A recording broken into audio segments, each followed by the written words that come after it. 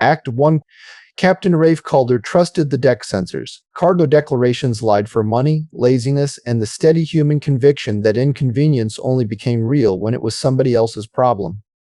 A calibrated mast plate lied only when it was broken, and Bay 2's plates had been rebuilt by Kittiwake 3 months earlier, then tested twice because Rafe had learned long ago that trust and verification were not opposing principles. They were a matched set. He stood on the grated service spine that ran the length of the hold, mag boots clicking as the old ship's slow spin made a mockery of real gravity. Below him, the separator sat inside its transit frame like a blocky metal idol, braced by 6 clamps and a web of smart straps. Its declaration code hovered in his hand display, declared dry mass 12.4 tons, actual bay reading 16.7. The difference was not subtle. Kira was half inside the unit with her harness line anchored to a ceiling rail, one arm buried behind an inspection plate. Her boots and lower legs stuck out like she'd been swallowed by industrial equipment, which on the Kittiwake counted as routine engineering. "Tell me you found something amusing," Rafe said. Her voice came back muffled by metal. "Depends. Do you find fraud amusing?" "Only when it happens to someone I dislike." She backed out, turned herself with a practiced twist, and planted her boots on the separator's flank.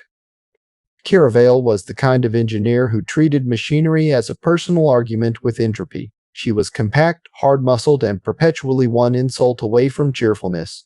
A smear of black sealant ran from one temple to her jaw. On someone else it might have looked accidental. On Kira it looked earned. "They've packed 2 spare rotor drums inside the separator housing," she said, "and a box of ceramic vanes.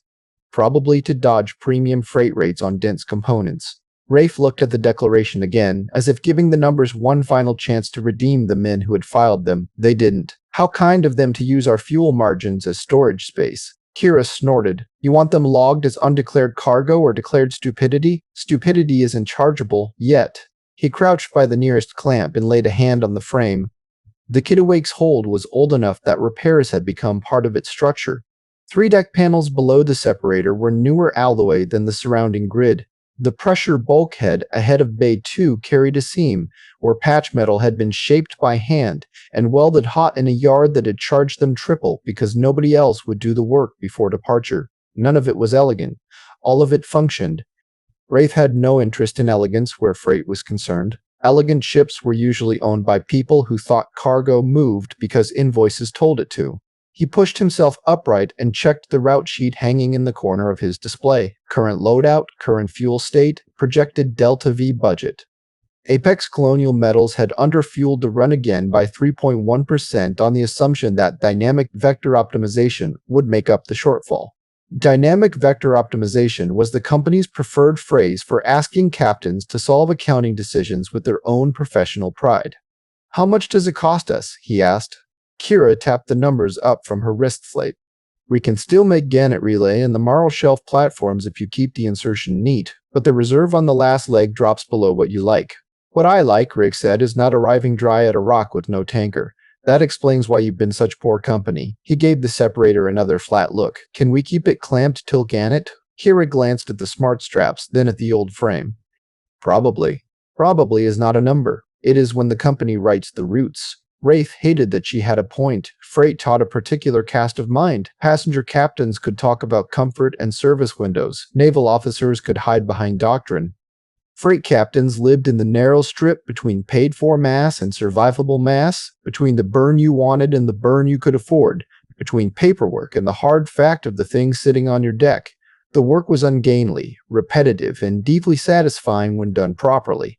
It also left very little room for romance. He tapped the comm pickup at his collar. "Bridge, Flag Bay 2 cargo discrepancy to dispatch. Attach images and an updated mass reading." The Kittiwake's internal acknowledged in a neutral house voice. "Logged." Kira watched him with the expression she used when she expected him to say something unreasonable and was already preparing her counter-argument. He disappointed her immediately. "We offload the separator at Gannett if they have crane time," he said. "If they don't, we tag it and leave it in a holding orbit. Expensive. Less expensive than shattering a clamp on final burn. It'll start a claim." "Good. Claims mean they have to write something down." She folded her arms. "You know dispatch will tell you to keep schedule. Dispatch can come sit on the frame and explain inertia to it. Kira's mouth twitched despite herself. You rehearse these lines? Not necessary. People give me the same problems. He looked across the rest of the hold. Standard containers, fabrication stock, food-grade water bladders and armored racks, 2 pallets of sealed medical store for a station further in system, a coil assembly bound for an ore transfer spine, nothing dramatic, which suited him. The Kittiwake service, the kind of outpost too small and too poor for the company to remember until something broke. It was not built for glory. She was built to arrive with the parts that kept forgotten places functioning another quarter. Rafe liked that. Freight was honest in a way almost nothing else was. It either turned up or it didn't. A pump either fit the line or it didn't. An engine either had margin or it didn't. The universe was full of people who mistook optimism for a method. Mass had no such weakness. He started back toward the service ladder, then stopped and glanced over his shoulder. Double the aft braces on this one? Kira looked mildly offended. I was going to. I know. That's why I employ you. I keep forgetting I'm here for your charm. He touched 2 fingers to his brow without looking back. That's on the premium contract. By the time he reached the ladder, the hold lights had shifted fractionally toward cycle evening, a concession to circadian rhythm that mattered more on long transit runs than anybody in head office ever understood. The Kittiwake groaned softly around him, old structure accommodating old stresses. The ship had a weather-beaten reputation in 3 sectors and a flawless internal maintenance log in the places that counted. Rafe preferred it that way. He climbed toward the bridge thinking about 4.3 tons of undeclared mass and 3.1% of unfunded fuel, which was to say he climbed toward a completely normal day. The bridge was small, functional, and unapologetically ugly. Most of the control surfaces had been upgraded in the last 8 years, but the room still carried the layout of an earlier era: 2 pilot couches that had seen so much reupholstery they had become geological, a standing console for cargo and systems, a rear plot wall big enough for a crew of 6 on a ship that now ran comfortably with 2 and a great deal of automation. The forward screens showed Starfield, route mesh, the slow blue architecture of transit space decaying toward normal metrics as the Kittiwake approached her exit point. Rafe settled into the command couch and drew the ship's current vector into the center display. The route from Selavin Yard to Gannett Relay and on toward the Moral Shelf platforms had looked thin even before Bay 2 gained illegal ballast. Now it looked like something written by a man who assumed thrust tables were a form of encouragement. A reply from dispatch blinked into existence on the side pane. No human had bothered to handle it. The response was pure template. Discrepancy received. Maintain scheduled delivery window. Fuel allowance deemed sufficient under efficient handling parameters. File claim at destination. Rafe read it once, then again as if repetition might make the words less insulting. Efficient handling, he said aloud. Kira, on the maintenance feed from the hold, laughed. That from a person or a machine trained by cowards. He keyed the message aside and opened the live burn model. Transit had solved the impossible problem and left the ugly work untouched. Humans could jump between stars wrapped in fluids that folded distance into something negotiable. Then they emerged into ordinary space and rediscovered the old tyranny of mass, heat, and reaction. You still paid for velocity. You still paid for sloppiness. The invoice just arrived in different units. The Kittiwake's projected fuel reserve on arrival at Moral Shelf sat at 6.2%. Rafe preferred 10 and considered 8 workable under protest. 6.2 was what happened when head office treated route planning as a branch of theater. He ran 3 alternate solutions, none of which offended physics enough to be useful. A shallower insertion at Gannett bought him margin and cost him time. Shedding a low-priority pallet at Relay clawed back another sliver.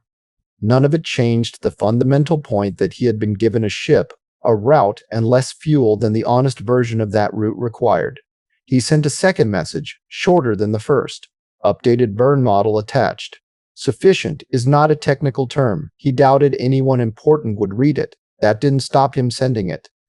Not because they changed the company's character, but because there were occasions when forcing an institution to acknowledge its own language counted as a small civic service. The forward starfield bent. Transit bleed shimmered across the screens in a faint lattice of blue and white. Exit in 43 seconds. Rafe rolled his shoulders, glanced through the checklists, and let habit settle over him. This was the part he still loved with something close to reverence. Not the corporation, not the invoices, certainly not the people at dispatch who mistook software confidence for operational truth. The ship, the sequence, the feel of a machine moving from one state of the universe to another while trusting a human to manage the untidy middle. Kira, he said, strap in. I hate it when you use my name like I'm about to earn it. Then consider it a growth opportunity. Transit collapse hit like a soft pressure behind the eyes. The screen bloom cleared, normal space returned in a disciplined rush of telemetry, local sun position, planetary mass signatures, relay beacons, traffic ghosts, gravitational clutter. The Kittiwake emerged on the outer edge of the Talos system's commercial envelope was Gannett Relay. A hard burn and an orderly schedule away. 2 seconds later, the priority alarm sounded. Not the routine message chime, not maintenance, not a route correction. The sharp, legally weighted note of emergency traffic with automatic relay priority. Rafe brought it up without thinking.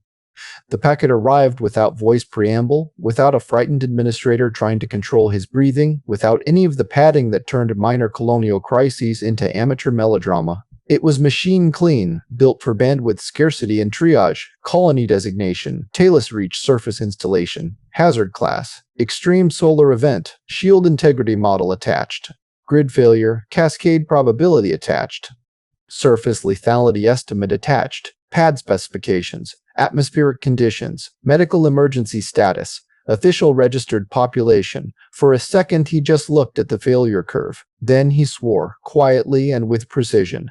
Kira's voice came over the bridge speakers. That bad? Yes. How bad? He threw the curve to the engineering channel. That bad. There was a heartbeat of silence as she took it in. Ah, she said. That kind of bad. Rafe enlarged the event timer. The primary's flare had already propagated its ugly consequences through the system weather net. Talos Reach's magnetic shield array, old, under-maintained, and now carrying more load than it had any right to, was projected to remain coherent for another 11 hours, maybe a fraction more if the modeling had been pessimistic. After that, the settlement's surface systems would start dying in a sequence so predictable it barely deserved the name disaster. Power spikes, induced currents, control losses, radiation exposure. He had seen the training sims. Once the first threshold went, the rest was only a matter of how quickly metal became a coffin. He pulled up their position relative to Talos Reach. Too far for comfort, not impossibly far. That distinction was everything.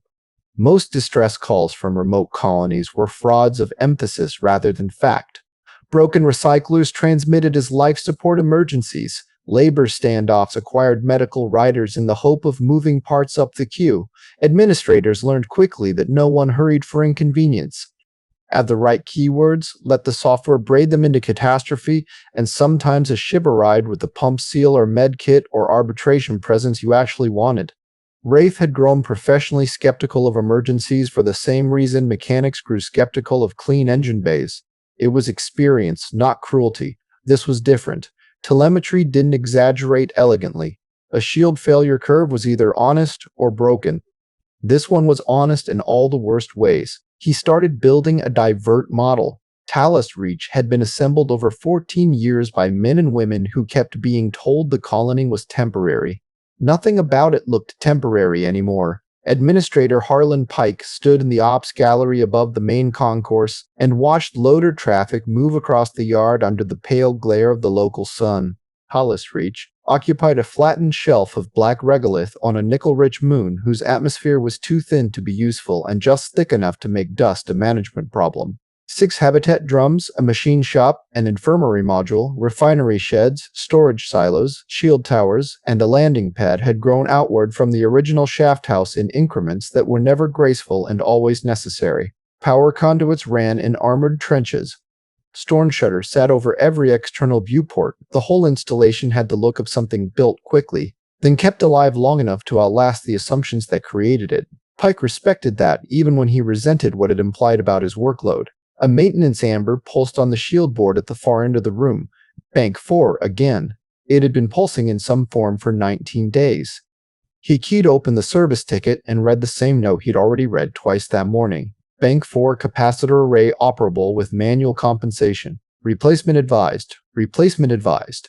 A phrase written by someone whose days were not improved or shortened by whether the thing in question actually failed.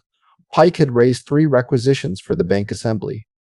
Apex Colonial Metals had deferred the first, reprioritized the second, and attached a projected shipment window to the third that used the phrase anticipated logistical optimization. He had developed an excellent ear for the many dialects in which a company could say no while still recording the exchange as supportive engagement. A soft chime announced the concourse door.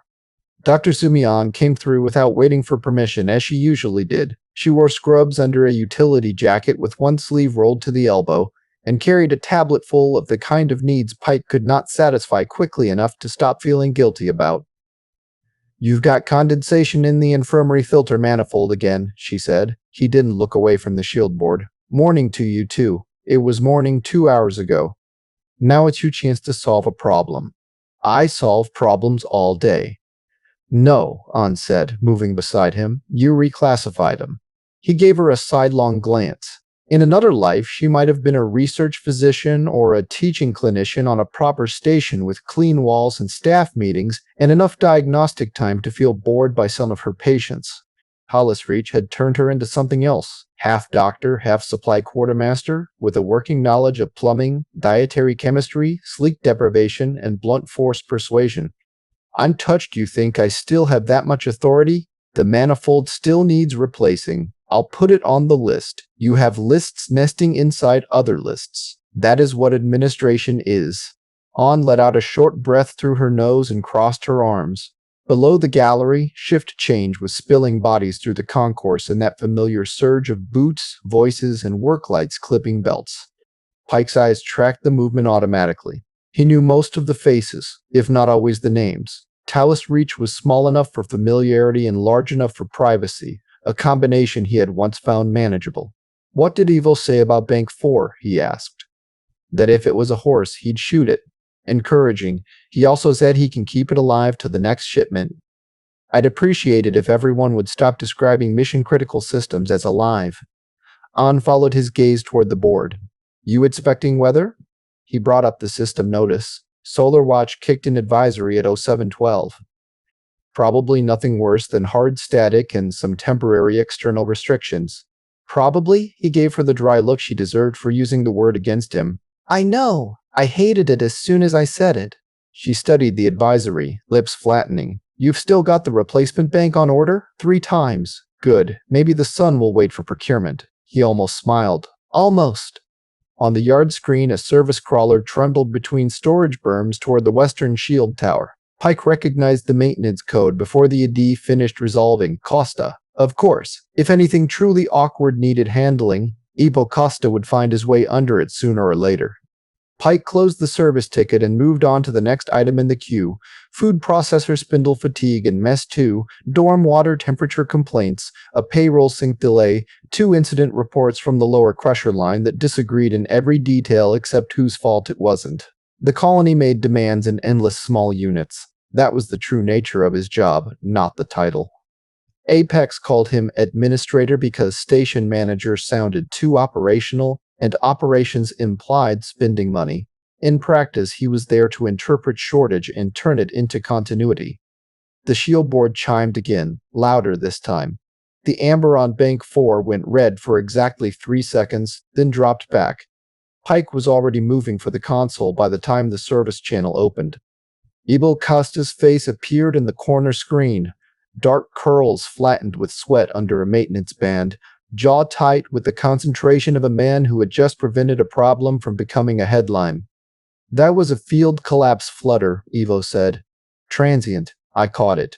Cause? Your capacitor bank remembering it was manufactured by Phoebes. Cause Evo. Thermal spike in the 4th regulator tree. I rerouted through the secondary bus. It's holding." Pike stared at him. "How long till it doesn't?"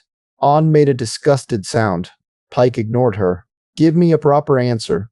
Evo wiped his forearm across his mouth. "If weather stays quiet, we're fine. If it doesn't, I want the replacement bank you keep not inventing for me. It's in transit." Evo's expression suggested what he thought of transit as a spiritual concept. "Then pray harder," he said, and killed the link. An watched the blank screen a moment. "You ever think about how the colony runs almost entirely on professionals being asked not to take things personally all the time? And And I have not yet found another management philosophy that fits the budget. Below them, the concourse continued to move. Someone laughed near the canteen hatch. A pallet jack squealed. Two children.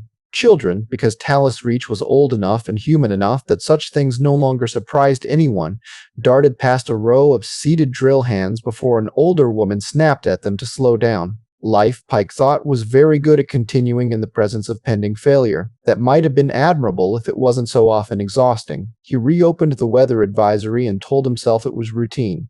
By the time the advisory became an emergency, Dr. On was in the infirmary trying to decide whether a cracked wrist deserved one of the good splints.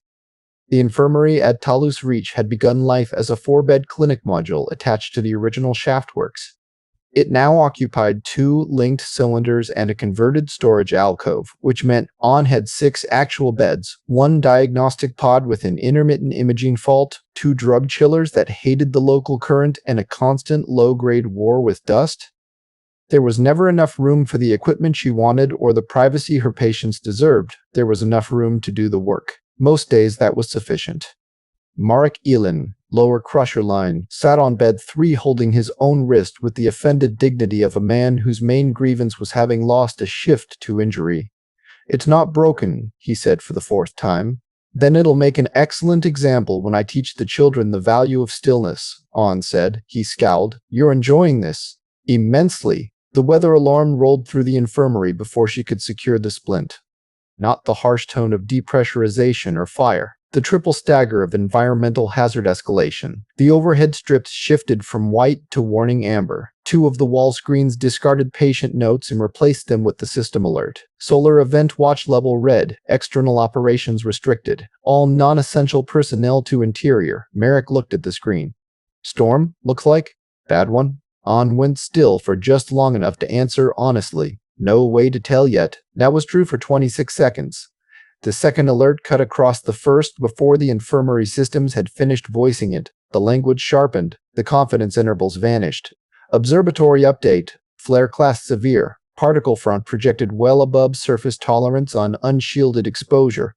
Shield load expected to exceed recent cycle norms by a factor of. On didn't bother memorizing the number because it was already bad enough without the mathematics. She finished binding Merrick's wrist in swift, efficient movements. "Stay inside," she said. He gave her a look. "Doctor, I was not planning a scenic walk." "Good. Spread it anyway." The came at her desk lit with Pike's channel. "Sumi. I'm seeing it. Prep infirmary for surge." On almost laughed. "Surge of what? Panic or radiation?" "Yes. Helpful. The shield array's holding. Evo's on it. This may still settle." "That is a very administrative sentence. It's what I have." She looked around the infirmary. 6 beds, 1 pod, anti-rad stock for maybe 1 serious incident or a dozen mild exposures. Burn gel. Broad-spectrum injectors. 2 auto-sutures left in the unopened pack because once she used them there would be no replacing them for another cycle. She thought of the colony's children, the retirees with lungs already battered by years of dust and trace metals, the men and women whose bodies had been asked to hold shift schedules longer than good medicine approved of. "I need everyone off exterior duty now," she said. "You have that. I need the shelters opened. They're opening. And I need the lower maintenance annex cleared in case I have to overflow patients." There was a pause on the line, small but there. "Do what you need," Pike said. That answer bothered her more than an argument would have. She cut the channel and began moving. The infirmary doors stayed open as people started arriving with the purposeless hurry of the newly frightened. Not casualties. Questions. A woman asking if she should bring her husband's respiratory meds up from dorm C or if the shelter lockers would stock equivalents. A pair of teenage drill apprentices wanting to know whether the network outage warning meant they should shut down the game server in common. A maintenance runner asking if Med had spare shield tape because stores had gone into lock authorization and nobody in stores was answering. On answered all of them while pulling stock from cabinets into portable racks. The outer yard cameras came up on the main wall at Pike's emergency override. She saw loaders angling hard for the service sheds, 3 workers crossing open ground at a run, shield towers on the perimeter beginning to rise through their active field sequence. Above the colony, the sky had taken on a thin, unnatural brightness. Not color, not yet. Just a different quality of light, as if the star had started paying attention. Bea appeared in the doorway with her hair half-tied and one boot unlaced, breathing as though she'd run from the far end of the habitat ring. An pointed at her without looking away from the cabinets. "You're supposed to be with your mother." "I was," Bea said. She said, "Come here because you always know what's happening." "That is a terrible reason to come to a doctor." Bea ignored the rebuke in the way children ignored anything that sounded too much like style. She edged in, eyes wide at the amber lights. "Is it a storm?" she asked. An crouched to retie the loose boot because otherwise it would bother her. "It is to stay inside and listen to adults storm. That's not the same thing." "No," An said, "it rarely is." She tightened the knot and stood. Bea was 7, perhaps 8. On Talus Reach, children tended to age by environment more than calendar. They learned early which corridors were safe to run, which doors could cost fingers, which adults meant well but were busy and which were busy but would still stop for them. Bea had the serious attention of a child who understood that something was wrong because the grown people were shortening their sentences. "Go to Shelter Hall 2, An said. "Stay with your mother. Do not move unless she moves." Bea looked at the screen wall where the towers were building their field and the exterior dust was beginning to skitter in electrostatic trails. "Is the ship coming?" "What ship? The next one?" An opened her mouth, then closed it. The next scheduled ship was days away. There were always ships somewhere in the system, but ships and rescue were not synonyms unless one was already on the right vector and willing to care. "I don't know yet," she said. Bea took that badly because she was old enough to hear uncertainty and young enough not to forgive it. The line from the Ops gallery came back before An could soften the answer.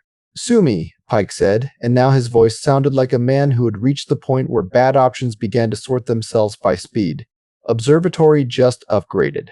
We're past shelter event. Repeat, we are past shelter event." An stopped moving. "What's the window?" 10 hours to probable shield failure.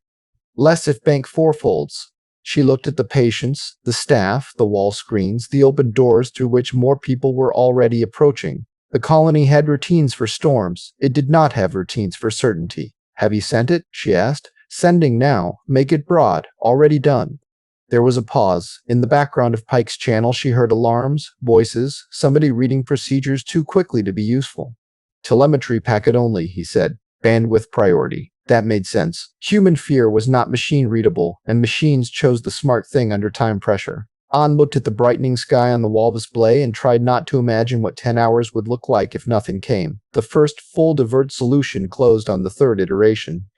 Rafe leaned forward in the command couch, elbows on knees, and studied the model, as if suspicion alone might uncover the lie hidden in any plan that seemed this workable. "Time to Talus Reach on current mass and emergency burn. Too long." Time to Talus Reach if he shed non-critical cargo, ignored contractual schedule, cut the insertion with very little elegance, and accepted that the Kittiwake's drive maintenance would become next quarter's most expensive conversation possible. Time to land, reconfigure boarding, relaunch with passengers and enough supplies to keep them alive till he could tuck the ship into the moon's radiation shadow and sort the rest. Ugly, narrow, possible. He enlarged the passenger load figures. The Kittiwake was an 82-meter line freighter built to carry industrial hardware, sealed stores, tanked volatiles, and the occasional coffin-like equipment case no one wanted to discuss. She had never been certificated for mass passenger movement because that would have required internal geometry designed for comfort, not cargo restraint. But a pressure hull did not particularly care why it was full. Air was air. Volume was volume. The problem was life support, crash safety, and mass placement. Kira. She came onto the bridge feed with the engine room behind her. Pipes, service ladders, half a drive housing open like exposed bone. "Please tell me that tone means profit." "We can make them." Her expression changed at once. Not softer, sharper. Kira believed numbers when Rafe believed numbers. "How many?" "The packet says 1018 registered." She listened to the distinction but didn't comment on it. "And our current carriage? Not enough. Yet." He threw the model to her channel. She scanned in silence, lips moving slightly as she ran the constraints herself. "We jettison Bay 2 separator, the medical stock for moral shelf, 2 fabrication pallets, and the coil assembly," she said.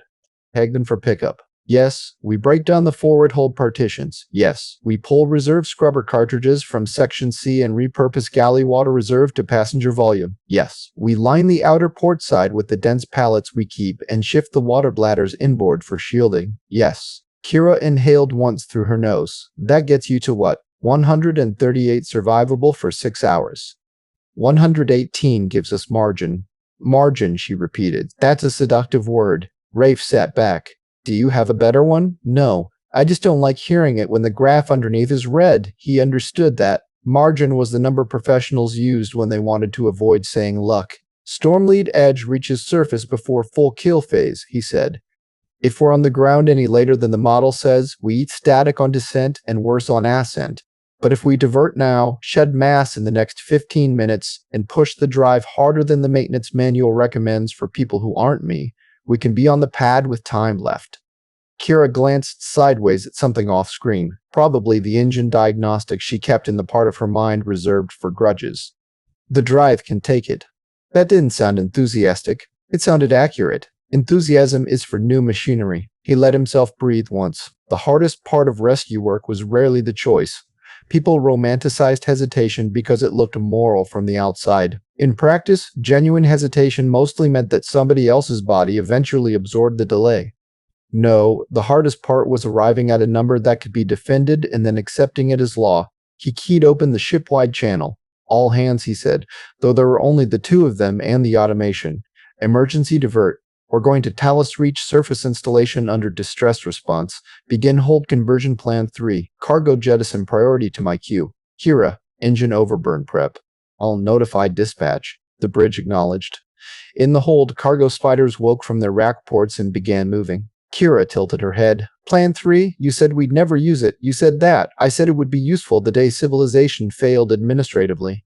And here we are. Still no profit? Not impossible. The company may invent a fee afterward. She grinned then, quick and hard, and vanished from the feed.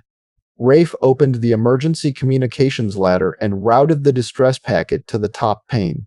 The colony had not added any personal note. No plea, no attempt to sell urgency. That was what convinced him more than anything else. Real emergencies stripped people down to function if they were lucky. The packet had the look of a system already too busy staying alive to waste bandwidth on persuasion. He transmitted on the company channel anyway. Apex Dispatch, this is Acom Freight Kit Kittiwake, Captain Calder commanding, responding to Talus Reach distress under Colonial Emergency Assistance Clause. Divert commencing now. Attached updated vector, mass shed plan, passenger loadout projection. The reply came faster than he expected, which meant someone human had already seen the distress traffic and realized an asset was about to inconvenience the ledger. Kittiwake, this is Apex Route Control, said a woman's voice, clipped and professional in the particular way that meant the person had been trained to sound calm while authorizing stupidity. Confirm you are altering scheduled route without controller authorization. I'm confirming Talus Reach dies on schedule if I don't. Rescue authority has not been assigned to your vessel. Rafe looked at the waveform as if he might identify exactly where conscience had been removed from it. There is no time to assign anything. Their shield curve collapses inside 11 hours. We are evaluating response options. You can evaluate while I burn. Captain Calder, your vessel is not configured for certified civilian evacuation. No, he said. It's configured for existing. A beat. You are carrying priority corporate cargo. I'm aware. I'm about to make some of it significantly less convenient. The controller inhaled, controlled enough to turn frustration into diction. Stand by for executive review. Rafe closed the channel. He hated executive review because it implied that the universe might wait while hierarchy clarified its emotional position. He pulled up the jettison sequence and watched the cargo spiders work. In Bay 2, the separator's clamps released one by one. The big machine shifted within its frame, obedient now to honest orders. Smart straps reeled free. Portside outer hatches irised open to black. The first pallet went cleanly, spinning once under maneuver puffs before its beacon lit green. The medical store followed, then the fabrication rack. Each object that left the hold took profit with it. Each object bought time, thrust, or air. Rafe watched them go without sentiment. Cargo was useful until something more useful needed the space. When Bay 2 came, he let himself appreciate the smallness of revenge. The undeclared rotor drums rode out hidden inside the separator casing, heading into a tagged parking orbit they would not have occupied if someone back at Celapan Yard had simply filed the correct mass. Kira's voice returned to the bridge channel over the noise of the engine room. Did you just throw my least favorite machine out an airlock? I did. I feel seen. Try not to let it soften your character. The updated load figures rolled. The bridge software painted the hold conversion in layers. Remove partitions, drop crash, web anchors, shift ballast, tie life support feeds into temporary manifolds, unlock restricted water reserves, cap personal crew space to emergency use only. By the end of it, the Kittiwake would stop resembling a commercial freighter and become what old ships often became under pressure, a cylinder full of compromises. A message icon flashed again, Apex. This time the controller came back with a second voice silently sharing the line. Rafe could tell from the tiny latency shifts. Somebody senior, listening. Captain Calder, she said, executive review has not approved diversion. You are instructed to continue current route and await further assignment. Talus Reach has been advised to shelter in place pending rescue assessment. Rafe looked at the colony's failure curve, then at the timer. Shelter will not hold through array collapse. We are informed their storm infrastructure is rated for severe event. This is not severe. Severe was 5 lines ago. Captain, you are not authorized to make liability decisions on behalf of Apex Colonial Metals. He actually smiled at that, though there was no humor in it. I'm not making them on behalf of Apex. I'm making them because I have an engine. The silent listener finally joined. Male voice, older, polished into the kind of neutrality that suggested expensive offices and indirect exposure to real risk. Calder, this is Director Salvi from Route Operations. Be very clear about your next sentence. Rafe gave him the courtesy of his attention. Talus Reach transmitted a verified emergency packet with a projected surface lethal event and an official population of 118, he said. I have run the numbers. My vessel can reach them inside their survival window if I act now. If I maintain schedule instead, I create a perfect record of compliance and a preventable mass death, so my next sentence is, I am diverting. Silence. Then Salby said, this action will place your command status under review. Rafe thumbed the drive arm interlock. I'll try to survive the suspense. He cut the channel before they could package outrage into more syllables. For a moment, the bridge was very still except for the Kittiwake systems waiting on his hand. He could feel the ship through the couch, not in any mystical sense, simply the familiar awareness of mass, structure, and potential. People who didn't fly thought command decisions happened in language. They didn't. Language merely described the point at which one vector became another. Rafe pushed the burn through. The drive came alive in a deep, rising force that passed beyond sound and became pressure and bone. Stars slid. The route mesh reconfigured. Gannet relay and Morrow shelf fell away from the center line. Talus Reach snapped into priority. Kira whooped once over the engineering channel, not because she loved risk, but because committed motion was always preferable to argument. Rafe kept one eye on the event timer and one on the ship. He was not a soldier. He was not, by temperament, a savior. Freight had suited him precisely because it replaced moral theater with procedural necessity. Get the load there. Keep the hull intact. Do not confuse optimism with margin. Rescue work belonged to other people, people who joined services with crests on the shoulder and speeches about duty. He had never wanted that kind of life. And when the numbers closed, pretending otherwise was just cowardice in a cleaner uniform. Hold conversion plan 3 had never been used because every company that employed Rafe would have preferred to pretend such a procedure was theoretical. It was not theoretical anymore. 2 hours into the divert, the forward hold looked like an argument between cargo law and survival. Standard partitions had been folded into the deck. Container frames that usually stabilized irregular machinery were now reassembled into vertical strap lattices along the center spine, each one capable of taking 4 or 5 standing adults in crash webbing if they were willing to be miserable and afraid in close company. Water bladders had been shifted against the outer hull around the improvised passenger zones, not because anyone had time to design proper shielding, but because hydrogen-rich mass was better than none. Dense freight pallets were locked around the remaining voids to provide crude radiation, baffling. Reserve scrubber cartridges lay opened in stacks while Kira's remote tool spider spliced them into temporary life support loops. Rafe moved through it in socks and mag clips, handheld slate in one hand, checking anchor points and recalculating center of mass positions every time a bot shifted so much as a ton. Anchor C6 needs a second weld pass, he said. A spider froze, reversed, and obeyed. The ship was under sustained acceleration now, not hard enough to injure, hard enough that movement needed intention. The old freighter complained in familiar frequencies. Rafe listened for anything new and heard only strain he had already budgeted. Kira's voice chased him through the hold speakers. You know the scrubber reroute voids 3 sections of passenger code, 2 sections of fire code, and something I'm pretty sure used to be a church law. Good, Rafe said. I was worried we were doing this too neatly. I'm serious. If anyone inspects this later, they'll die of regulation. Then we should get them medical attention. He stopped at the midpoint of the hold where the new crash web frames narrowed the central aisle into something closer to a service trench. 118 people. He tried to picture that many bodies standing, crouched, strapped, braced, coughing, crying, silent, whatever they turned out to be once fear and acceleration got hold of them. He wasn't building comfort. He was building transport between 2 lethal conditions. The difference mattered. Apex came back 3 more times in the next 90 minutes.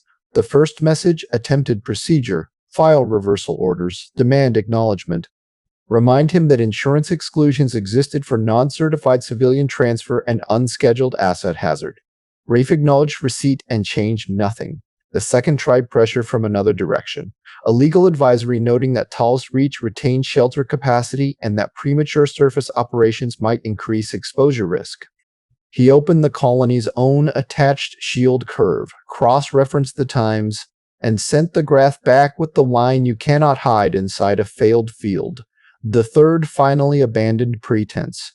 Preserve critical productive assets. Do not compromise vessel with excess load. Further instructions pending. Rafe stared at it long enough for the contempt to settle properly. Excess load, he said aloud. Kira came on a local channel from a maintenance port above him. That their phrase? Yes. How soothing, he looked up. She was wedged shoulder-deep into the ceiling line, fastening a bypass manifold with both hands while her boots braced against opposite bulkheads. In the hard white of the maintenance strips, she looked like a woman rebuilding civilization with spite and tools. What's drive temp? He asked. Within what I'd call unwise, but not criminal. Radiator stress? Ask me when we stop trying to outrun paperwork. He gave the nearest frame clamp a final pull and checked it green. We've got carriage for 138 now. Kira slid down from the ceiling with the supple care of someone who had spent half her adult life inside service spaces. You've rerun that since we moved the water? Twice. Passenger mass assumption? Conservative. That means pessimistic? That means adult colonial average with 10% variance and room for children. Her eyes flicked toward the strapped frames. 138 in this? For ascent and shadow transfer, yes. She rubbed the back of her wrist across her mouth, leaving a darker streak of grease. I know this is not the point. But there are going to be smells. Added to the incident report. She leaned against the frame, the smile falling away. You think dispatch is wrong about shelter? No, that surprised her. You think they're right? I think they know exactly how little shelter the model buys once that array starts to fail. They're talking like this because language is cheaper than lift. Kira let that sit between them. She had worked enough routes, enough forgotten stations, to know the shape of institutional selfishness. What bothered her, Rafe suspected, was not that the company possessed it, but that it continued to sound surprised each time it was noticed. He pushed past her to the aft hatch and hauled himself toward the engine room ladder. Come on, he said. We still need tie-downs in the corridor, and I want the med corner isolated from the main air cycling if we can manage it. You building a med corner? I'm building a place where frightened people can be sick without improving it for everyone else. Now that, Kira said, following him, is leadership. By the 5th hour of the burn, Talus Reach had begun transmitting degraded updates, not words, telemetry slices, shield performance. Landing pad field strength, atmospheric dust charge, comms fidelity index. The colony system was doing exactly what a good emergency system should do, abandoning narrative and preserving the numbers that mattered. Rafe studied each packet as it came. Shield stability was slipping faster than the original curve had predicted, not by much, enough to eat at his reserve. He ran the descent window again, then again. We're losing 26 minutes, he said. Kira heard the change in his voice and didn't waste either of them with false optimism. Can we buy it back? I can steepen approach. That sentence has consequences. So does the alternative. She pushed off from the ladder and floated the last half-meter, catching a pipe with one hand. Do it. I'll babysit the drive afterward. He smiled despite himself. That's the most tender thing you've ever said to me. Don't mishear it. I'm insulting your handling in advance. The next update from Talus Reach contained a short landing priority burst appended to the telemetry. Pad clearance confirmed, descent vector attached, surface static rising. Automated guidance may fail in final approach. No greeting, no signature, no request. Just the minimum data required to get a ship onto the ground. Good, Rafe thought. People were still behaving usefully. He strapped back into the command couch and brought Talus Reach up full scale across the forward wall. At this range, the colony was still only a tagged patch on the moon's daylit face, one asset icon among many dead rocks and exploited veins. The storm front itself could not yet be seen directly, but the system weather overlays had started painting ugly halos across local space. Particle density climbing, magnetic noise increasing. Static charge events on exposed surfaces probable, then likely, then near certain. The model had stopped pretending things might improve. A final private message arrived from Director Salby, routed off the formal channels. Calder, you are creating exposure for yourself that no union will cover. Turn back now, and I may still classify this as impaired judgment under emergency stress. Rafe read it twice because there was something almost intimate in the contempt. Not rage. Not even naked self-protection. Just the ordinary conviction that a man further up the chain had the right to define reality if he said the words cleanly enough. He keyed a reply, then classified this carefully. He did not send it. It wasn't worth the bandwidth. Instead, he closed the message, narrowed his focus to vectors, and flew the ship. Talus Reach began to sound different long before it began to look different. Dr. Ahn noticed it first in the corridors. The colony had its usual repertoire of noises, recyclers, distant crusher vibration, loader traffic under the deck, voices bouncing from metal walls, the occasional broad laugh from someone too tired to care who heard it. As the storm warning deepened and people were moved inward, that background changed. The machinery stayed. The human note altered. Less casual conversation. More questions cut off halfway through. More footsteps without destination. She left the infirmary under protest from her own staff because staying behind a desk while the whole colony prepared to either leave or die was not a version of medicine she believed in. Shelter Hall, too, had become a holding area for families, non-essential workers, and anyone Pike's emergency procedures did not currently require near a console. Cots were out, water containers stacked. Someone from canteen had brought thermal jugs and was pouring cups with the blank focus of a person turning routine into a shield. Children sat too quietly. That, more than the alarms, made the place feel wrong. Bea spotted Ahn immediately and pushed through 3 knees and a folded blanket to reach her. You said you didn't know, she said, accusing rather than frightened. Ahn looked down. About what? The ship. There may be a ship. Ma says there is definitely a ship. Ahn looked across the hall. Bea's mother, Tavi, gave her a tight nod from beside a stack of emergency packs. Around them, people were watching the wall display where the colony network tracked an inbound transponder tag against local space. Too small to mean safety, large enough to mean possibility. Then your mother has better intelligence than I do, Ahn said. Bea absorbed that with solemn satisfaction. I told her you'd be annoyed. That part was excellent intelligence.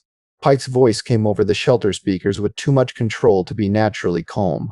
All residents, this is administration. We have confirmation of inbound assistance. Repeat, inbound assistance is confirmed. Remain in assigned sectors until directed. Medical and mobility priority groups will be called first.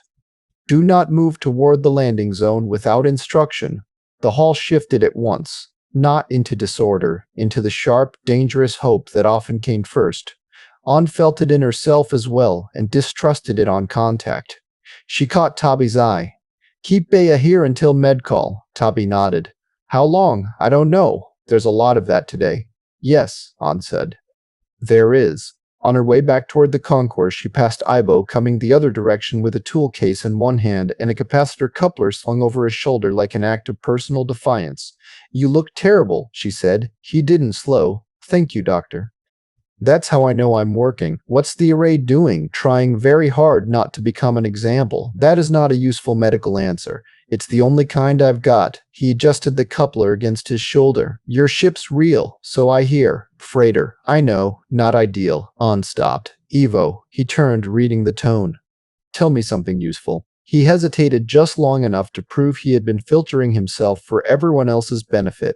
The pad will take a freighter once, he said. Maybe twice if nothing arcs wrong. Surface static is rising faster than Pike wants to announce. Automated guidance on final drop will be unreliable. If your captain knows his ship, fine.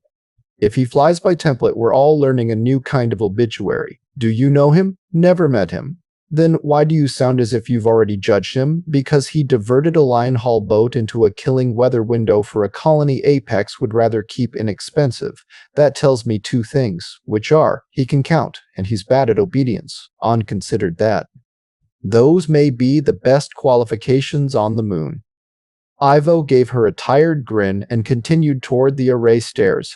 In the ops gallery, Pike stood over 3 active consoles at once, skin drawn tight at the cheeks, tie discarded, sleeves rolled. He looked less like an administrator now, and more like a man who had unexpectedly become responsible for whether geometry and panic could coexist in one place.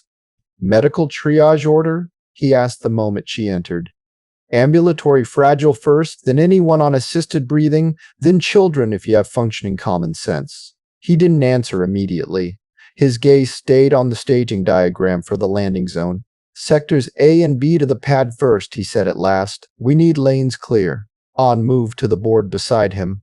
From here she could see the surface cameras, the landing pad under full flood, loader beacons, dust scudding in electrical ripples along the ground. The shield towers at the colony perimeter were visibly active now, their field pattern faintly perceptible whenever the camera auto exposure corrected around them. You putting med where? She asked. Pad East shelter. That's too close if there's a discharge on touchdown. It's the only covered line of sight position. She pointed at the staging map. Move the waiting corridor 2 meters north and stack the litters here. If someone comes off that ship convulsing from a static strike, I need ground and wall at my back, not open pad. Pike frowned, checked the geometry, then nodded once. Do it. She looked at him then properly. For the first time since the alert began, he seemed almost stripped of his habitual defensiveness. Not kinder, merely more direct. Fear did that to some people. It took the ornamental layers off. When did you last sleep? She asked. He kept his eyes on the board. Yesterday. That's not a time, Doctor. I am currently choosing between 3 bad sequencing options and 2 worse. He finally looked at her. The ship has capacity for 118. That is the filed count. If the boarding order becomes disorder, we lose the window. There was something in the way he said it that snagged at her, but the gallery alarms cut across thought before she could examine it. Inbound vessel within descent envelope. Surface static severe. Manual guidance recommended. The room changed. Everyone knew that sound. Pike touched the master channel. All pad teams to position. Repeat, all pad teams to position. Sectors A and B move now. Everyone else hold where you are. Below them, the concourse doors opened and people started toward the transit tunnels leading to the pad. More people than unexpected. Not a frightening number in itself. Not yet. But enough that some old irritation stirred in her chest. The same one she felt every time Pike spoke about capacity, as if the word explained the world rather than merely limiting it. She didn't follow the thought. There was no time. She grabbed the med pack she'd staged by the door and ran for the tunnel. Talus Reach looked like a scatter of hard lights under a failing theory. Rafe brought the Kittiwake down from high approach with both hands on manual and the forward wall split between terrain, pad telemetry, and a descending stack of alerts that would have intimidated a less experienced pilot, or at least a more imaginative one. The moon's black surface rolled beneath them in stark relief. There was no soft atmosphere to blur scale, only rock, excavation scars, bermed storage yards, and the disciplined geometry of a colony built to remain alive by repetition. Beyond the settlement, the horizon showed the first bands of auroral distortion, thin green-white curtains crawling low where charged particles had begun to teach the sky new habits. Talus Reach's shield towers marked out a rough protective boundary around the core installation. Even on approach, he could see the strain in them. The field shivered at the edge of visual detection, a quiver in the air that cameras hated and human eyes distrusted. Every few seconds, a static web cracked over one of the outer struts and vanished. Surface guidance is junk, Kira said over the intercom. She was strapped into the auxiliary engineering station behind the bridge. Otto was trying to correct for noise that doesn't stay put. I've noticed. What's crossdrift? Annoying. Very technical. He cupped the forward thrusters, rolled 10 degrees, and let the ship's nose follow a manual descent arc that used the colony's landing lights for truth and treated everything else as optimistic suggestion. The Kittiwake was not graceful. She handled like honest freight did, a few seconds late to every command, then fully committed once momentum agreed. Rafe compensated by instinct and history, Talus Reach filled the screen, habitat drums, refinery sheds, crawler lanes, a landing pad size for utility lifters, and the occasional company shuttle, now about to receive an 82-meter freighter flown by a man with dwindling patience for both static and bureaucracy. The colony transmitted one last landing burst. Pad field active. Surface charge high. Touch fast. Helpful, Rafe muttered. He throttled for precisely that. The drive note changed. The hull began to tremble as the outer layers met charged particulate and the ship's own field brushed against the colony's overtaxed shield geometry. Warning icons blossomed along the periphery. Static coupling risk. Port sensor array degraded. Comm clarity reduced. The Kittiwake plunged through it anyway. For a moment, the forward screen whitened with discharge. Kira swore, half delighted, half furious. Rafe flew on instrument memory and bare surface reference, trusting his own hands over the confetti of software warnings. Then the pad came back under them in brutal floodlight, loader beacons glaring through airborne dust, safety strips flashing directional green, and bodies. His eye took that in before anything else. There were too many people on the pad, not close-packed at the ramp, not yet. They'd been marshaled into lanes with more discipline than panic, but there were too many. Standing groups under shelter awnings, stretchers near the east wall, families or at least clusters that were not work crews, older figures supported under the arms, children, more silhouettes behind the pad fences. Even allowing for staff, even allowing for fear-drawing people out of holding sectors too early, the loading zone held the wrong amount of humanity. Kira, he said, and heard the change in his own voice. She went instantly still behind him. What? He did not answer because the ship was still moving and because he wanted one more second of direct observation before he let numbers turn suspicion into problem. He set the Kittiwake down hard, exactly as the colony had advised. Landing struts took the weight with a shudder that ran through the hole like a fist on a door. Static snapped white along the port side and vanished. Rafe killed the main thrust, switched to ground hold, and watched the forward view stabilize around the floodlit pad. The crowd did not get smaller. He had spent 30 years around freight, cranes, docks, passenger queues, evac drills, transfer bays, depot halls, and more loading calculations than any decent human being should remember. He could estimate mass and count the way other men recognized songs. The sight in front of him offended that faculty at once. 118 had a shape, a distribution. It occupied volume in a knowable way. This was not that. Kira was already unstrapping. How bad? Rafe stood with her. Bad enough that the math just moved. Could be double staff on the pad, she said, though without conviction. No. He pulled up the whole plan on his wrist slate, as if the ship might generously decide to have more interior than it had possessed 5 minutes ago. 138 theoretical seats in hellishly improvised conditions. Enough for the official manifest with margin. Enough for med complications, for frightened children, for a few more bodies than the colony file had promised him. Enough to feel like a professional risk rather than a doomed gesture. He looked through the forward screen again. Not enough. The sidecom cracked with external hail through a veil of interference. An older man's voice, taut but controlled. Kittiwake, this is Talus Reach Operations. Pad secure. Repeat, pad secure. Welcome to Talus Reach. Rafe keyed the reply. Operations, this is Captain Calder. Open your ramp corridor and keep your people back until I say. A beat too long before the answer. Understood. That beat told him something as well. He pulled on his jacket, thumbed the seal at the throat, and headed for the forward lock. Kira fell in beside him without asking. You want me on the ramp? She said. Yes. Good. I'd hate to miss the moment someone explains basic arithmetic. The airlock cycled. External pressure equalized inside safety range. The forward ramp groaned down toward the pad. Outside, Talus Reach smelled faintly of hot metal and dust even through the suit filters. Floodlights cut hard planes through static haze.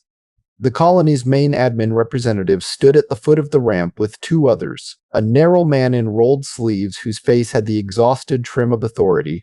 A woman in med gear with 2 emergency packs hanging off one shoulder, and a broad maintenance tech carrying a pad-side grounding line in both hands like he distrusted the surface itself. Behind them, beyond the marked loading corridor, stood more people than any of Rafe's calculations had been built to save. The administrator stepped forward. Captain Calder, he began. Rafe didn't offer a hand. How many? He asked.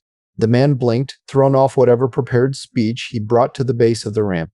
"Excuse me? How many people are on this colony?" The woman in mid-gear looked from Pike because, of course, this was Pike. Rafe knew the type at once, to the crowd behind them. The maintenance tech stared at the ground as if he'd been waiting for exactly this second and hated himself for not being surprised by it.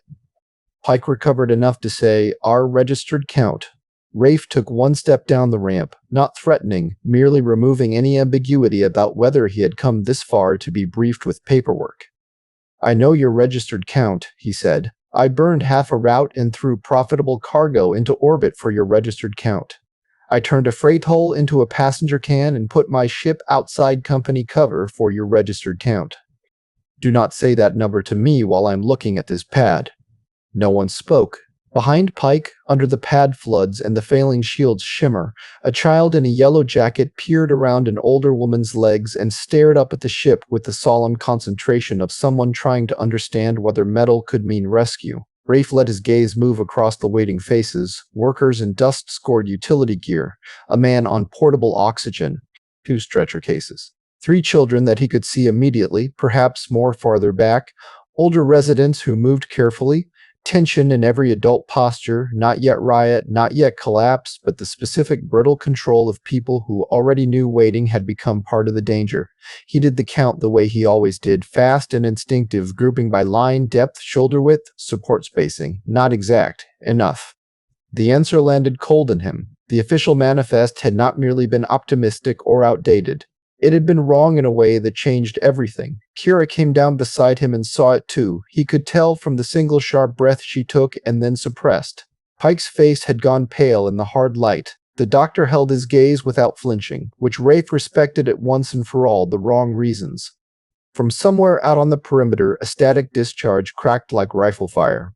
The shield towers wavered. Several people in the crowd flinched. Rafe looked back at his ship, at the ramp, at the hold he had transformed according to one set of numbers. Then he looked again at the colony. He had built a rescue for 118 people. There were far more than 118 waiting to board.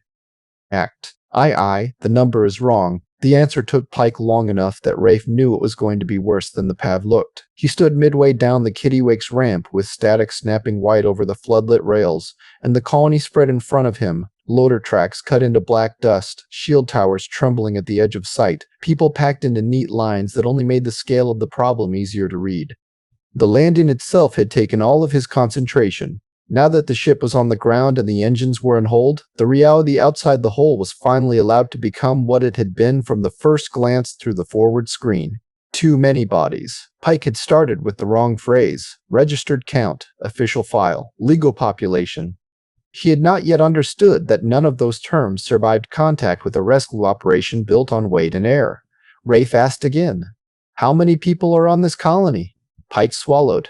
He was younger than Rafe had first guessed, probably because panic and authority both added years in bad light. Rolled sleeves, administrative badge, face already overworked into lines that would deepen badly in the next few hours. 161 on site, he said. The words hit the air between them and immediately seemed too neat for what they meant. Kira, standing on Rafe's left at the top of the final ramp section, let out one short breath. No theatricality. Just the sound an engineer made when a bat equation confirmed itself. Dr. On did not look at Pike. Her eyes stayed on Rafe, assessing whether he was about to become another version of the same problem. 161 living people, she said. Not units, not labor categories. People. Pike snapped a look at her. This is not helping. It is helping him stop listening to your language. Rafe didn't intervene. He was doing the subtraction. 161 on Talus Reach. 138 places on the Kittiwake after every legal and illegal conversion he and Kira had made under acceleration. 23 too many. He could hear the crowd behind the marked lanes even without raising his eyes. The low movement of fear becoming calculation. Colonists were good at arithmetic when it threatened to become personal. They understood supply because they lived inside shortage every week of their lives. The moment Pike said 161 aloud, more than half the people on the pad would have started working out what that meant against the freighter sitting in front of them. Rafe lifted his wrist slate, as if a second look at the figures might produce hidden volume in the hole. It didn't. I can carry 138 off this surface, he said. He pitched his voice for the 4 people nearest him, but the ramp carried sound and the pad was listening. Murmurs went through the lanes. Someone farther back said something too quickly to make out. A child asked a question and got shushed at once. Pike recovered first. Then we start registered boarding now, he said. We do not discuss this in front of them and we do not lose order. Rafe turned to look at him properly. No. The word was flat enough that even Pike heard there would not be a second version. Captain, Pike said, trying authority again, my responsibility is to preserve process before panic gets people killed. And mine, Rafe said, is to fly a ship that was reconfigured on false numbers. So before a single person comes up this ramp, I need the real count broken down by children, mobility limited, med dependent, and anyone you need alive long enough to launch something other than themselves. Chart tightened. We do not have time for a philosophical correction. This isn't philosophical. On stepped half a pace forward. He's right, Pike rounded on her. You think I don't know the count is a problem? I think you've been using the registry as if it were a law of nature for so long you've forgotten it was always a choice. Rafe pointed at the crowd without taking his eyes off Pike. The next choice is whether those people spend the next hour watching us lie by procedure while the sky comes down. So here's how this goes. Kira locks the ramp. Nobody boards until I've seen your system room, your real numbers, and every local asset that can possibly leave the ground. The broad maintenance tech by Pike's shoulder finally spoke. His voice had the rough edges of too many years around compressors and dust filters. There aren't many. Rafe looked at him. Name, Ivo Costa. Mechanic, on paper? No, that wasn't my question. Ivo's mouth twitched without humor. Yes. Good. Stay close. Pike drew himself up. You don't have authority over colony operations. Rafe looked back at the Kittiwake, at the open ramp, at the hole sitting in the center of Talus Reach's entire future. I have a ship, he said. That is the only authority in range. The static cracked again out by the perimeter, louder this time. The shield towers shimmered with a visible shudder. Several people on the pad flinched. Someone in the back called Pike's name, not as an appeal but as a demand for sequence. Rafe keyed his collar comm. Kira. Ramp locked until override. No autoboard. No exceptions. Done, she said. He gestured with 2 fingers toward the colony. Show me ops. Pike hesitated one last second, saw there was no way through this that didn't go through the captain standing on his landing ramp, and turned. The crowd parted for them in a way that was not obedience so much as desperate practicality. People made room for the men and women carrying decisions. Rafe stepped off the ramp into Talus Reach's dust and felt the static through the soles of his boots. The colony's operations room had the look of every remote installation that had outlived its budget. Consoles bolted in at different dates. Display housings, one procurement cycle older than the systems running inside them. Floor plates worn bright at the operator stations. Emergency equipment upgraded more recently than anything else because institutions always found money for the visible parts of failure. The shield board dominated one wall. Rafe went to it first. He didn't like what he saw. The projected failure curve he had received in transit had been optimistic by 21 minutes, maybe more. Bank 4, the one already flagged on the side diagnostics, was taking current like a man drinking because he knew the roof was about to come off.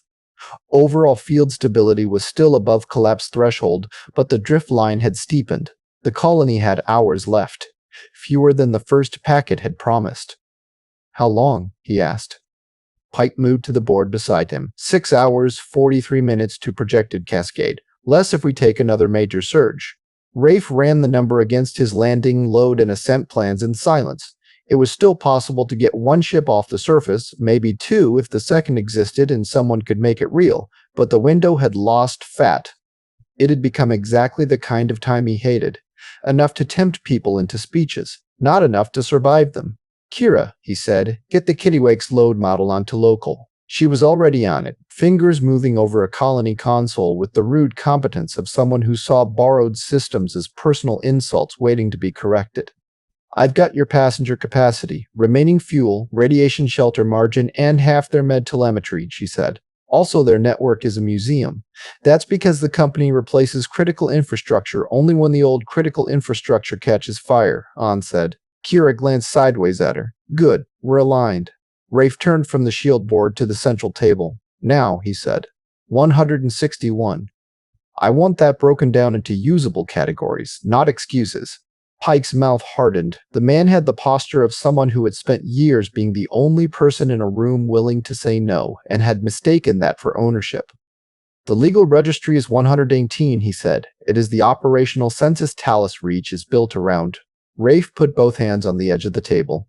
Administrator, he said, I did not land here to hear what your lawyers called a problem.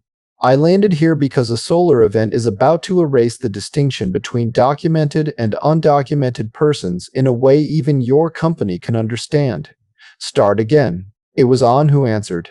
161 total, she said. 11 children under 12, 19 over 60, 4 oxygen dependent, 2 non-ambulatory, 3 recent fracture cases who can still ascend if they're strapped properly and dosed, 28 off-books expansion workers, 9 spouses who overstayed visitor or short contract permits, 7 children born on site and never entered, 6 retired or permanently injured personnel being kept in an annex under maintenance because shipping them off would have triggered an audit. And the rest? Rafe asked.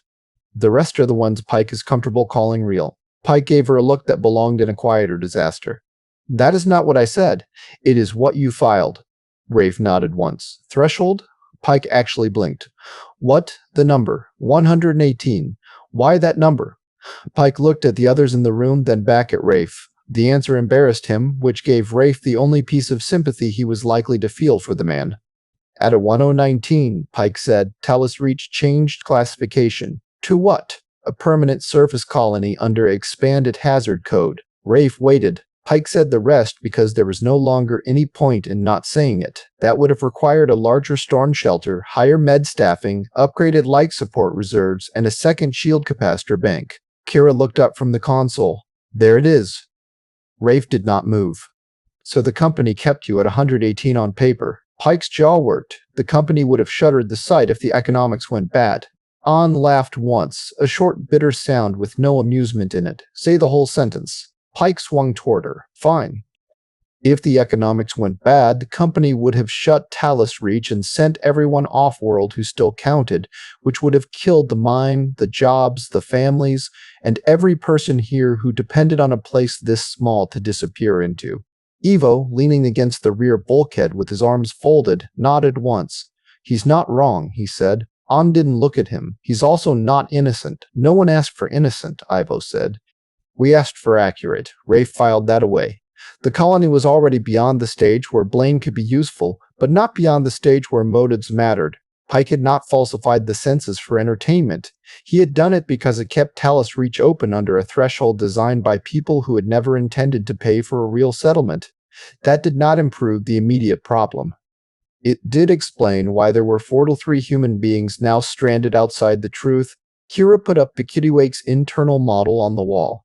138 evacuees if I keep the current conversion, she said. That assumes everyone breathes roughly within projected tolerance. Nobody turns the improvised passenger deck into a fight, and the captain flies a smooth enough ascent to keep fractures from becoming lawsuits. Can you push it? Rafe asked. She gave him a flat look. Everything in that ship has already been pushed. How much? If I strip the crew cabins, move tool lockers into the corridor, cut emergency water below what I'd call civilized, and treat average adult body mass like a prayer, maybe 4 more. 5 if the children are small and everyone on oxygen can share a corner without dying. Rafe did the subtraction again. Still short, not by a little. Fuel? He said. Enough for ascent, shadow orbit, and 6 hours of miserable life support if you don't ask the drive to be graceful. She tapped the display. Not enough for heroics. He nodded. A tone sounded on the ops board. Corporate priority traffic. Of course. Pike made the mistake of opening it aloud. Route Operations Director Salvi appeared in a box at the corner of the main display, his image degraded by distance and local static but still recognizably polished. He looked like exactly what he was, a man sitting in a safer place trying to turn catastrophe back into process. Talus Reach Operations, Captain Calder, Salvi said. Apex Colonial Metals is authorizing emergency lift for registered personnel and essential productive assets. Registered count 118 confirmed. Unregistered persons are to remain sheltered pending secondary response assessment. No one in the room spoke for a second. The words seemed to remove oxygen all by themselves. An said, very quietly, there it is. Pike's face lost a shade. Rafe stepped to the console and keyed the channel live. Director, he said, I'm standing in a colony with 161 living people and a field curve that says the surface becomes lethal inside 7 hours. Say that instruction again so we can all hear whether you mean it. Salvi did not flinch. Captain, the company position is that evacuation authority extends to registered residents under the declared emergency profile. Secondary assistance options remain under review. Secondary options do not exist, they may, not before the storm. Salvi's image pixeled, recovered, and remained offensively composed. Preserve your vessel, board according to registry, minimize additional liability. Rafe reached over and cut the channel. No one objected. He turned back to the room. All right, he said. We stop pretending the company is part of the rescue. Doctor, you're now my census authority, Pike your crowd management and local access because you know where people physically are. Ibo, anything that leaves the ground, powers up, or used to. Kira, keep tearing at the math until it bleeds. Pike stared at him. You taking over colony operations? Rafe shook his head. No, I'm taking over the part that still has a future. Order broke first at the scanner. That annoyed Rafe, because he had allowed it for practical reasons and disliked learning he'd made a bad compromise before the lesson had even cooled. They had moved back to the pad, because standing in ops talking about doomed categories while nobody actually staged for loading would have been its own kind of negligence. Rafe still needed the full real count verified. He still needed to see the hidden annex. But he also needed the colony physically sorted into lanes that could be turned into movement the moment a plan existed. Pike, to his credit, understood the part of the work without having to be dragged into it, so they opened a narrow pre-board corridor under the east awning, shielded from the worst surface static and close enough to the ramp that the first med cases could be moved fast if he gave the order. Rafe should have killed the ship scanner immediately. Instead, he let Pike argue him into using it as a temporary sorting tool. The Kittiwake's loading system could tag weight, identity, and boarding sequence faster than any human clerk under storm conditions. On honest data, it would have been the right call. On Talus Reach, nothing about identity was honest anymore. The first 3 through were all medically obvious. Merrick from the Crusher line with his newly splinted wrist. An old assay woman on oxygen. A refinery tech with a leg brace and the stubborn expression of a man who expected the universe to treat injury as a scheduling inconvenience. Green lights. Accepted. Kira stood by the scanner post, feeding data into a local override queue, not yet committed to fully severing the manifest link. Then Tabi came forward with Bia half tucked behind one hip. Tabi's clothes were clean but worn at the seams, the practical neatness of someone who had learned how to look put together on limited fabric replacements. Bia still wore the yellow jacket Rafe had noticed from the ramp. Up close she looked smaller, all eyes and attention. Names, Kira said, quick and distracted. Tabi Ren, B. Ren, Kira keyed them in. The scanner swept once over Tabi's wrist tag and then over Bia, who stared directly into the sensor band as if offended that a machine wanted permission. The light went red. A tone sounded, not alarm, just rejection. Bureaucratic refusal wrapped in electronics. No registry match. The corridor changed instantly. People farther back craned to see. Those close enough to hear stiffened. Tabi's chin lifted in that human reflex by which dignity tried to put itself between fear and witness. Pike stepped forward before anyone else could speak. Set them aside, he said. We'll handle unmatched after registered priority clears. Bea looked up at her mother. What does red mean? Tabi said nothing because there was nothing she could say that wouldn't teach the child something permanent. An moved first. No, Pike's voice sharpened. Doctor. No.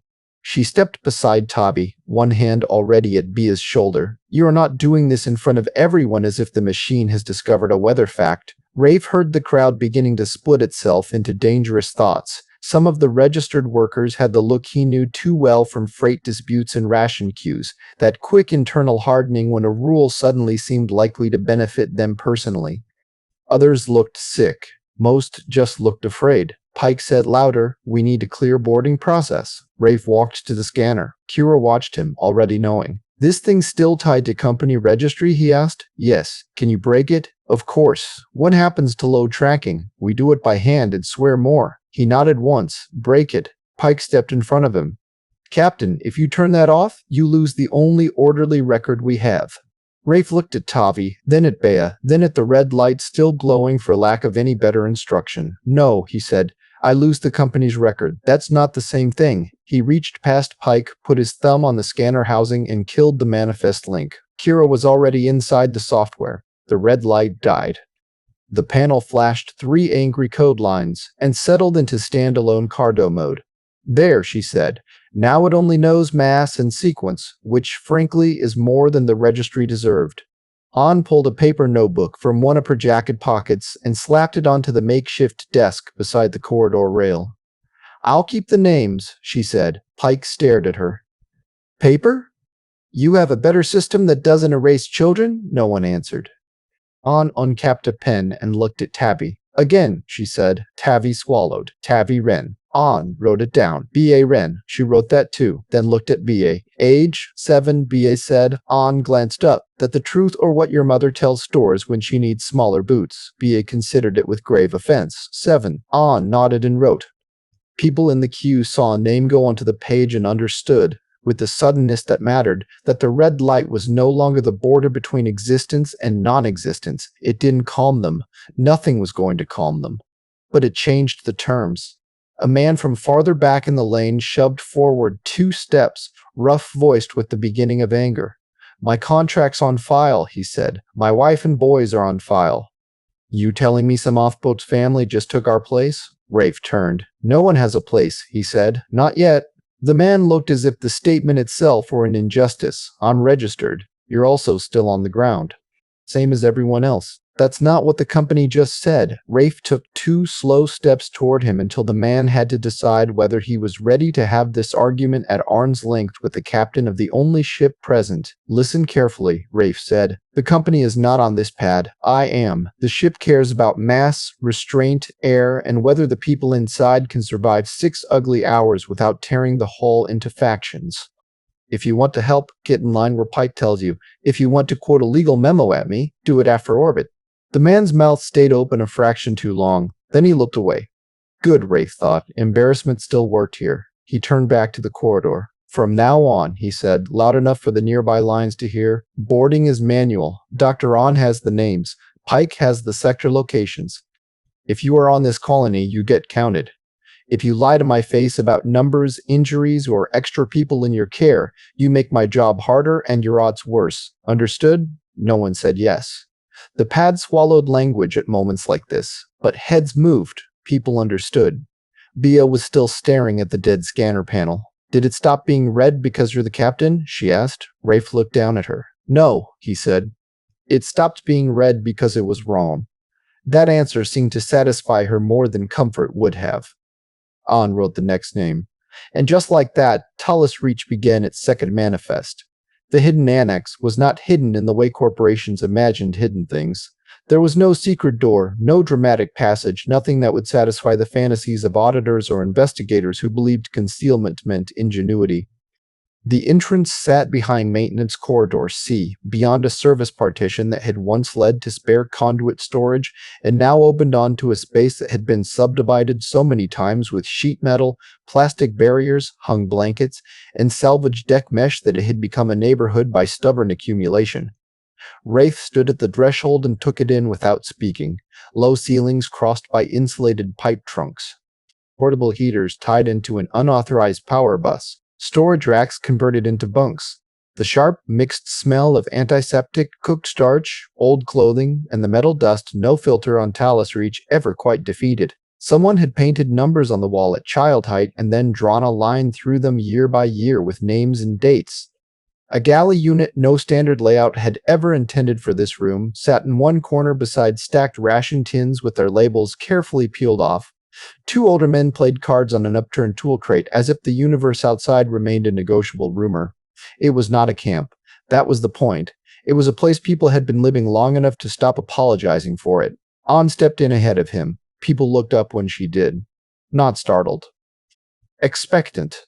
This is Captain Calder, she said. He's the reason there's a ship on the pad. A murmur went through the room. Suspicion, curiosity, the quick involuntary hope that hit even the ones who had probably been preparing themselves all day not to indulge it. Rafe hated that look on strangers. It made promises for him that he had not yet earned. How many here? He asked. An checked the notebook in her hand. 22 in the annex right now. More have already been staged topside. This is the group Pike would have called non-priority if I'd let him keep using the file. I didn't say that. Pike had followed them down after all, perhaps because allowing the captain and doctor to walk the hidden population without administrative witness had finally become more frightening than admitting it existed. An faced him without any visible effort. No, she said. You said unmatched. Pike opened his mouth and then closed it. The truth had stopped respecting his vocabulary. Rafe moved deeper into the annex. A woman in her 70s sat upright on a bunk with oxygen tubing under her nose and the posture of someone too proud to let compromised lungs define the rest of her. Beside her, a man in a powered rehab chair lifted 2 fingers in a mock salute. Past them, a pair of children shared a data slate under a blanket fort built between conduit supports. A middle-aged woman with mechanic's hands and an old visitor tag clipped to her belt was helping a white-haired man transfer from cot to chair with the smooth coordination of long practice. These were not ghosts. They were not illegal abstractions. They were the excess human reality a false number had been built to conceal. Rafe stopped beside the woman with the oxygen. Name, he said. She studied him a moment before answering. Dina Voss. Mobility? Slow, not dead. An gave him the actual answer. Assisted walk. Oxygen dependent but stable if she stays dosed. Rafe nodded and moved on. The man in the rehab chair tapped one dead control pad on the armrest. Beren low, he said. Former shaft drilling. Current decorative burden. Non-ambulatory? Rafe asked An. Chair transfer only. He can survive ascent if strapped properly, but it'll be hard on him. Beren snorted. Everything's hard on me now. That's not a metric. Rafe looked at the chair, then at the man's shoulders. Strong upper body despite the rest. Can you handle pain? He asked. Beren's grin was all old Myna. Captain, I handled Pike's payroll for 6 years. You tell me. Rafe almost smiled. Good, he thought. Humor meant the place still had some structural integrity of its own. An let him farther in. That one, she said quietly, indicating a closed-off cubicle built from old insulator screens. Is Mara Gree, former assay supervisor, severe joint degeneration, limited transfer. If I sedate her properly, she can be moved. Next bay, Nils Corin, old crush line lead, oxygen and cardiac. After that, the overstay spouses and the children who were never entered. Rafe stopped at the chalk-marked wall. 7 names there, each with hand-drawn height lines. 2 had been crossed and rewritten upward as the children grew. One had a crooked star beside it where someone had apparently decided growth deserved decoration. He looked at Pike. You kept children off the system. Pike looked more tired than defensive now. If they were entered, the number changed. An's voice was very quiet. Say it all. Pike stared back at the wall. If they were entered, the colony changed classification. If the colony changed classification, Apex sent auditors. If Apex sent auditors, they found the annex, the overstays, the retired workers, the contract spillover, all of it. And once they found it, they either paid to make this place legal or they closed it. They were never going to pay. Rafe let that sit. In freight, there was a category of lie everyone knew and tolerated because the alternative was collapse. A declared load trimmed just enough to make a margin. A service interval stretched because the part could wait one more run, a station quartermaster logging damaged filters as pending rotation because a replacement crate hadn't arrived and panic did nothing to improve airflow. People survived on those lies all the time. What Talus Reach had done was larger, slower, structural. A false census maintained not for a day or a quarter but long enough that children had grown inside its shadow. An was watching him closely, perhaps waiting to see whether he would turn moral now that the human evidence had replaced the arithmetic. He didn't. How many can climb a ramp without assistance? He asked. An blinked, then answered at once. Here, 15. 4 more with support. 3 need litters or chair transfer. How many children too small for standard crash web? 5. How many need continuous oxygen? 4 now. 2 more if the stress reactions get worse. He nodded. An's face changed a fraction. Respect, perhaps, or relief that he had not decided to become sentimental where competence was required. I need the full breakdown, he said. Names, ages, mobility, med dependency, approximate mass if you have it. I can get you med weights for most. Do it. A small movement at his elbow made him look down. Bea had appeared again, because children always found the seams in emergency control. She stood with a spoon in one hand and a thermal cup in the other as if she had been sent on an errand and accidentally entered history. My mother says you're counting properly now, she said. Rafe glanced it on. Is everyone on this colony in the habit of listening to adult conversations from behind bad partitions? Yes, An said. Bia held up the cup. It's for Mara. She can't hold hot things if the floor shakes. Rafe stepped aside to let her pass. On the bunk ahead, Mara Gree, small, white-haired, hands swollen with disease, lifted a sardonic eyebrow at him. You're the captain, she said. You look disappointed. I'm recalculating. Good. Disappointment is a waste of oxygen. Rafe almost smiled again. The annex, he realized, was doing something difficult and unfair to his work. It was giving the missing 23 mass, voice, pain thresholds, and wall markings. It was making them harder to leave behind in any abstract category. Freight logic worked best when loads stayed loads until boarding. Human detail complicated transport, but pretending otherwise now would not help. He had already made the more important adjustment. He turned to An. Get me the med list in 20 minutes. She nodded. To Pike, he said, from this point on, the annex is not hidden. You stage them like everyone else. Pike's face tightened. If I move them all topside now, the registered workers see the full discrepancy at once. Rafe looked around the room one last time. They already know, he said. The only question is whether they see people or a rumor. Back in Ops, the arithmetic still refused mercy. Kira had taken over 2 colony stations and 1 portable slate and turned all 3 into a running argument with the laws of mass, air, and short-term survivability. She did not look up when Rafe re-entered. That meant the numbers were bad enough to be personal. How much better? He asked. She flicked 1 display toward him. 3 bodies, maybe 4, she said. 5 if they're all children and one of them has the decency to be tiny. Rafe leaned over the screen. She had gone further than he would have thought worth trying. Crew bunks converted to floor restraints. Corridor lockers emptied. Galley stores reduced below anything generous. Emergency toolkits consolidated down to what he'd call irresponsible. Water margins shaved. Passenger density on hold 1 now beyond anything the ship had originally been certificated to carry even under military transfer exemption. And this? He asked, pointing at a yellow band in the aft distribution model. She grimaced. That's what happens if I move auxiliary batteries into the shelter corridor to make space on the port side. It buys volume, costs stability, and makes the fire model uglier. Not worth it. No, he straightened. How many still left behind? Depending on actual body mass, 19 to 23. Closer to 23, An said, coming in behind him with a stack of handwritten pages and 2 exhausted med assistants. The hidden population skews older and lighter, but not enough to save you. Nothing ever does, Kira muttered. An spread the pages over the table. Names, ages, conditions, family ties with a mattered for care. Children marked in blue, oxygen dependencies in red. The writing was hard and fast, but legible. Rafe appreciated that more than he was likely to say. He read as quickly as he could. The problem stopped being 1 missing number and became a pattern. It was not just 43 extra adults. It was children whose mass helped, but whose size complicated restraint. Older workers light enough to carry but brittle enough to rusk under rough ascent. 2 non-ambulatory retirees who could physically survive transit but would require space, bracing, and hands that might otherwise move faster people. Families embedded across the false line. Necessary launch personnel not all on the right side of the registry. You could not solve Talus Reach by simply subtracting heads. Pike stood at the far side of the table as if he had become both witness and accused in a trial he no longer controlled. There are no local certified transports, he said. No shuttle, no lifter, no emergency ascent pod.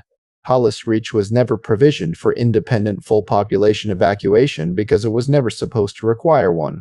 Useful, Kira said without looking up. I'm telling you the truth. Then it's useful in a different way. Rafe kept reading. What about maintenance hulls? He asked. Ore cages? Surface hoppers? Anything pressurized that used to touch orbit? Pike shook his head at once. No. Evo, who had been silent longer than Rafe liked, made a slight noise at the back of his throat. Rafe turned. You've got something. Evo rubbed 1 hand over his mouth, considering how much of a fool he was prepared to sound like. There's a hull, he said. Pike closed his eyes briefly. No. Kira finally looked up. Now you've got my attention. Evo shrugged the way men did when introducing bad ideas they had already decided were better than none. Bay 6, he said. Old ore hopper. Designation Myna. Used to run concentrate up to the orbital hook before they put the transfer spine in. Retired 5 years ago, then stripped for parts because procurement discovered cannibalization was cheaper than maintenance, Pike said. It is dead. Evo turned to him. Dead on paper, which is apparently our local specialty. Rafe stepped around the table. Pressure hull? Last I checked, yes. Drive? Ivo made a face that contained both possibility and insult. Twin ascent cluster. Ugly, overbuilt, old. One engine controller missing. Guidance stack half gone. Internal life support not fit for mice. Steel plating stripped off the dorsal because someone had to patch Tower 3-3 Winter's back. Pike said, It has not flown in years. Kira pushed off her console and came closer. What was its rated ore lift? She asked. 30 tons raw? Her eyes narrowed. With racks? Yes. Pressure geometry? Stub cylinder, short neck, docking collar forward. Manual control? Triple redundant once. Single redundant now as you're generous and drunk. Kira looked at Rafe. That was never a reassuring sign. How many warm bodies? He asked. She was already estimating. He could see it in the stillness. If the hull's intact, the engines still spool, and I got everything inside that isn't pressure, structure, or fire suppression. She tilted her head. 25. Ivo nodded. That's what I figure. Rafe did the conversion at once. 25 meant 23 evacuees plus 2 operators, which meant the gap closed. Not neatly, not safely, but closed. Pike read the same realization on their faces and hated it. This is fantasy, he said. You will lose hours chasing a dead machine while the colony still needs one guaranteed lift. Rafe looked at him. No, he said. The Kittiwake is the guaranteed lift. This, he jerked his head toward Evo, is the only sentence I've heard since landing that contains 23 seats. Pike spread both hands. If you divert work crews to a derelict hopper and it doesn't fly, we lose time, labor, and discipline. If it does fly, An said, we lose nobody. Pike looked at her. You don't know that. No, she said, but I know what your alternative is. Silence again. Outside, beyond the ops wall, something hit the colony shield with enough force that the lights dipped and recovered. The room went very still around the surviving current. Rafe pointed at Evo. Show me. Pike made one last attempt. Captain. Rafe cut him off. If it can't be made real, I'll know quickly. If it can, every second we stand here arguing is theft. And because there were no good answers left, Pike followed them. Base 6 sat beyond the main refinery sheds at the end of a service lane Talus Reach had clearly stopped admitting to years earlier. They took a crawler because the surface charge had climbed to the point where long exposed walks were becoming stupid. Even inside the vehicle, static threaded along the window edges in pale blue needles. The sky above the colony had acquired that wrong high brightness Rafe had seen on severe storm worlds before. Not color, not weather in any old planetary sense, just too much energy in places energy did not belong. The bay door opened reluctantly under manual override. Inside, under dust, maintenance shadows, and one strip of failing overhead light sat the Myna. Rafe stopped in the threshold and let the machine declare itself. It was, as promised, ugly, not damaged into ugliness, designed there from birth. A blunt-bellied ascent hopper built by people who cared about load, engine access, and structural tolerance more than line or grace. Twin clustered drives aft, reinforced landing legs thick enough for repeated hard touchdowns, a short forward docking neck, external pipe runs protected by crude armored ribs, old company markings ghosted under grime and patch paint. One section of the dorsal hull showed a mismatched metal panel where something had been removed years ago and the wound simply covered. It looked like freight, which was encouraging. Kira walked toward it with the alert, hungry displeasure of a woman encountering machinery she neither respected nor fully hated yet. I've seen worse, she said. Rafe glanced at her. Fly? She considered. I've seen worse explode. We're still in the optimistic phase. Ebo slapped the hole with the back of his knuckles, raising a gray puff from the panel seam. Pressure vessel was sound when I shut her down last year. You shut her down? Pike said. You filed it as long-term inactive and unsalvageable. Evo didn't turn around. Those aren't the same sentence. Rafe stepped closer. From this distance, the machine's past came into focus through all the ordinary scars. Replaced access vaults in mismatched sets. Weld seams that had been hand-run more than once. Port maneuver vane locked in place where someone had clearly stopped caring if it could ever articulate again. Cable ports labeled an old freight stencil. Nothing delicate, nothing built for passengers. Good. Passenger craft spend too much of their design life protecting people from discomfort. Industrial vehicles spent theirs protecting function from negligence. Kira was already halfway up the side ladder, toolkit clipped to her belt. Power? She called down. Ivo went to a wall cabinet, opened it, and produced a battered local service pack. You'll get lights and enough diagnostics to tell you how offended it is. That's practically foreplay. The bay filled with the low-rising hum of the system waking because someone had insulted it effectively. Interior strips flickered, some failing to come all the way up. A diagnostic panel on the hopper's side flashed 3 error blocks, 1 dead section, and then a long list that kept scrolling. Kira laughed. Oh, this is vile. Rafe climbed after her into the forward compartment. The interior had once been arranged for ore management, not human survival. Racks, tie-down grids, stripped panel housings, a small control nest forward with 2 hardened seats and a ceiling full of access gaps where instrumentation had been removed for other jobs. The air smelled dry and metallic, old seals and dormant systems.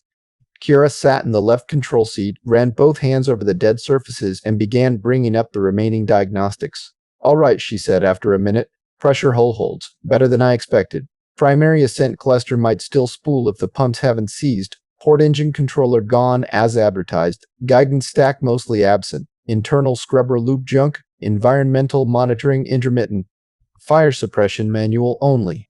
She looked up at Rafe. I hate whoever maintained this. Iva leaned against the doorway. You'd like me better if you saw the budgets. Rafe moved through the cargo space, pacing it. Length, width, deck anchoring points, overhead clearance. If the ore racks came out and the inner framing was cut back, there was room, not comfort, room. 23 evacuees and restraints plus 2 operators in the cockpit. Start ascent only. No lingering. How much shield? He asked. Kira pointed at the dorsal patch where the original plating had been robbed. Not enough, not for the front edge of this storm. We'll need to bolt something dense over the passenger cavity and maybe line the floor under the restraint frame. Water? Ivo shook his head. Not enough spare. Plating from refinery shutters maybe. Dense stock from stores. Kira grimaced. Shutters are ugly but honest. Rafe crouched by an open-access bay and looked at the engine coupling. What controller can we give it? Kira answered immediately. I can pull the secondary engine controller from the Kittiwake's port maneuver cluster and teach it bad habits. We lose redundancy on the freighter. We can live with that. We can die with it too. Let's keep both options visible. Ivo said. Local drone processors could fake half a guidance stack if you don't mind the hopper flying like an argument. Kira looked at him for the first time as something other than local interference. You can code? I can keep mining equipment from embarrassing itself. That's not the same skill. It's close enough when the mine won't pay for either. An, who had come up the ladder more slowly than the rest, stood in the cargo space and looked around as if seeing the machine's interior already full of people. How real is this? She asked. Rafe answered without taking his eyes off the open systems.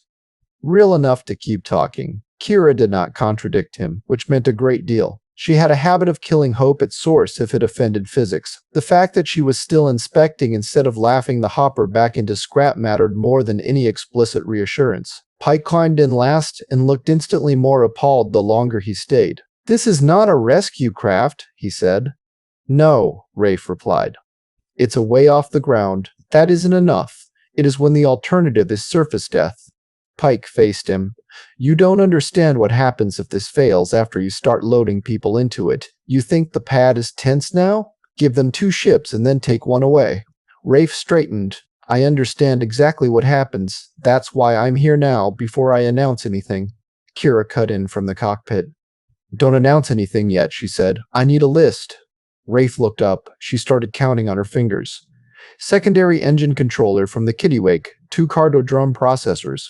Every restraint frame in this holdout and replaced with standing crash web, environmental loop from our spare med corner kit, dense plating from the refinery shutters, a launch capacitor that isn't dead, new seals on half these access panels. Manual nav link to the freighter for final docking, and at least 1 local who actually knows this tub's response lag. Eva raised a hand. That'd be me. She eyed him. Can you still fly it? Can it still remember me? That isn't an answer, he shrugged. Yes, probably. Kira made a face. I'm going to need your colony to stop using that word. Rafe came up beside the cockpit and looked at the diagnostic list himself. 1 item sat in flashing amber that he didn't like. Launch capacitor status? Kira touched it. The bar went from amber to a detailed set of failure codes. Well, she said, there's your bad news. Evo leaned in, swore softly, and tapped a second panel to confirm. Banks slagged. Pike seized on it at once. Then that's it. Kira did not move. Not necessarily.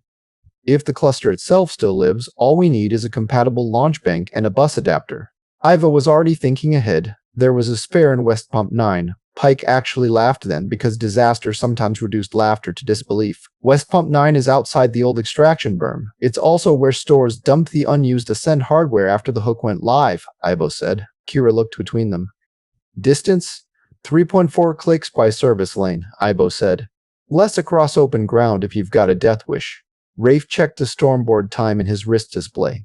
Less than 6.5 hours to projected field collapse. Static intensity climbing, surface comms already degrading. For the first time since he had stepped onto the pad, the impossible problem in front of him had changed shape.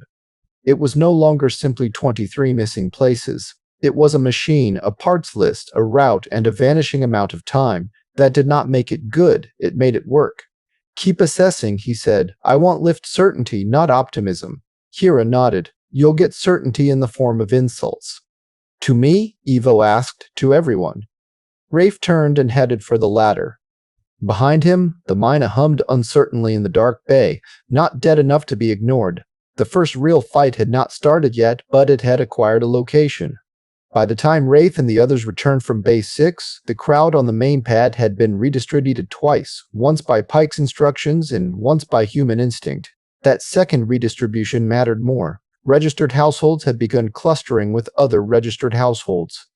The annex residents, now brought properly into the open, occupied the north shelter line under too much watchfulness from the rest of the colony. Children moved between groups only until adults noticed and pulled them back. This was how fractures began, not in violence but in geography. An saw it before Rafe did and swore under her breath.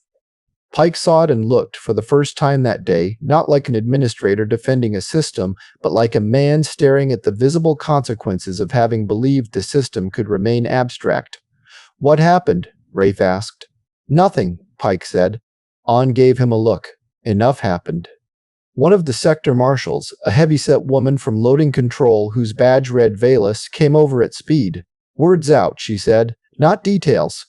Just enough. Registered list heard there's a second count. Annex crowd knows the company told them to shelter, and somebody repeated productive assets in the east queue. Rafe could almost feel the temperature of the pad shift when she said it. Who repeated it? He asked. Vela jerked a thumb toward the east awning. They found him 5 seconds later, broad-shouldered, dust-scored, maybe 40, maybe younger under the grime, speaking too loudly to 3 other workers who looked as if they wanted the company to be right because fear had made selfishness sound like logic. Just saying what Route Op said, the man was insisting. Registered first. That's what any sane system would do. A woman from the annex line, narrow-faced and furious, snapped back, Your sane system forgot my son existed. The man threw up both hands. That is not my fault, no, she said. You just want the profit. Rafe walked straight between them. What's your name? He asked the man. The worker stared. Jace Harrow. Good, now stop helping. Harrow blinked at him. I'm telling people what the company said, and I'm telling you the company can send a ship if it wants a vote. Harrow's eyes narrowed. I've got 2 kids registered and on your board. You expect me to stand here while people who aren't even supposed to be on this moon jump the line? Rafe looked at him for a long second. No, he said, I expect you to work. The answer threw Harrow more than anger would have. What? Rafe pointed toward the west service lane. There's a grounded hopper in Base 6 that becomes the difference between everybody living and 23 people dying if enough hands strip it fast enough. So here are your choices. You can stand on my pad and recite company language like it's a shield, or you can carry plate, cut restraint frames, and make yourself useful to your children in a way they might still respect later. A few people nearby went very still. Harrow's face reddened. You can't talk to me like that.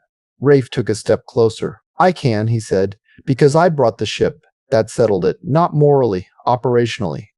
Talus Reach was still a company colony. It still had a formal administrator, sector leads, payroll codes, and all the rest of the machinery by which remote lives were made legible to power. But none of those systems had metal on the pad except Rafe's freighter. In the end, that fact overruled a surprising amount. Haro looked away first. Good again, Rafe thought. Shame still had traction. On moved in before the moment could decay. If you can lift 30 kilos and follow directions, she called to the people under both awnings. Basics needs hands. If you've got med conditions, stay where you are. If you've got children, keep them with you until I tell you otherwise. If you disappear from the count, I will come find you and be very unpleasant. That got a nervous ripple of laughter. Useful. Laughter meant the crowd still had the ability to convert fear into something other than motion. Pike stepped forward beside her and, perhaps understanding at last that authority was no longer his to defend in the old terms, raised his voice. All residents, he said. All residents. The annex population is now under full emergency staging. No one is excluded from count. Repeat. No one is excluded from count. Sector leads report actual head counts to ops, not registry. If you have dependents not on file, report them now. The words landed strangely. People heard the admission inside them. Some flinched. Some looked relieved. One older woman simply sat down on a crate and began to cry in silence, which her neighbor ignored with the formal kindness of a place too used to public distress to make a show of it. Kira came down the Kittiwake's ramp carrying 2 stripped guidance modules and a coil of interface cable over one shoulder.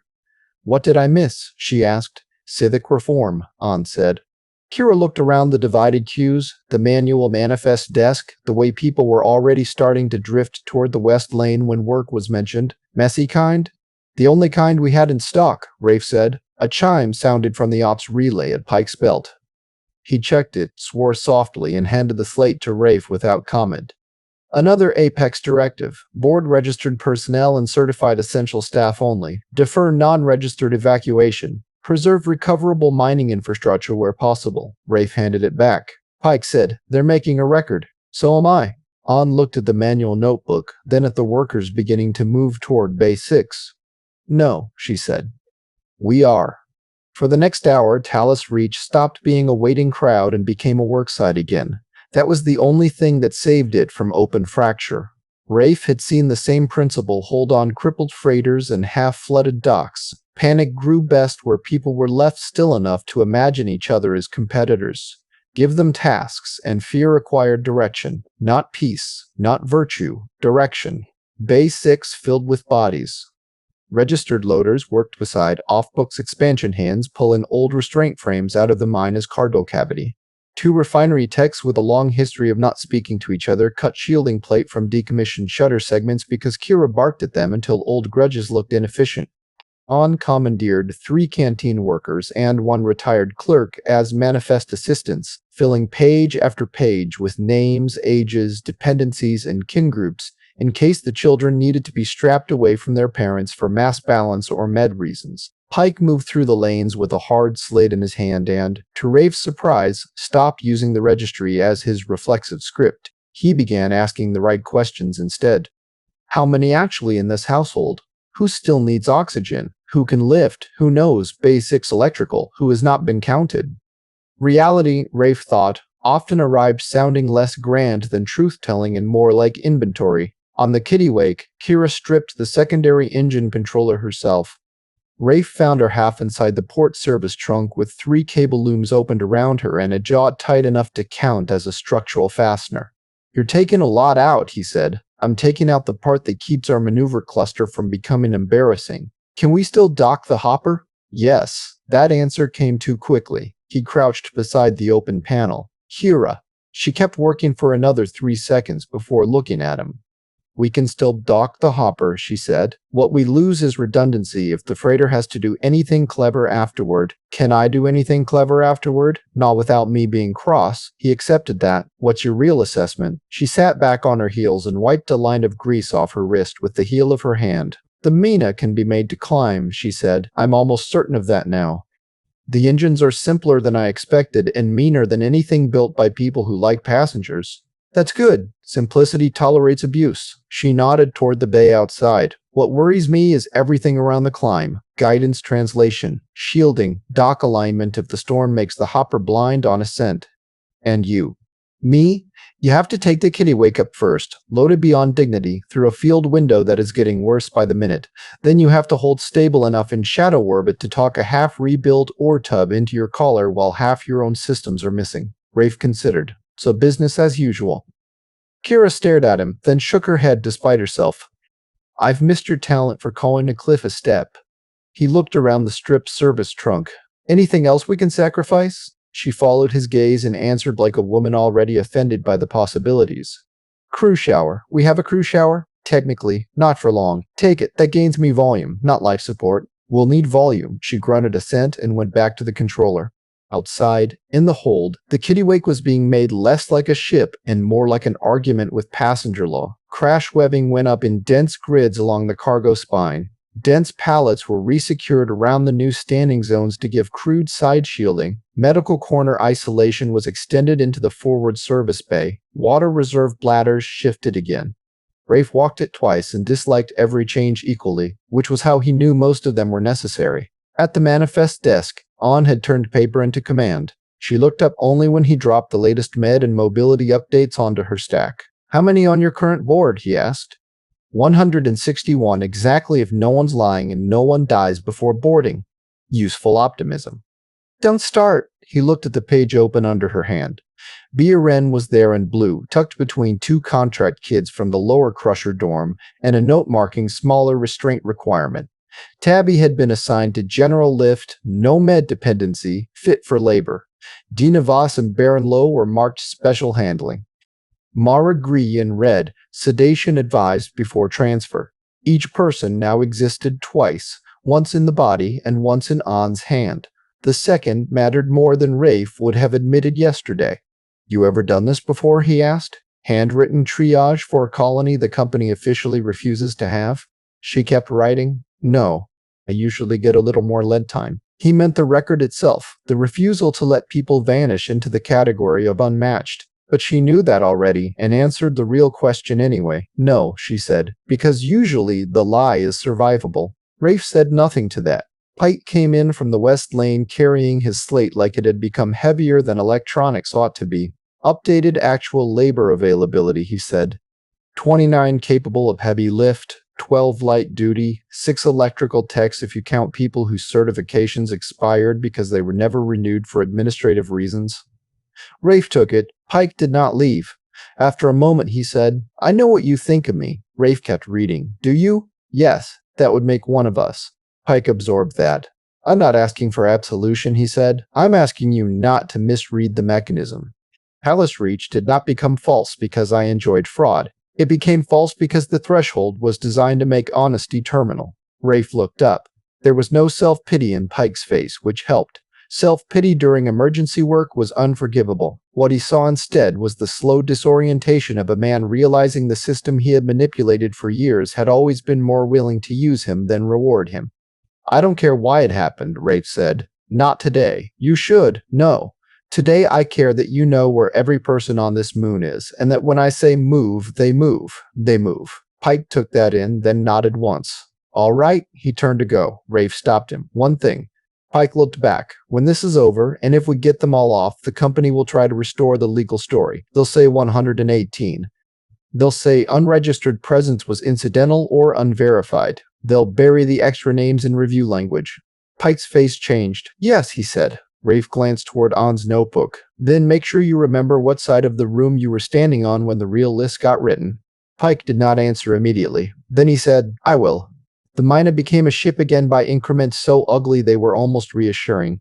Rafe spent the next 90 minutes moving between Bay 6, the Kittiwake, Ops, and the pad until Talos Reach blurred into a series of work zones connected by static and urgency. Everywhere he went, the colony's original lie was being dismantled in practical ways. Registered and unregistered workers stripped the same shutter plates. Children who had never existed in the company system sat in marked rows waiting for med checks beside the children who had. Families confessed hidden dependence to Pike because the captain had made it clear that any surprise body discovered at boarding would be treated as sabotage rather than love. Fear did not improve the atmosphere. It did improve honesty. In Base 6, Kira and Evo developed the kind of professional hostility that meant respect had arrived wearing work clothes. You wired this bus like an animal, Kira said, knee-deep in the hopper's guidance cavity. Evo was upside down under the port engine access panel with both arms buried in old cabling. I wired it like a man saving a budget from itself. That's just another word for animal. He laughed from inside the hull. You always displeasant under apocalypse? Only when I'm impressed. They had the Kittiwake secondary engine controller mounted by then, bolted into the Myna with 3 improvised brackets and 1 original fastener Kira distrusted on sight. Cargo drone processors sat where half a guidance stack ought to have been. Environmental lines had been rerun from strict medical kits and 1 colony emergency shelter pack. The ore restraint cages were gone. In their place, a brutal forest of crash web frames had risen along the central cavity, just enough room for 23 evacuees if none of them objected to sharing misery as a structural element. Rafe stood in the aft hatch and watched a team maneuver one of the refinery shutter plates toward the dorsal mount. "How much does the plate cost us?" he asked. "Mass," Kira called back. "Plenty. Which is why you're carrying every child who'll fit in the freighter, and I'm only taking the number we already agreed." "We haven't agreed anything yet." "We did. You were just too busy glaring." Evo slid out from the engine access, wiped sweat off his forehead, and stood. "The drive cluster will light," he said. Rafe looked at him. "We'll climb?" Evo made the face of a man offended by the need for precision during an active miracle. "Yes," he said. "Assuming the launch bank exists, the pumps stay in sequence. The port manifold doesn't decide this is a good time to remember retirement, and we don't ask the old girl to do anything fancy." Rafe checked his watch. 5 hours and 11 minutes to projected shield cascade. Less if the next surge took bank 4. "Docking?" Kira answered that one. "You're the docking plan." Comforting. It shouldn't be. The bay door rattled with a low impact from outside. Not direct strike, just the colony structure reacting to another wave through the field. The lights dipped, recovered, and stayed on. On came in carrying 2 pages and the look of someone trying not to let triage become visible on her face. "Updated medload order," she said. "I need 4 on the Kittiwake near the forward isolation bay, 2 more on side restraints with oxygen tie-ins, and the children grouped by size because your improvised webbing is not designed by a civilized mind." Kira looked over from the hull. It was designed by one very civilized mind under barbaric constraints. An ignored her and handed the sheets to Rafe. He read quickly. "Children first to the Kittiwake. Good." The freighter had the better environmental control and more stable structure. Oxygen-dependent but transportable adults also on the Kittiwake. The 2 worst transfer retirees could theoretically go either way, but only if sedation, careful bracing, and time existed in the same room, which they increasingly did not. "Any change on Mara Gree?" he asked. An shook her head. "No. Pain's up. She'll transfer if I sedate hard enough, but it'll be ugly." "Baron Lowe?" "He says he's fine, which means he's probably not." She rubbed one hand over her eyes. "He can survive ascent, so can Dina. Whether they can survive being treated as freight is not a medical category I was trained in." Rafe folded the pages. "It is today." She looked at him then, tired and furious and steadier than either feeling should have allowed. "Yes," she said. "It is." From the corridor outside Bay 6 came the sudden harsh rise of angry voices. Rafe was moving before the words were distinct. On the lane outside, near the stacks of cut shielding plate waiting to go into the hopper, Jace Harrow had hold of another man's jacket, and the other man, a thin expansion worker Rafe didn't know, had a cutting bar in both hands more as instinct than threat. 2 women were between them, failing. Pike was pushing through the crowd from one side, Vila's from the other. "What happened?" Rafe snapped. Vila's answered first. "Plate allocation." That told him almost everything. Harrow saw him and let go of the other man, but not before saying, "He's moving shield stock from the freighter to the hopper." The expansion worker shouted back, "Because 23 people are supposed to be in the hopper. My family's on the freighter. So is mine if this flies." Rafe stepped between them. "The next person who starts a fight over which ship gets to be dangerous first," he said, "spends the remainder of the rescue under restraint." Harrow's breath was up. So was the other man's. Neither looked like they'd planned the confrontation. That made it worse. Planned anger could be anticipated. Reflex anger meant the colony had begun sorting its terror into categories. Pike got there at last and looked from one face to the other. "Harrow," he said, and for the first time that day his voice carried something other than process. "Enough." Harrow rounded on him. "You hid half this colony from the system and now you want us all to act surprised that seats vanished." The sentence landed hard because it was true and unfair at the same time. Pike didn't answer it. That told Rafe more about the man than any defense would have. He took the cut plate manifest from the worker by the stack, checked the markings, and handed it back. Plate goes where Kira marked it, he said. Freighter shielding stays above minimum. Hopper gets enough to survive the climb. If you want to argue balance, do it with the person who knows what field density means. That is not you. Harrow looked as if he wanted one more line for dignity. Rafe gave him none. Back to work, he said. Slowly. Then all at once, the moment lost energy. The crowd dispersed because there were still tasks to be done, and because nobody yet wanted to be the first person physically thrown off the rescue project by the captain. As people moved away, Pike remained standing beside the plate stacks. They were always going to divide like this, he said. Rafe looked at him. Then you should have been ahead of it. Pike laughed once, bleakly. Ahead of what? The moment 43 invisible people became 23 missing seats? Yes. Pike looked toward the pad, the cues, the manifest desk, the Kittiwake beyond. I spent 6 years keeping the distinction between legal and actual from ever having to bear weight, he said. I did not expect the day it finally did to arrive with a solar storm. Rafe had no use for that answer, but he understood it. He turned back toward Bay 6. Behind him, Pike said. You were right about one thing. Rafe kept walking. Only one? When this is over, the company will try to make the number smaller again. Rafe stopped. By the manifest desk under the east awning, Ann was bent over the pages, writing names as people came to her one by one. Behind her, Bia sat on an overturned crate sorting colored restraint tags by size with the solemn concentration of a child who had decided usefulness was the price of remaining near the adults. A second list against the first, reality trying to outrun official memory. Rafe looked back at Pike. Then we don't let them, he said. The hopper's dead launch capacitor finally killed any illusion that the rest of the job might stay on the safe side of difficult. Kira confirmed it twice because she disliked surprises less than mistakes. Ivo confirmed it once because he trusted his own diagnosis and distrusted optimism. Rafe confirmed it by standing over the stripped access panel and looking at the fused bus channels himself. The bank was done. No amount of swearing, patching, or emergency controller theft was going to make the Myna leave the surface without replacement charge hardware, and the colony could not spare a live bank from the shield array. Doing that would not be rescue triage, it would be direct assisted murder. They gathered in Bay 6 around a portable work light and a parts crate pressed into service as a table. Outside the bay, Tallis Reach continued to work with the brittle urgency of a place that knew waiting had become fatal. Inside, the options were few enough to name cleanly. West Pump 9, Ivo said again. Rafe pulled up the service map on his wrist slate. The old pump station sat out beyond the disused extraction berm, linked by a maintenance lane that curled along the west side of the colony and then out into a more exposed tract of ground nobody had bothered improving because the site was supposed to have been temporary years ago. There was indeed a hardware cache attached to it, listed as decommissioned ascent support equipment awaiting reclamation. Why wasn't this stripped already? Kira asked. Evo actually smiled.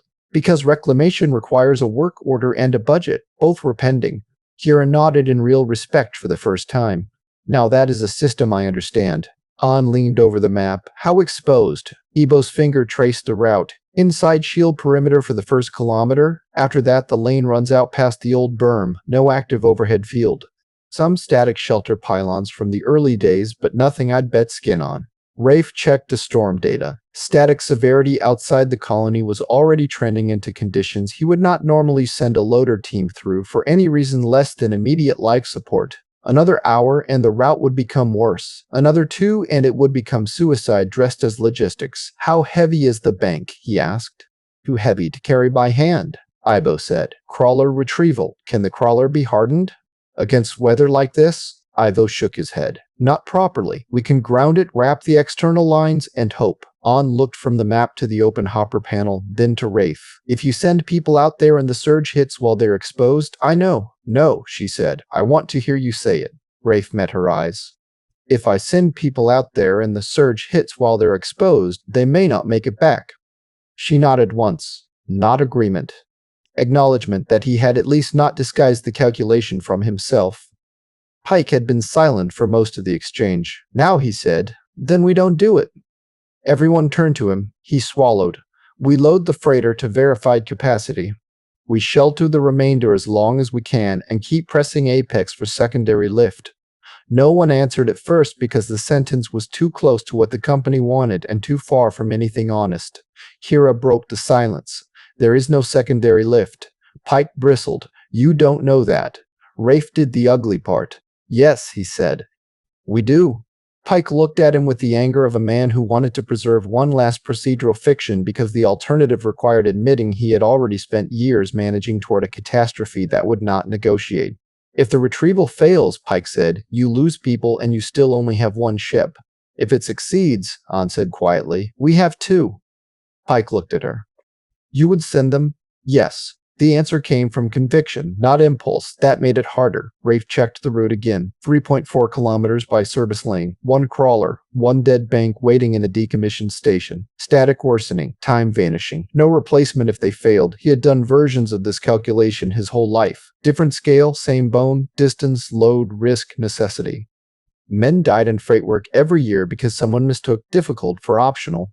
People also died because managers mistook dangerous for forbidden when the job still had to be done. The storm did not care which mistake Talus Reach made. He lifted his gaze to the Myna. With a live launch bank, the hopper became a plausible second lift. Without one, it remained a pressure shelter with delusions. Who knows the route? He asked. Evo answered at once. Me. Who can strip and seat the bank fastest at this end, Kira? Evo said. Kira did not object. Good, Rafe said. Then we do not debate this as a moral tableau. We treat it like freight under hazard, route, team, time on exposure, recovery plan. Pike stared at him. You've already decided. No, Rafe said. I've decided to use the remaining time for work instead of grief. That shut the room up. He pointed at the map. Ivo, you plan the retrieval route and fallback positions. Kira, tell me exact mount geometry and install time once the bank is here. Doctor, I need exposure thresholds and what anti-rad or anti-surge support you can pack for a field run. Pike, you start shifting the colony to dual lift prep. Quietly.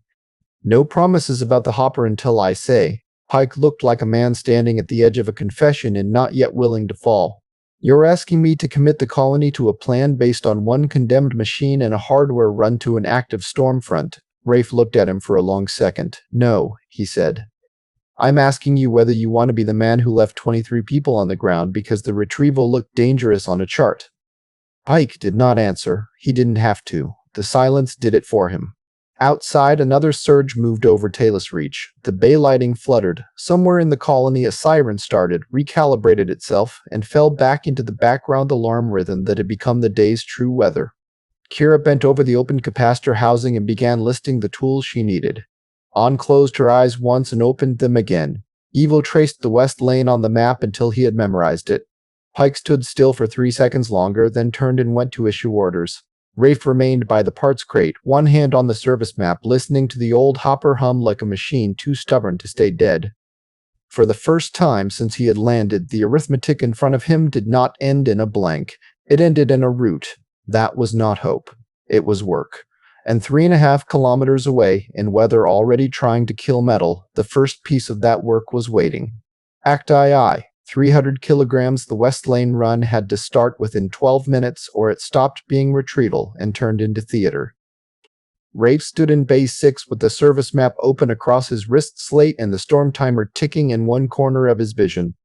The colony's shield failure curve had steepened again while everyone was pretending the discovery of the Myna had solved anything. It had not solved it. It had merely replaced one impossible problem with 4 smaller ones, all of which still had to be beaten before the sky finished changing its mind about whether Talus Reach deserved another hour. Kira had the hopper's capacitor housing open to the deck and most of her body inside it. Eva was on the outer ladder, bolting in the last of the scavenged guidance interfaces with the calm focus of a man who had accepted that the day's work had gone well past anything he'd been paid to do. Pike stood at the back of the bay with the look of someone trying to calculate how much authority still meant when the only useful decisions were now being made by mechanics and a freight captain. Rafe said, "Who knows West Pump 9 well enough not to waste time once they're there?" Evil answered without looking up. "I do. That's one." Kira backed halfway out of the capacitor bay, face streaked with dust and sealant. "You need me on the run. You need you here. I need me to lay eyes on the bank before it leaves the rack and again before it comes back." If the mount geometry is wrong or the bus adapters have been stripped, I want to know that at pump 9, not after we've burned 40 minutes dragging dead metal home. Rafe didn't argue because she was right. He disliked her being right at long range in active weather, but that wasn't the same question. What about a third, he asked. That answer came from the doorway. Tarek Sol. Rafe turned. The man standing there was narrow in the shoulders and rope, hard everywhere else, the body type of someone who had spent years hauling equipment in low pressure and thin gravity instead of a gym. Mid-30s maybe? Dark hair clipped short, one sleeve patched twice at the elbow, company boots worn smooth enough to prove they had not been replaced in any officially recognized cycle. You know the station? Rafe asked. I helped cannibalize it when they shut the line down. Tarek's voice had the dry flatness of the colony. The cash racks in the rear machinery bay. Manual hoist still works if the local bus is alive. If it isn't, I know where the hand release is. Pike blinked at him as if only just remembering the man had existed in rooms he had spent years not describing on paper. He's off books expansion crew, Pike said. Rafe looked at him. That would explain why I asked whether he knew the station and not whether you had filed him. Pike's mouth tightened, and then, perhaps because he was finally running out of useless reflexes, he nodded once and said nothing more. An came through the bay doors with a med case in one hand and 2 injector packs clipped to her jacket. She looked as if the last 3 hours had scraped every unnecessary expression off her face. Exposure support, she said, setting the case on a crate. It is not magic. If you get hit by a full discharge, this does not make you immortal. It just gives me a slightly less humiliating fight when you come back. Kira took 1 injector, looked at the label, and handed it to Evo without comment. You should save the good stuff for patients, Evo said. An snapped open the second pack and pushed it into his chest pocket herself. Today you're an appliance I need returned functional. Tarek held out a hand for his. An paused for half a second before giving it to him, not because he was off books, because she knew his face, and the pause was the sign of a doctor already doing triage in her own head against the possibility of never seeing it again. How long to there and back? She asked. 40 minutes if the lane stays honest. Nothing on this moon has stayed honest all day, Kira said. Rafe checked the clock again. You get 60. At 61, I stop thinking of you as the hopper crew and start thinking of you as a bad memory. Kira looked up at him from the deck. That's very moving. It's operational. It's rude. It's both. She hauled herself out of the compartment and got to her feet in one movement. Even tired, she carried herself with the same contained readiness she brought to every engine room, cargo hold, and ship crisis. Machines only frightened her when they were in the hands of administrators. Tarek glanced toward the open bay door and then back to Rafe. My wife and boy are staged in North Shelter, he said. I'm not volunteering because I've gone devotional. I'm volunteering because I'd like them to use the second ship. Rafe nodded once. Good. Motive accepted. Pike came forward with a hard slate in his hand. I can have 2 more people on the crawler. No, Rafe said. We may need the muscle. We need speed and competence, not a committee. Pike inhaled through his nose and let it go. All right. It was the first time all day he had accepted a flat instruction without trying to wrap it in process. Rafe noticed. While they're gone, Rafe said, you shift the colony to dual lift prep. Quietly. No speeches, no promises, and no one hears the word guaranteed from your mouth again. Pike nodded. To both ships? To both ships. Children and med-fragile on the Kittiwake. Adults fit for the hopper, staged by mass and mobility. Families stay together where possible until the math tells us otherwise. An folded her arms. And when the math tells us otherwise? Rafe met her eyes. Then you and I tell them before a machine does. That answer did not please her. It did not have to. Evil was already moving for the crawler bay. Tarek followed. Kira stopped long enough at Rafe's shoulder for the others to move out of earshot. Is the banks live? We can make the Myna climb, she said quietly. Can we make it dock? She made a face. You're very focused on the depressing part. It's all depressing. That is not a counter-argument. He glanced toward the crawler lane. You sure you want to be off this pad? No. She adjusted the seal at her collar. But I want the bank here more. Rafe touched 2 fingers to the edge of the hopper hole. Bring me the part. She gave him the brief, hard grin he usually only got when something expensive had just proven itself wrong. Try not to let the colony riot while I'm gone, she said.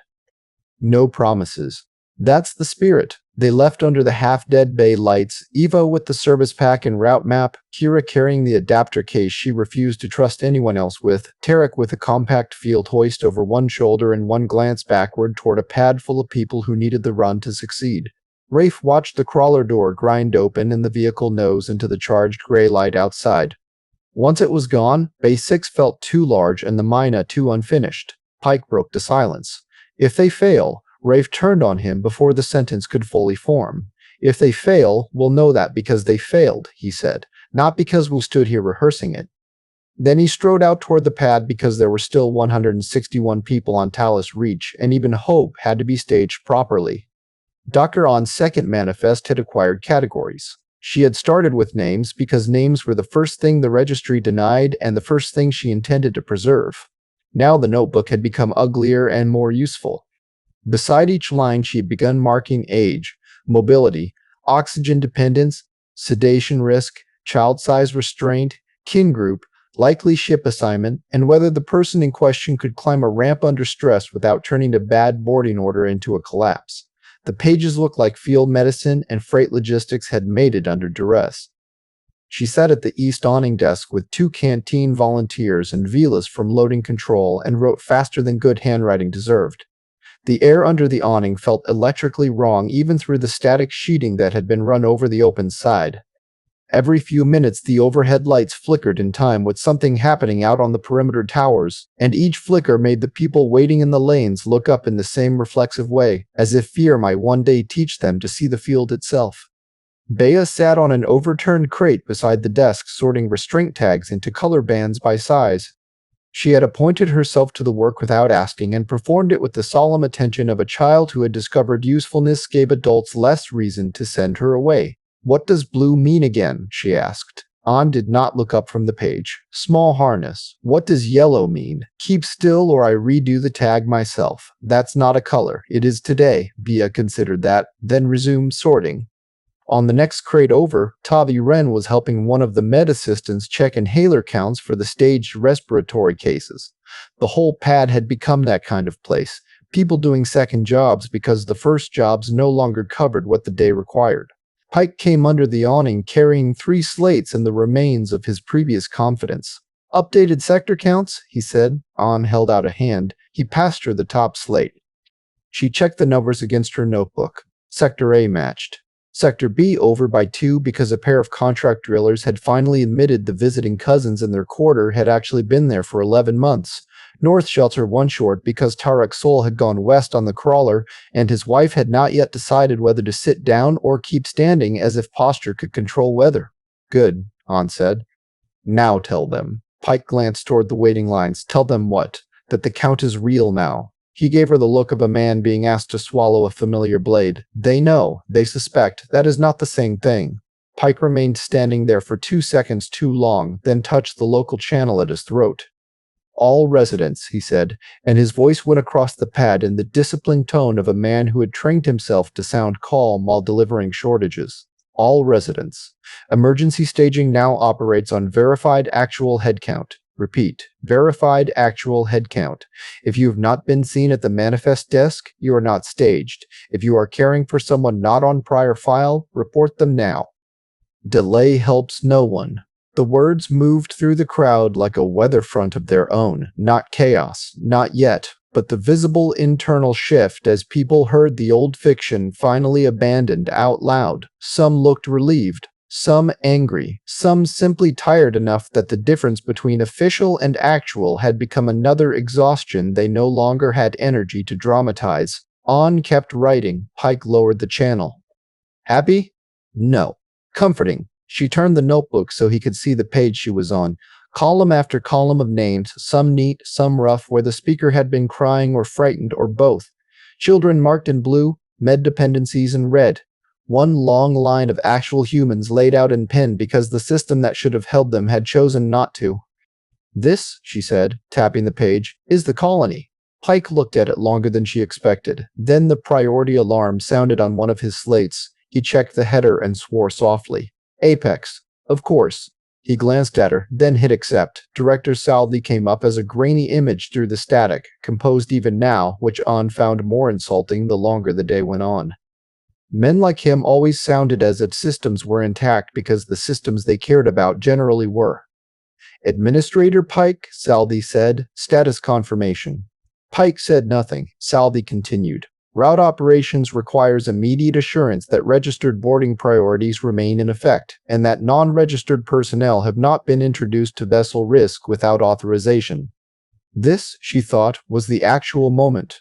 Not the ramp, not the false census coming into the light. This, the instant the company tried to turn an emergency back into a clerical distinction while there was still enough time for a local administrator to help them do it. Pike stared at the slate, jaw tight. Talus Reach actual emergency population at event onset was 161, he said.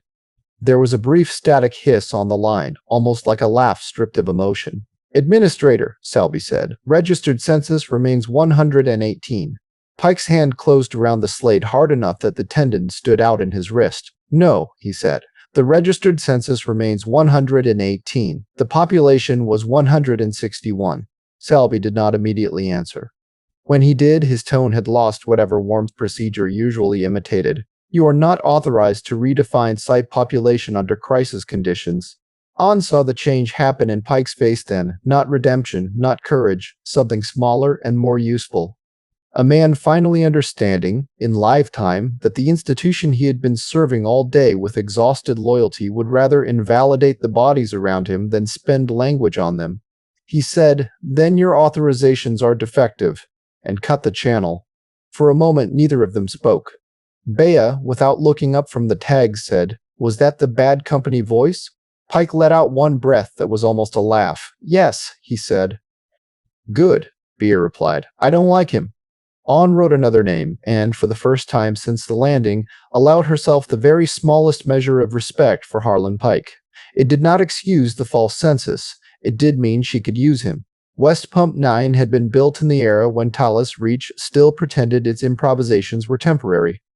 The crawler left the colony under perimeter field shimmer and crossed into the old extraction lane just as the sky began to lose the last of its ordinary light. There was still a sun somewhere above the charged haze, but the airless horizon no longer reflected it cleanly. Curtains of pale green-white aurora crawled low over the black regolith, not beautiful at this distance so much as instructive. Kira had seen enough storm footage from mining worlds to know what charged weather did to exposed hardware. Looking at the west lane, she felt the same thing she always felt before, a difficult repair in bad conditions. Not fear exactly, a narrowing. Ivo drove with both hands hard on the crawler controls and one eye on the local grounding monitor. They had wrapped the vehicle's exposed lines in whatever shield braid Talus Reach could spare, and run a drag chain behind the rear axle to bleed charge into the surface. Kyra would have preferred an actual hardened stormcrawler. Talus Reach, like most remote colonies, had preferred not to own one until the moment one became necessary. Tarek sat in the back with the field hoist in the tie-down kit wedged against his knees. He had spoken little since departure. Not because he was nervous, Kira thought, because he was already out at the station in his head, running the route and the hand release and the rack sequence the way any competent worker did before bad work began. "How long since you saw the cache?" she asked. Tarek kept his eyes on the lane ahead through the side glass. 2 years. Useful. It was there then. That is a historian's answer. Evo snorted from the driver's seat. "You'll like him by the time we get back. I'm not here to like people, only machines, barely those." The crawler hit a rut and bounced hard enough that the adapter case knocked against Kira's shin. She checked it on reflex and then looked through the front glass. The perimeter field edge was visible ahead now as a shimmer and distortion over the service pylons that marked Talus Reach's effective boundary.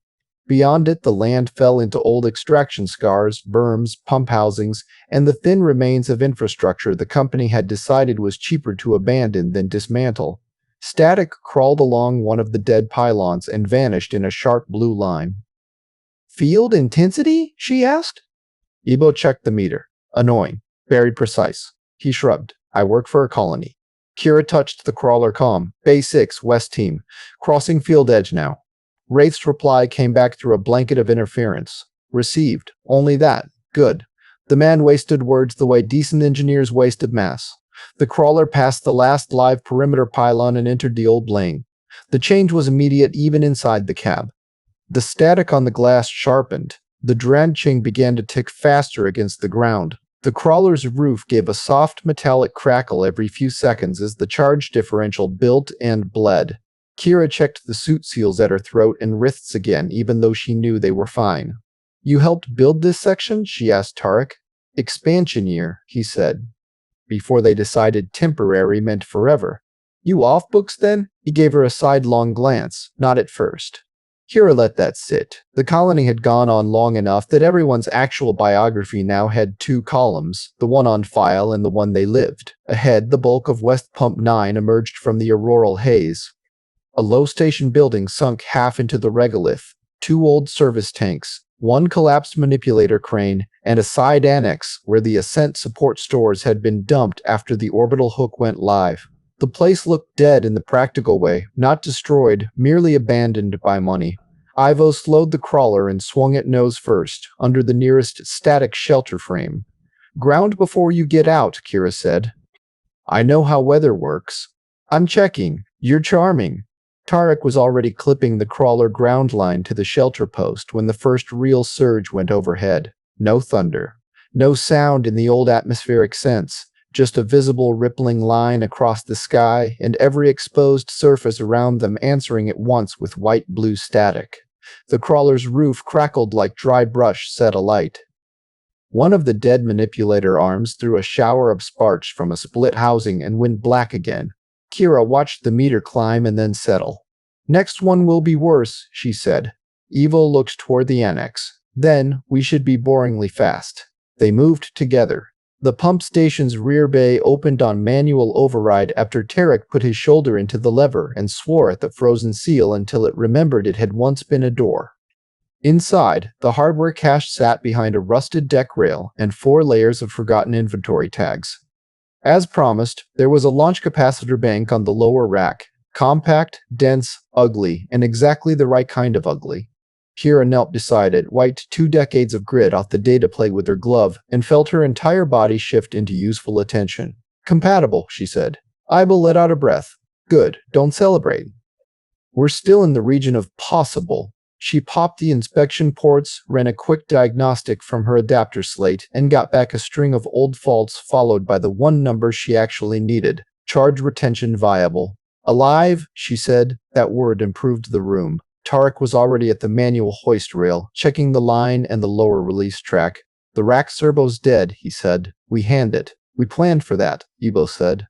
Planning and liking are different things. They got the line around the bank and started the lift. The thing was denser than it looked, as most good power hardware was. Kira took one side, Ivo the other, Tarek on the hoist handle as the rack groaned and the bank came away from its resting bracket centimeter by hard 1 centimeter. Dust shook free. A dead inventory tag fluttered to the deck. The crawler tie-downs waited just outside the bay. The local comm hissed with Rafe's voice. "Status."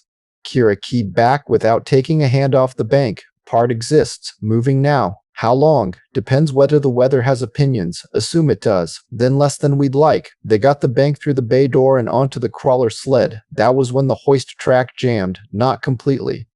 Just enough that one rear corner of the bank stuck on the threshold rail and the whole assembly slewed 3 degrees offline, which on a day like this might as well have been an insult shouted at physics. Kira swore and braced harder. "Lift the tail," she snapped. Evo did. The hoist line shrieked. Nothing moved. Tarek dropped to one knee at the threshold and looked underneath. Grounding shoes folded. "Can you free it?" Kira asked. With the pry bar. "You've got 10 seconds before I give up on civilized handling." He was already moving. Evo tossed him the bar. Tarek slid half under the bank, found the jammed shoe, and heaved. Outside, the sky flashed. Kira looked up instinctively and saw another surge front coming over the old berm, broader than the first, visible now as a racing luminosity in the charged dust. "Evo," she said, and he heard it. "Ground line?" Now, he lunged for the crawler lead. Tarek got the shoe free at the same moment the surge hit. It moved through the shelter frame and the crawler and the dead crane arm and the metal threshold all at once, not like lightning, not with a bolt to point at, but as a system-wide seizure of every conductive thing in reach. The bay filled with white-blue discharge. Kira felt the shock through her gloves and boots and tasted metal on the back of her tongue. Tarek jerked once, hard, against the pry bar. Then he was down. Kira was moving before the light had finished fading. She dropped beside him, one hand already going for the suit monitor tab at his throat. Flatline. No, not clean flatline, garbage signal, then nothing. The smell in the air had changed. Ebo had the crawler ground line locked and was shouting something she didn't fully hear over the whine in her ears. She hit Tarek's chest once, twice, saw the black scoring across the glove seam and the neck seal, and knew in the same instant that she did not have a patient. She had a body and a launch bank halfway on a sled while another surge stacked itself in the sky outside. Evo was beside her now. Kira, she didn't answer. Kira. This time she looked up. His face had the stripped expression of a man doing violence to himself in order to stay useful. We lose the bank. Nobody leaves on the hopper. She looked down at Tarek again. His head had turned at an angle that took all argument out of the question. Help me move him, she said. Ivo checked the sky, the sled, the threshold. We don't have time. The sentence sat between them in all its obscenity. Kira had heard versions of it her whole career. Not always about bodies, sometimes about drives, sometimes about burns, sometimes about pressure doors that could be reopened for one more man if everyone else on the corridor was willing to accept the odds. Freight, like surgery, developed its own grammar for choosing between incomplete salvations. She hated that she understood him at once. Another wave of static raced over the roof frame. The crawler meter screamed and dropped. Ivo grabbed the bar Tarek had dropped and jammed it under the bank corner. Kira. She stood because standing was the only motion left that was still a decision. Together they freed the last catch and slammed the capacitor bank fully onto the sled. Ivo locked the braces. Kira stared at Tarek for 1 second longer, marking the shelter frame, the angle, the location against the berm in the part of her mind that still filed things as retrievable. Then she climbed into the crawler. Ivo sealed the door and hit the drive. West Pump 9 fell behind them with Tarek's soul under the shelter frame and the launch bank strapped to the sled. Kira did not look back. She kept her eyes on the charge meter in the lane ahead because there were still 160 people alive on Talus Reach and one dead man already paying for the missing ship. Rafe knew the run had worked before the crawler got back because the storm timer was still moving and he had not yet had the kind of silence that meant disaster without salvage. He was on the Kittiwake's forward hold deck, checking the 5th revision of the standing restraint webs, when Velas came up the ramp at a half-run. "West team incoming," she said, fast. He was moving before she finished the second word. The pad looked worse than it had 30 minutes earlier. Static had begun to crawl visibly over the flood rails in thin white threads. The outer shield towers were flickering at irregular intervals now instead of anything that deserved the name cycle. Under the east awning, the manifest line had become shorter only because most of the colony had finally admitted its real population and been staged. That should have made the place more orderly. Instead, it made it feel like a throat narrowing around the last useful work.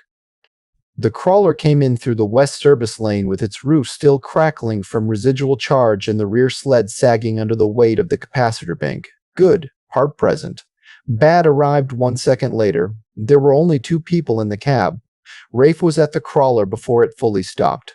Evo kicked the door open and dropped to the deck with the brittle, over-controlled speed of a man still half inside a surge.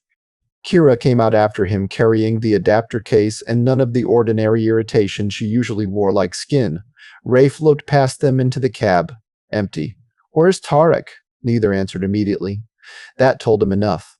An had reached the crawler as well by then, med case still clipped shut because a doctor knew when not to waste the gesture. Kira said, "West Pump 9, shelter frame on the rear bay." Full discharge through the threshold. An closed her eyes once and opened them again. "Could you move him?" Ivo looked at her as if the question itself were cruel, then realized she needed the answer for reasons beyond medicine. "No," he said. "We had another surge front coming and the bank half clear." An nodded once. Not approval. "Record. Name," she said. Kira looked at her. "His name," An repeated. "Tarek Soul." An stood very still for 1 heartbeat, then turned and walked back toward the awning without another word. Rafe put a hand on the capacitor bank's tie-down. "Warm. Real. Took this to bring it home," he said. Kira's face changed a fraction. "Yes." He nodded once. Not because the sentence solved anything, because naming the exchange mattered. Around them the pad had gone quieter than before. People had seen the missing third passenger in the crawler. Talus Reach had done emergency waiting all day. Now it had also seen proof that the work between waiting and rescue could kill. Under the east awning, An reopened the manifest notebook to the current page and wrote Tariq Sol's name where it belonged. Then she added a black mark beside it and a time. Bea looked up from the restraint tags. What's the black mark for? An didn't stop writing. It means he was here. Bea considered that. He still is. An capped the pen for a second and looked at the child. There was no good answer that did not either lie or burden her with too much of the day. Yes, she said at last, that too. Across the pad, a woman in the north shelter line had seen the crawler return and knew before anyone reached her. She did not scream. She sat down hard on the nearest crate and folded in on herself with the quietness of a person whose body had decided spectacle was wasted effort. Velas went to her. Pike followed 2 steps behind, halted, then kept going as if unsure what administrative training applied to this version of a casualty. Rafe turned back to the bank. Move it, he said. That snapped the bystanders out of watching and back into work. 4 loaders and 2 refinery hands took the sled lines. Kira climbed straight onto the Myna's side ladder without so much as removing her gloves. Evo followed more slowly, one hand on the hull as though reacquainting himself with the machine was easier than thinking about the shelter frame at West Pump 9. Rafe watched them go and felt, for the first time since landing, a kind of anger more concentrated than contempt. Not at the storm, not at the mood, not even in that second at Pike, at the company, at the thin, bloodless chain of decisions that had kept Talus Reach under the threshold where a second shield bank and a real storm shelter and proper ascent redundancy might once have made this run unnecessary. Tariq Sol had died because a colony had been forced to hide its own population inside an accounting fiction until the fiction became a rescue constraint. The weather had only supplied the mechanism. Pike came back from the north line with his face set harder than before. His wife knows, he said. Rafe nodded. Pike looked toward the Myna, toward the bank being dragged into Bay 6. Will it work? Rafe answered honestly. Now it can fail for better reasons. That seemed to satisfy Pike as much as Hope would have, which was to say not at all but enough to continue. The company called again before the capacitor bank was fully seated. This time Salvi routed the directive not to Pike but to both local ops and the Kittiwake at once, which meant he either suspected local compliance had weakened or had finally decided to make his instructions part of the permanent record in case the dead needed legal containment later.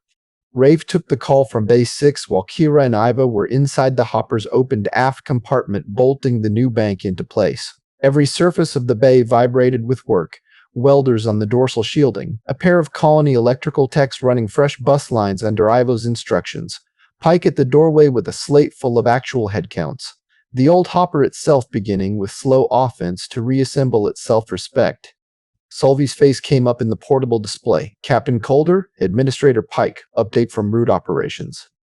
His tone was colder now, the professional calm reduced to its metal frame. Secondary rescue assessment is ongoing. You are instructed to preserve the Kittiwake as primary certified evacuation asset and limit boarding to registered residents plus documented essential staff. Rafe didn't answer immediately. Kira, from inside the aft compartment, said very loudly, "Tell him to come down here and define essential near a live bus." Salvi ignored the voice and kept his eyes on Rafe. Further, Apex Colonial Metals expects recovery of critical productive infrastructure where feasible. Loss exposure on Talus Reach already exceeds. Pike cut across him. There was a fatality at West Pump 9, he said. That stopped the rehearsed flow of Salvi's sentence for the first time. Clarify. Off-books expansion worker Tariq Sol. Retrieval support. Dead under storm surge while bringing back the launch capacitor that may yet save the 23 people you are still classifying as administratively optional. The bay went silent around the portable display. Salvi's face did not change much. That was the worst part, not indifference exactly, or a trained institutional resistance to being forced into the language of bodies. Administrator, he said, Apex cannot validate off-ledger personnel records during active emergency conditions. Pike looked at the display for a long second. When he spoke again, his voice had lost its old administrative texture. The shortage manager was gone. In his place was simply a tired man who had spent too many years translating company evasion into local continuity and had finally arrived at the point where translation itself felt obscene. You are not validating him, Pike said. I am informing you that he died, Salvi inhaled. Your priority is to preserve surviving registered residents. No, Pike said. The word hung there. Rafe watched Salvi hear it. No, the director repeated. Pike kept his eyes on the display. My priority is the surviving residents. Not registered. Not certified. Residents. For a moment, Rafe saw with almost physical clarity the entire architecture of the last 6 years inside that one altered sentence. Pike had served the false senses because he thought it kept Talus' reach open. He had hidden people inside the machinery because the machinery rewarded concealment more than honesty. And now, with the weather closing and a dead man at Pump 9, the company was offering him exactly what it had always planned to offer any frontier administrator who ran out of lies: procedural isolation. Salvi's image pixeled and recovered. This conversation is being logged, he said. Good, Pike answered. So is mine. Rafe reached out and cut the channel before the man on the screen could rebuild his dignity with threats. No one in Bay 6 moved for a second afterward. Then Kira's voice came up from inside the compartment. Bus seated, she said. If anyone's finished arguing with Orbit, I'd like power. Rafe looked at Pike. The administrator gave a single humorless laugh through his nose. I'll route it. He turned and went without another word. An, who had come to the bay door near the end of the exchange, watched him go. That may be the first honest thing he said all day. Rafe glanced at her. Only the first? Not the first. The first one I liked. She held up the manifest notebook. Tarex on the page. Rafe nodded. Good, he thought. Because if the man had to die for a launch bank, the least the colony could do was refuse the second death waiting in administrative language. The first boarding surge started over a child. That was the part Rafe remembered later. Not because it was unique, but because it condensed the whole day into one stupid human movement. They had not begun full boarding yet. That would have been madness while the Myna still sat half open in Bay 6 and the shield timer kept shedding minutes. But the Kittiwake had to be staged in advance, and staging meant moving the first med-fragile cases, the smallest children, and the oxygen-dependent residents to the forward shelter corridor under the freighter's ramp where final load could happen fast once the two-ship math either held or collapsed. Bea Wren ended up in that group because she was small enough that her restraint assignment needed one of the modified child webs Kira had improvised from cargo webbing and med straps. Tavi went with her because separating them that early would have served nothing, and On was not cruel for sport. Jace Harrow saw Bea step toward the ramp with a blue tag on her sleeve and understood, in the ugliest possible interpretation, what that might mean. Rafe was 3 meters away talking to Vilas about aisle spacing when he heard Harrow say, too loudly, that kid's not even on file. Everything after that moved with the compressed speed of fear finding a lever. People in the East queue turned. Someone in the registered family line said, what? Another voice, they're loading Annex first. Not true, but close enough to dangerous. Harrow took 2 quick steps toward the ramp corridor. 2 men followed because panic liked chorus. Tavi froze with one hand on Bea's shoulder. On rose from the manifest desk. Back. Harrow didn't listen. My boys are registered, he shouted, not at anyone specific, which made it worse. You said children first. You didn't say somebody else's hidden kids first. A woman from the North Line, one of the off-book spouses On had staged under manual count, shouted back before Rafe could cut the exchange. They're all somebody's kids. That should have ended it. In a better version of the colony, it might have. Instead, it simply made the fracture visible. Several people from the registered line moved forward at once. Not a mob, not yet, just the first terrible instinct to close distance with the ship while it still looked like distance might matter more than order. Rafe got there before Harrow reached the ramp. He caught the man by the front of his jacket and drove him back 2 steps hard enough that Harrow's boots scraped sparks off the deck plates. Stop, Rafe said. Harrow shoved at his wrist. You're giving away seats. No, Rafe said. I'm assigning restraints. The other 2 men came on anyway, not brave, just frightened and too committed to the motion to recover with dignity. Rafe turned sideways on the ramp mouth, using the narrowness the way freighters were always used in emergencies: reduce volume, control flow. One man tried to shoulder past him. Rafe shoved him flat-handed into the rail and heard the breath go out of him. Vilas and 2 loaders were moving in now, Pike from the left, On from behind the manifest desk, with the notebook still in one hand because even in this, she refused to put the record down. Harrow's face had gone red with fear more than rage. My family is on the list. Rafe leaned in close enough that the man couldn't mistake the voice for public theater. Then act like your children deserve a father who can stand still for 30 seconds. Harrow looked at him. Rafe held the gaze. Around them, the pad had gone silent again in that peculiar emergency way where dozens of people ceased moving because they were all waiting to learn what the next available rule would be. Rafe raised his voice without looking away from Harrow. "Listen carefully," he said to the whole crowd. "No one boards because they moved first. No one boards because they can shout a registry number louder than the next person. From now on, anyone who pushes this ramp without call order loses their place until I decide I trust them not to break someone smaller. Do you understand?" No one answered. Good. Answering would have meant they still thought this was a debate. On stepped Tavi and Bia, put one hand on each of their shoulders, and moved them back under the awning without hurry. That helped. It turned the scene from competition back into control. Pike found his voice a second later. "Harrow," he said. The man finally looked away from Rafe and toward his actual administrator, which was useful in a different register. Pike said, "Back in line." It was the first pure command Rafe had heard him give all day that did not sound like a man hiding behind procedure. Harrow heard it too. His shoulders dropped by half an inch. Slowly, then all at once, the pressure left the ramp mouth. The two other men stepped back. Harrow scrubbed a hand over his face and retreated without another word. Rafe released his jacket and waited until there was a full meter of empty deck between the crowd and the ramp. Then he keyed the Kittiwake's external lock. The ramp rose halfway and held, cutting the visual line to the ship's interior. "There," he said. "Now no one gets tempted by architecture." A nervous laugh moved through part of the queue, enough to prove the colony had not fully torn. An came back to the manifest desk and set the notebook down with exaggerated care. Bea looked up at her. "Why did they shout?" she asked. "Because adults turned scarcity into morality at the first chance," An thought. "Because systems trained them to. Because fear made arithmetic feel personal. Instead," she said, "because some people think standing closer changes the count." Bea frowned at the half-raised ramp. "Get it?" "No," Rafe said, hearing the question as he came back from the rail. "It just made them tired." They won him a look from the child somewhere between suspicion and approval. Harrow did not rejoin the front of the line. He went to the West Bay instead, and 20 minutes later, Rafe saw him carrying a shielding plate toward the Myna with his two registered sons following behind under strict instruction not to touch anything hot. That was about the best apology Talus Reach was capable of under storm conditions. Rafe accepted it and moved on. The Myna became real in stages. First, the launch bank seeded and took current without cooking its own housing. Then the bus adapters Kira had built on the way back from West Pump 9 stopped throwing fault loops long enough to hold charge.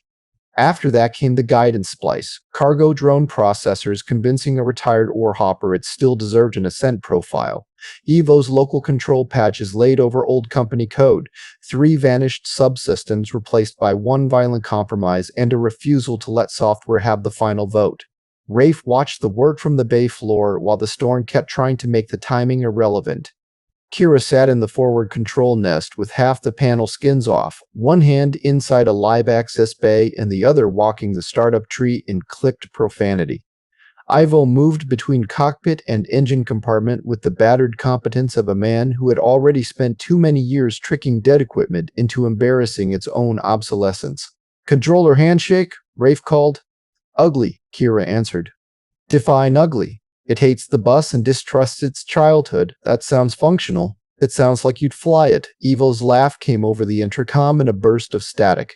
"Port pump lines holding. Starboard temperature looks sane." Kira touched the next command. The Mina's interior lights rose from emergency gloom to full working brightness. That small change altered the room more than it should have. The cargo cavity stopped looking like a stripped carcass and started looking like a vessel. Not a good vessel. Not a vessel anyone with money would have claimed willingly.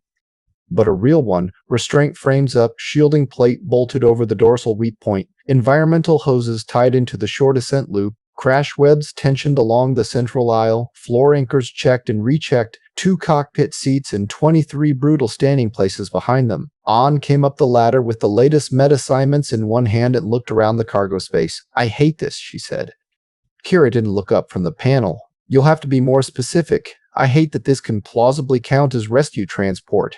Rafe ran one hand over the nearest web anchor. "It counts if it reaches orbit. That is not a doctor's definition. It is a captain's." An handed him the new pages. "Load revisions," she said. "Children all to the Kittiwake. Oxygen-dependent residents except Dina to the freighter as well." Dina insists she can do the hopper if she gets a side brace and a leader reserve. From the cargo cavity below, Dina Voss herself said, "I'm right here, Doctor, and I object to being discussed as if I've become furniture." An leaned over the rail. "You became furniture when you sat down and refused to move. Then give me better furniture." Rafe looked down. Dina sat on a temporary bench near the rear restraint bay with the oxygen tubing looped under her chin and a blanket over her knees. She clearly resented. Beside her, Baron Lowe had been transferred out of his powered chair into a reinforced sling seat bolted to the floor anchor. Mara Greed lay on a litter frame with her hands strapped loosely to prevent pain spasms during the climb she had not yet accepted would happen. Between them, they looked less like passengers and more like the human limit case for everything the Myna ought not to be asked to do. "Why are they here already?" Rafe asked. An answered at once. "Because once I sedate Mara and brace Beren properly, I don't want to move them twice, and because if the freighter fills first, this cavity gives me the cleanest path to strap them." Rafe accepted that. Pike climbed in after her, stopped at the top of the ladder, and looked over the scene with the blank concentration of a man trying to memorize a guilt he expected to need later. Ebo emerged from the aft crawl space, wiping both hands on a rag that only redistributed the grime. "Ready for spool test," he said. Kira glanced down at Rafe. Everybody not in love with hard noise should get clear. Rafe moved on and Pike back into the bay proper. The retirees stayed where they were because there was nowhere easier to put them, and because moving them just to protect sensibilities no longer ranked anywhere near the top of Talus Reach's list. Kira hit the ignition sequence. The Myna's engines came alive in stages, a low pump whine, then the deeper, throatier spin of the cluster descent turbines, then the full, rough vibration of power moving through a hull that had not expected to fly again and was discovering, with irritation, that it still knew how. Dust shook from the bay rafters, loose tools rattled on the deck. One of the lighting strips flickered and died, then relented and returned. Rafe watched the thrust numbers climb across Kira's repeater screen. Not full rated, not pretty, but climbing. Ivo checked the aft housing and slapped the hole once with the back of his glove. "Come on," he muttered, not to the others. The numbers steadied. Kira looked down into the bay, face lit by the sickly instrument glow. "It climbs," she said. No one spoke for half a second because the sentence had been too theoretical for too long. Then Pike sat down heavily on an overturned crate as if his knees had discovered something his mind was still catching up to. An let out one breath and closed her eyes. Rafe checked the figures himself, because relief without verification was how men got careless. The Myna had enough thrust for planned load under current gravity and pad conditions. Not margin, not elegance, not anything a certification officer would have called prudent. Enough. Kira shut the engines down before anyone could mistake one successful spool for victory. "Don't smile at it yet," she said. "It'll take offense." But the bay had changed. People standing outside the doors had heard the start cycle. Word would already be moving across the colony in the only form Talus Reach truly trusted now, not announcement, but machinery behaving. 2 ships, Rafe thought. For the first time since the landing, the number almost closed without cruelty. The closest thing Talus Reach got to hope arrived looking like paperwork. An stood under the east awning with the manifest open to 2 pages at once and a grease pencil in her teeth, while Valus read ship assignments and Bia passed over the correct restraint tags with the grave importance of a junior quartermaster. The actual loading order now had enough structure to resemble a plan rather than a running argument. Kittiwake, all children, oxygen-dependent residents, med-fragile adults transportable in dense standing restraint. Dina Voss, if the hopper lost even one more useful habit. Tavi and Bea, Niels Koren, 4 fracture cases, 6 retirees still ambulatory, essential colony data cores, and the personnel required to get the freighter out of atmosphere and keep the packed hold breathing. Myna, 23 adults fit enough to tolerate a harsher climb. Baron Lowe in the reinforced sling, Mara Gree sedated and litter-strapped, 3 off-books families reassigned by mass, Pike pending final count, Evo, and Kira as crew. There were still compromises inside that plan. Families split across holes, spouses separated because body mass and oxygen requirements did not care about marriage. People necessary to colony function placed earlier than they liked because launch mechanics also required the living to know how to keep living once off the ground. But it was a plan built on the real population, not the legal fiction. Under the circumstances, that counted as a moral achievement. Bea watched On draw another line between name columns and asked, "Why do you keep making copies? So no one gets lost," On said. "They're right there." On capped the pen for a second and looked at the child. Beyond the awning, the pad lights were beginning to halo under the static haze. Somewhere out by Base 6, the Myna's engine housing ticked as it cooled from the spool test. Every few minutes, the shield towers flickered long enough to put fear into the nearest faces and then recovered by habit rather than confidence. "People can be right there and still get lost," she said. Bea thought about that. "Like from the registry?" On looked at her for a long beat, then nodded. "Exactly like that." Bea absorbed the answer with the unnerving directness children brought to structural dishonesty. "Then write bigger," she said, and passed over the next blue tag. Pike heard the exchange as he came under the awning with the latest field report and stopped halfway through sitting down. He looked at the notebook, at Bea, and then at On. "She understands more than she should," he said. On didn't look up. "That's what happens when adults build a home inside an omission." Pike set the slate down. Bank 4 dipped again. "How long?" 4 hours and 26 minutes to projected cascade if the curve holds." On let out a sound that did not deserve the name laugh. "The curve hasn't held once. No." Pike rubbed one hand over his face. "It hasn't." He stayed there for a moment, watching as she wrote names onto the page he had spent years preventing from existing. The old administrative instinct, correct, refine, classify, seemed to rise in him and then die. Good. On had no patience left for bureaucratic editing. After a while he said, "When this is over, the company will ask for my reports first." She kept writing. "Then you should decide now whether your reports are the ones that killed them or the ones that admit they lived." Pike looked past her toward the north shelter line, where Tarek Sol's wife sat with both hands around a thermal cup she had not drunk from in 20 minutes. "I know," he said. Rafe came down the ramp then, moving like a man who had stopped distinguishing between fatigue and velocity. His jacket was open at the throat, hair damp with sweat, eyes narrowed against the static shimmer on the pad lights. "Hopper spooled," he said. "Combined lift closes." On looked up. "Everyone, on current figures." For a second, the awning seemed to get larger around them, not because the space changed, but because the pressure inside it shifted. Velas lowered the tagboard. Pike actually closed his eyes. Bea stared from one adult to the next because even children recognized the shape of sentences that mattered. Then On asked the only question worth asking. "For how long?" Rafe glanced at the storm timer on his slate. "Long enough to start." It was not an inspiring answer. It was the right one. He spread a revised load order over the desk. "Final pre-boarding starts now. Get your med cases and children to forward shelter." "Pike, I need adult masses rechecked on the hopper line. Actual, not guessed." "Velas, West Lane stays clear from Base 6 to pad. Nobody loiters with this much hope on the ground." "That," Velas said, "is not a sentence I expected to hear today." "Make the most of it," Rafe said and moved on. Bea tugged at On's sleeve. "Does that mean we're going?" On looked at the child's blue tag, then at the notebook page where Bea's name sat among the others in hard ink, not red machine light. "It means," she said, "that we are closer." That seemed to satisfy her more than a false certainty would have.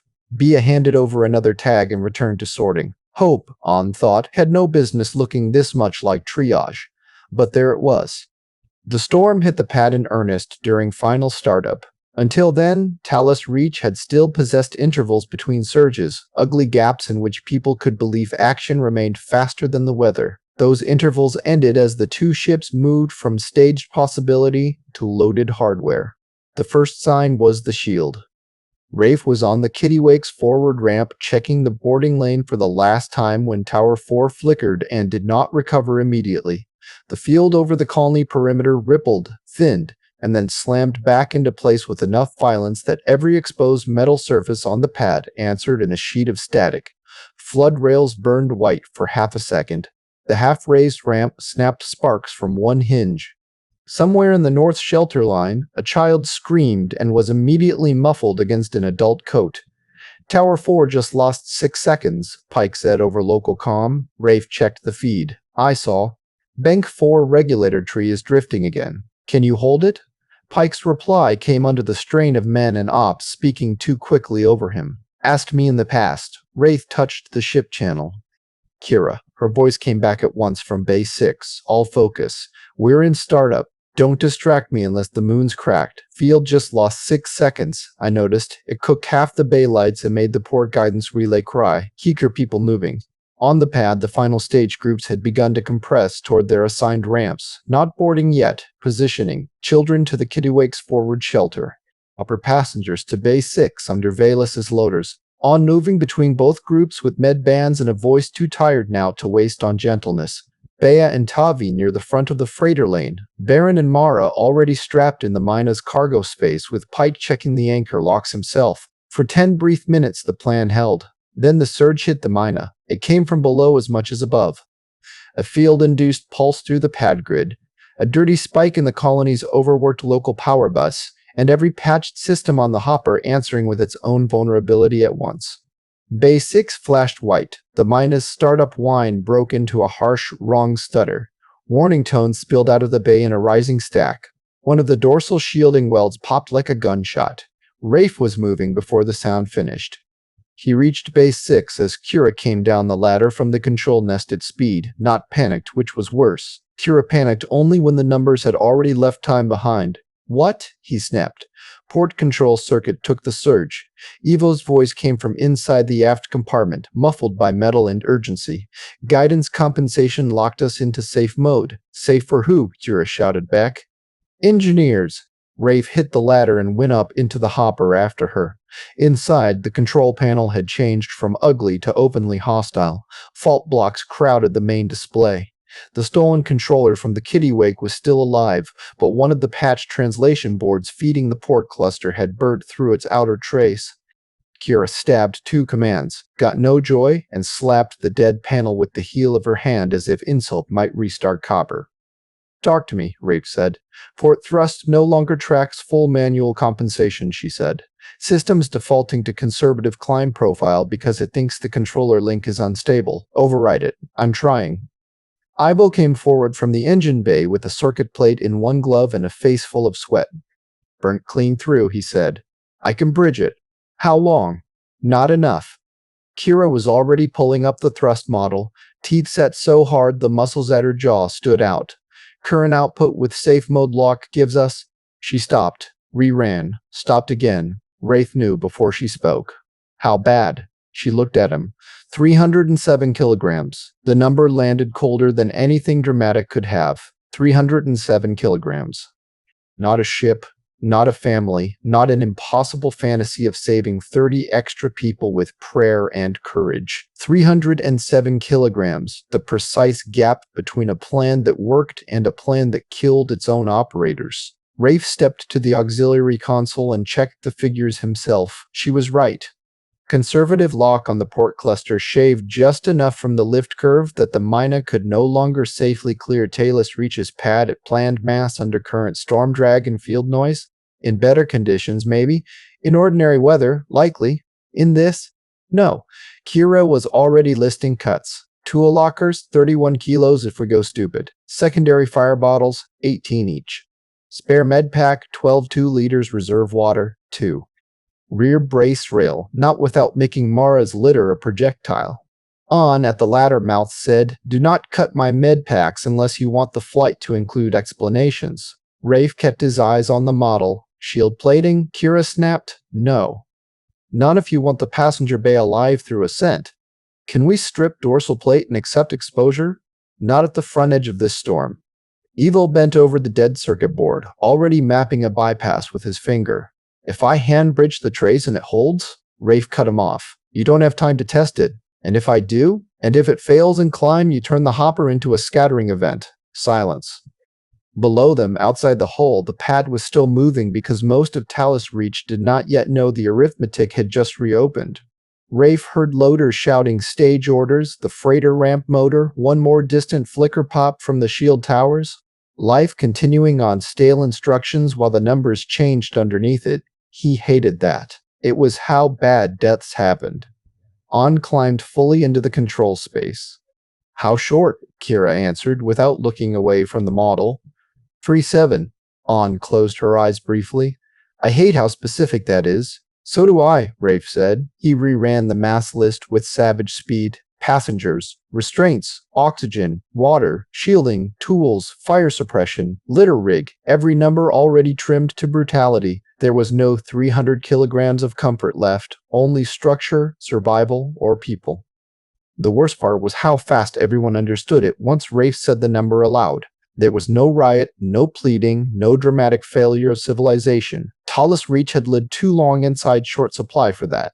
The colony heard 300 kilograms and did what frontier settlements always did when stripped of illusion. It began converting human beings into units because the alternative was to let the units convert them. Rafe would have preferred panic. Panic at least had the excuse of not understanding. He gathered them in Bay 6 because there was nowhere else the truth could be spoken without losing minutes in transit. Kira at the Myna's control nest with the revised thrust curve. Ivo by the aft panel holding the burnt circuit board like evidence from a trial. On with the manifest notebook and the med list. Velas and a handful of sector leads who had earned the right to hear bad numbers early by carrying enough of the day on their backs. Dana Voss in her blanket on the side bench because she refused to be moved until someone explained exactly why. Baron Lowe in the sling seat with one hand braced on the frame. Montagree on the litter, pale with pain and fury and already too tired to waste either elegantly.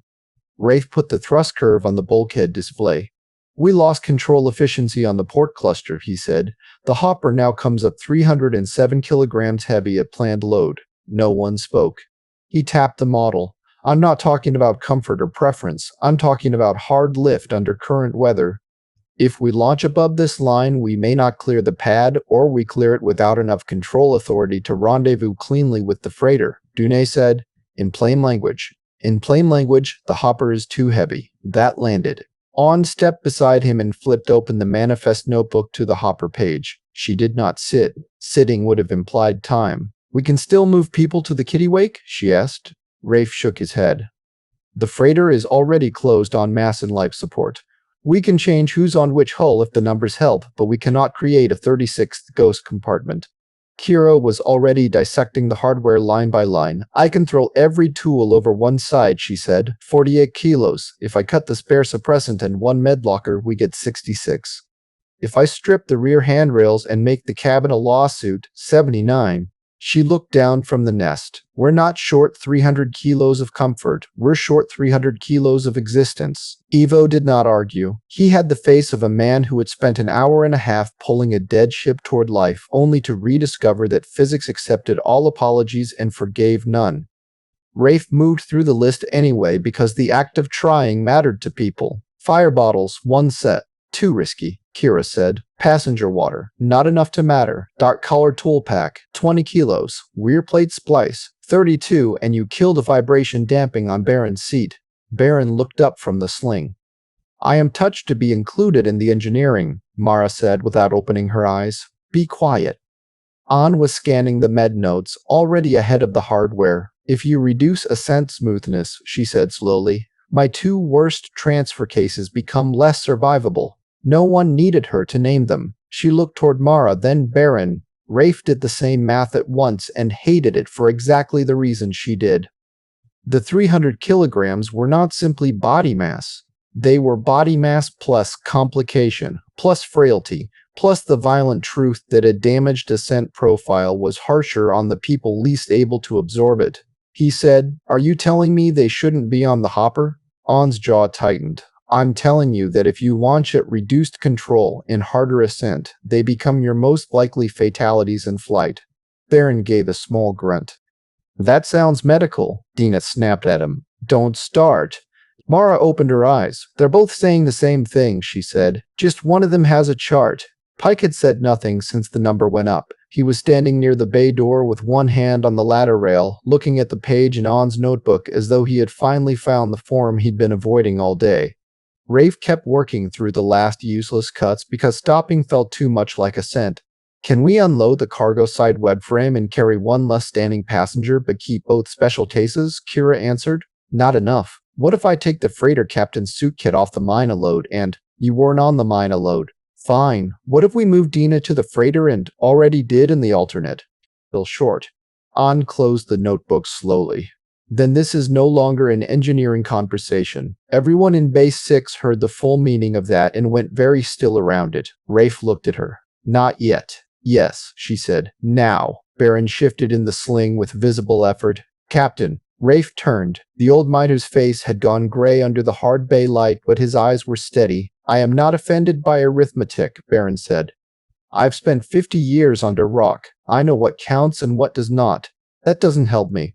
No, Baron said. It helps me. Mara let out a thin breath that might have been the beginning of laughter if pain hadn't cut it off. Don't be noble, Baron. It makes you sound late.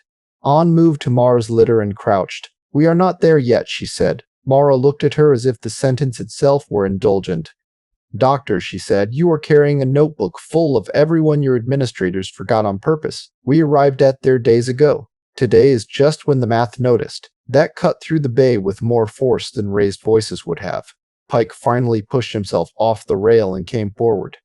He stopped beside An and looked down at Mara and Baron for a second before speaking, as though giving himself no room to phrase this in the language he would once have used. I'll stay, he said. Rafe turned. What? Pike kept his eyes on the two retirees, not on the captain. I'll stay here with them. An rose so fast she almost hit the litter frame. No! Pike looked at her then. They should not be alone. That is not your decision. It's exactly my decision. He turned to Rafe. I'm 3 seats of mass if the other 2 stay off the hopper. More than enough margin. Kira, without emotion, checked the display. Yes, she said. It clears. An swung on her. Do not help him. I'm answering a load question. This is not a load question. Kira looked at the notebook in An's hand and then at Pike. No, she said.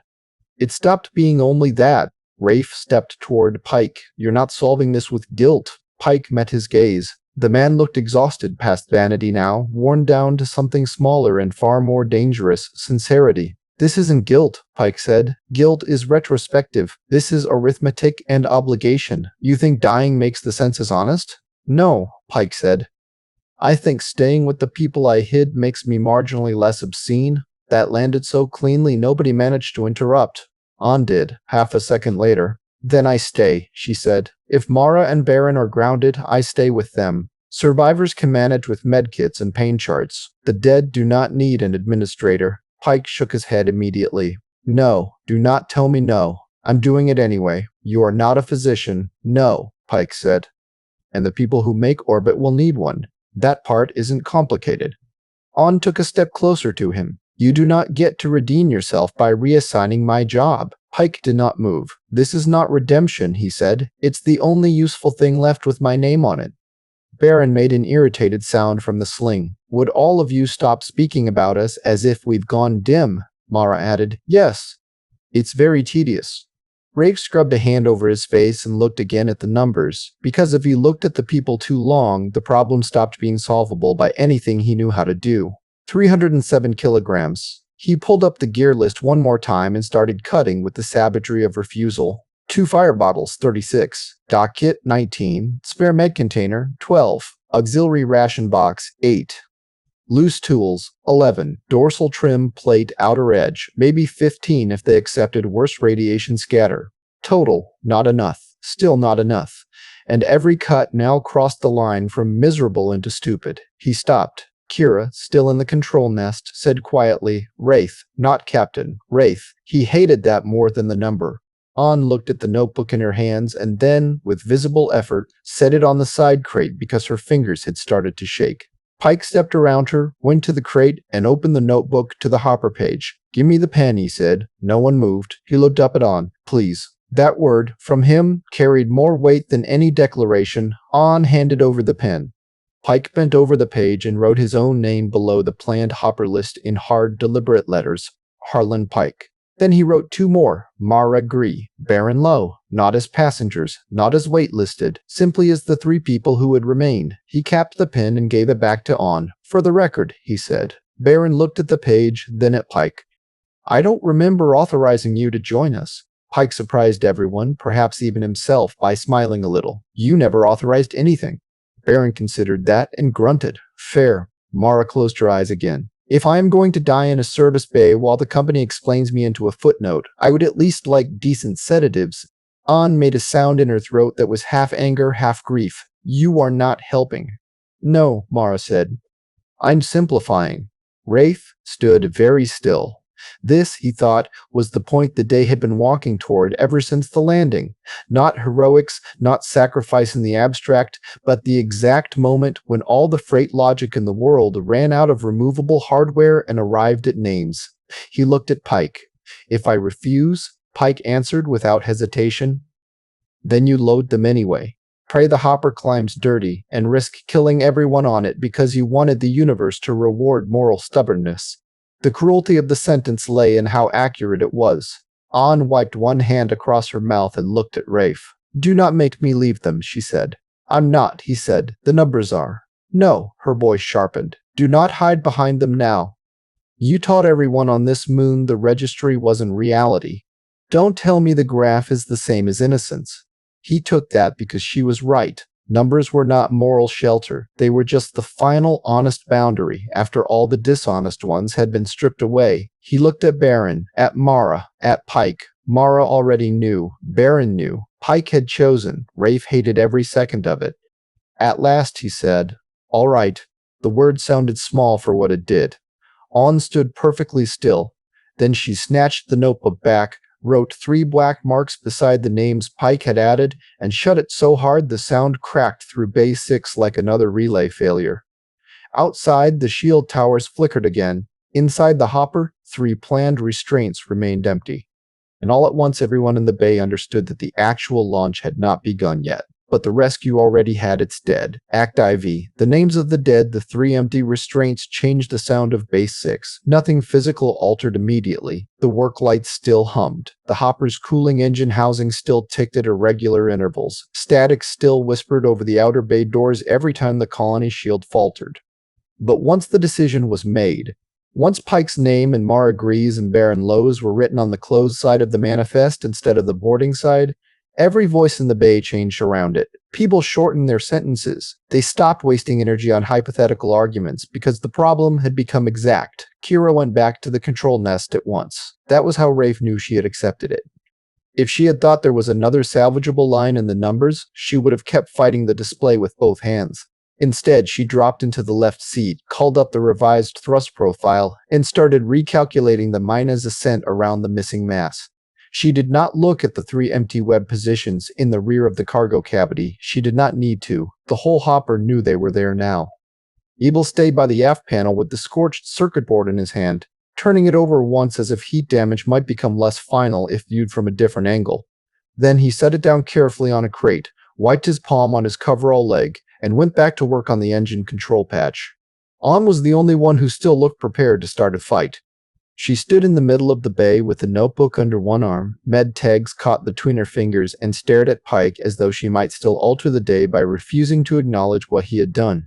No, she said again. Pike had lost the administrative manner now. It had been stripped off him piece by piece over the last hours until there was almost nothing left but tiredness and a plain kind of resolve. Yes, he said. You are not my superior. No, you are not making a medical decision. No. Then stop speaking as if this is settled.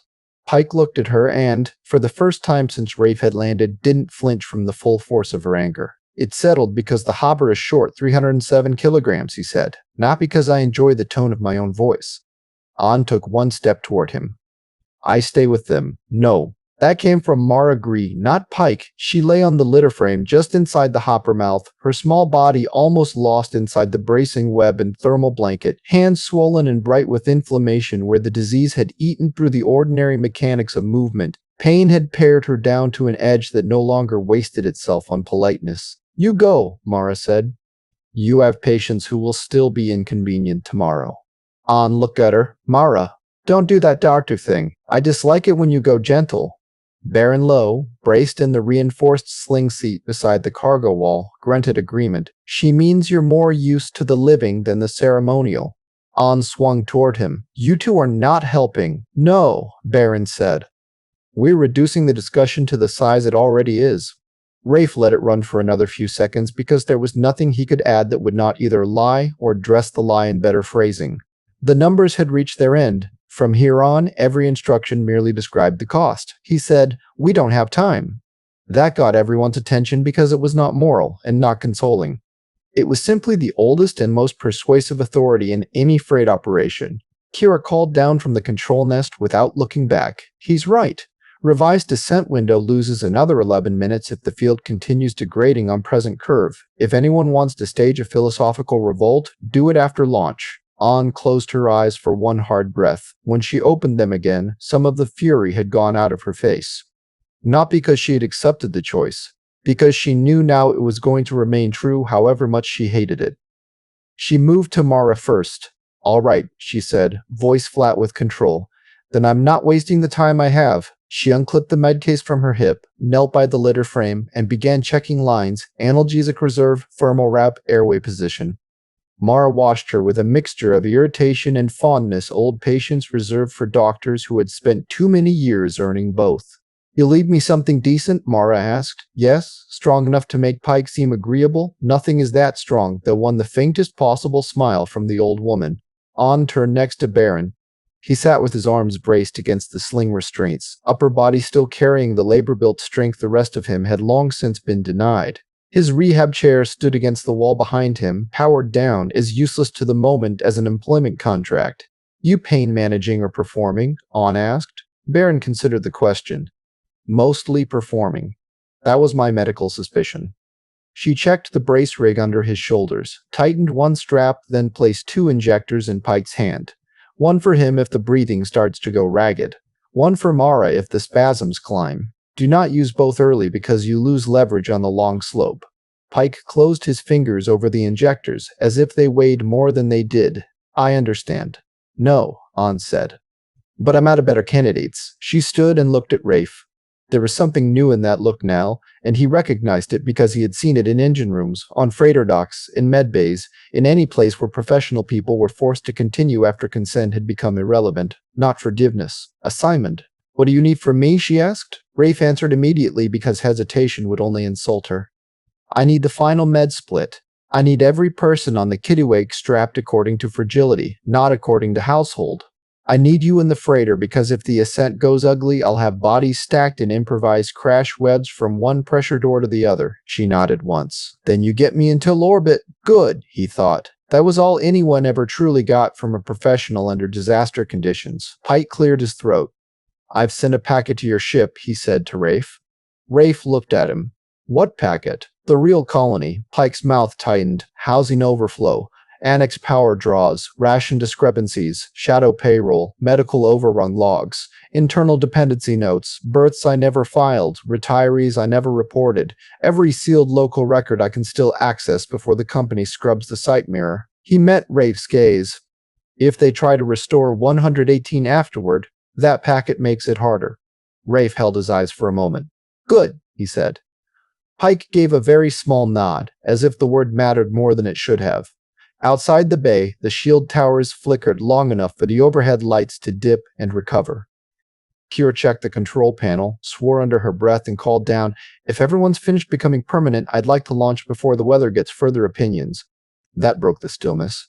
Work resumed. The colony took the new load plan badly and professionally. Rafe had seen enough crews under hard deadline to know the difference between open panic and disciplined distress. Hollis Reach did not descend into riot when the revised boarding order went out. It did something much harder to manage. It absorbed the change, understood what it implied, and continued moving. That was more dangerous in its own way, because intelligence always made grief sharper. Under the east awning, An reopened the notebook and began rewriting the ship columns. She no longer had time for full names on every pass.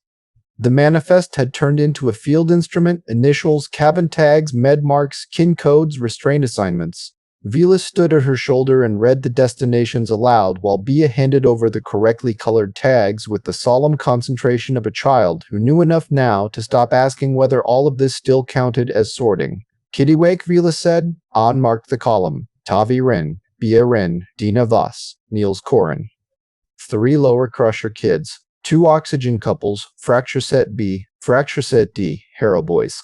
Jace Harrow, standing 2 meters away with both sons at his side, listened without interrupting. He had spent the hour since the ramp incident making himself useful with a ferocity that looked very much like shame in coveralls. He had also not argued once since Rafe shoved him back from the freighter mouth. That counted for something.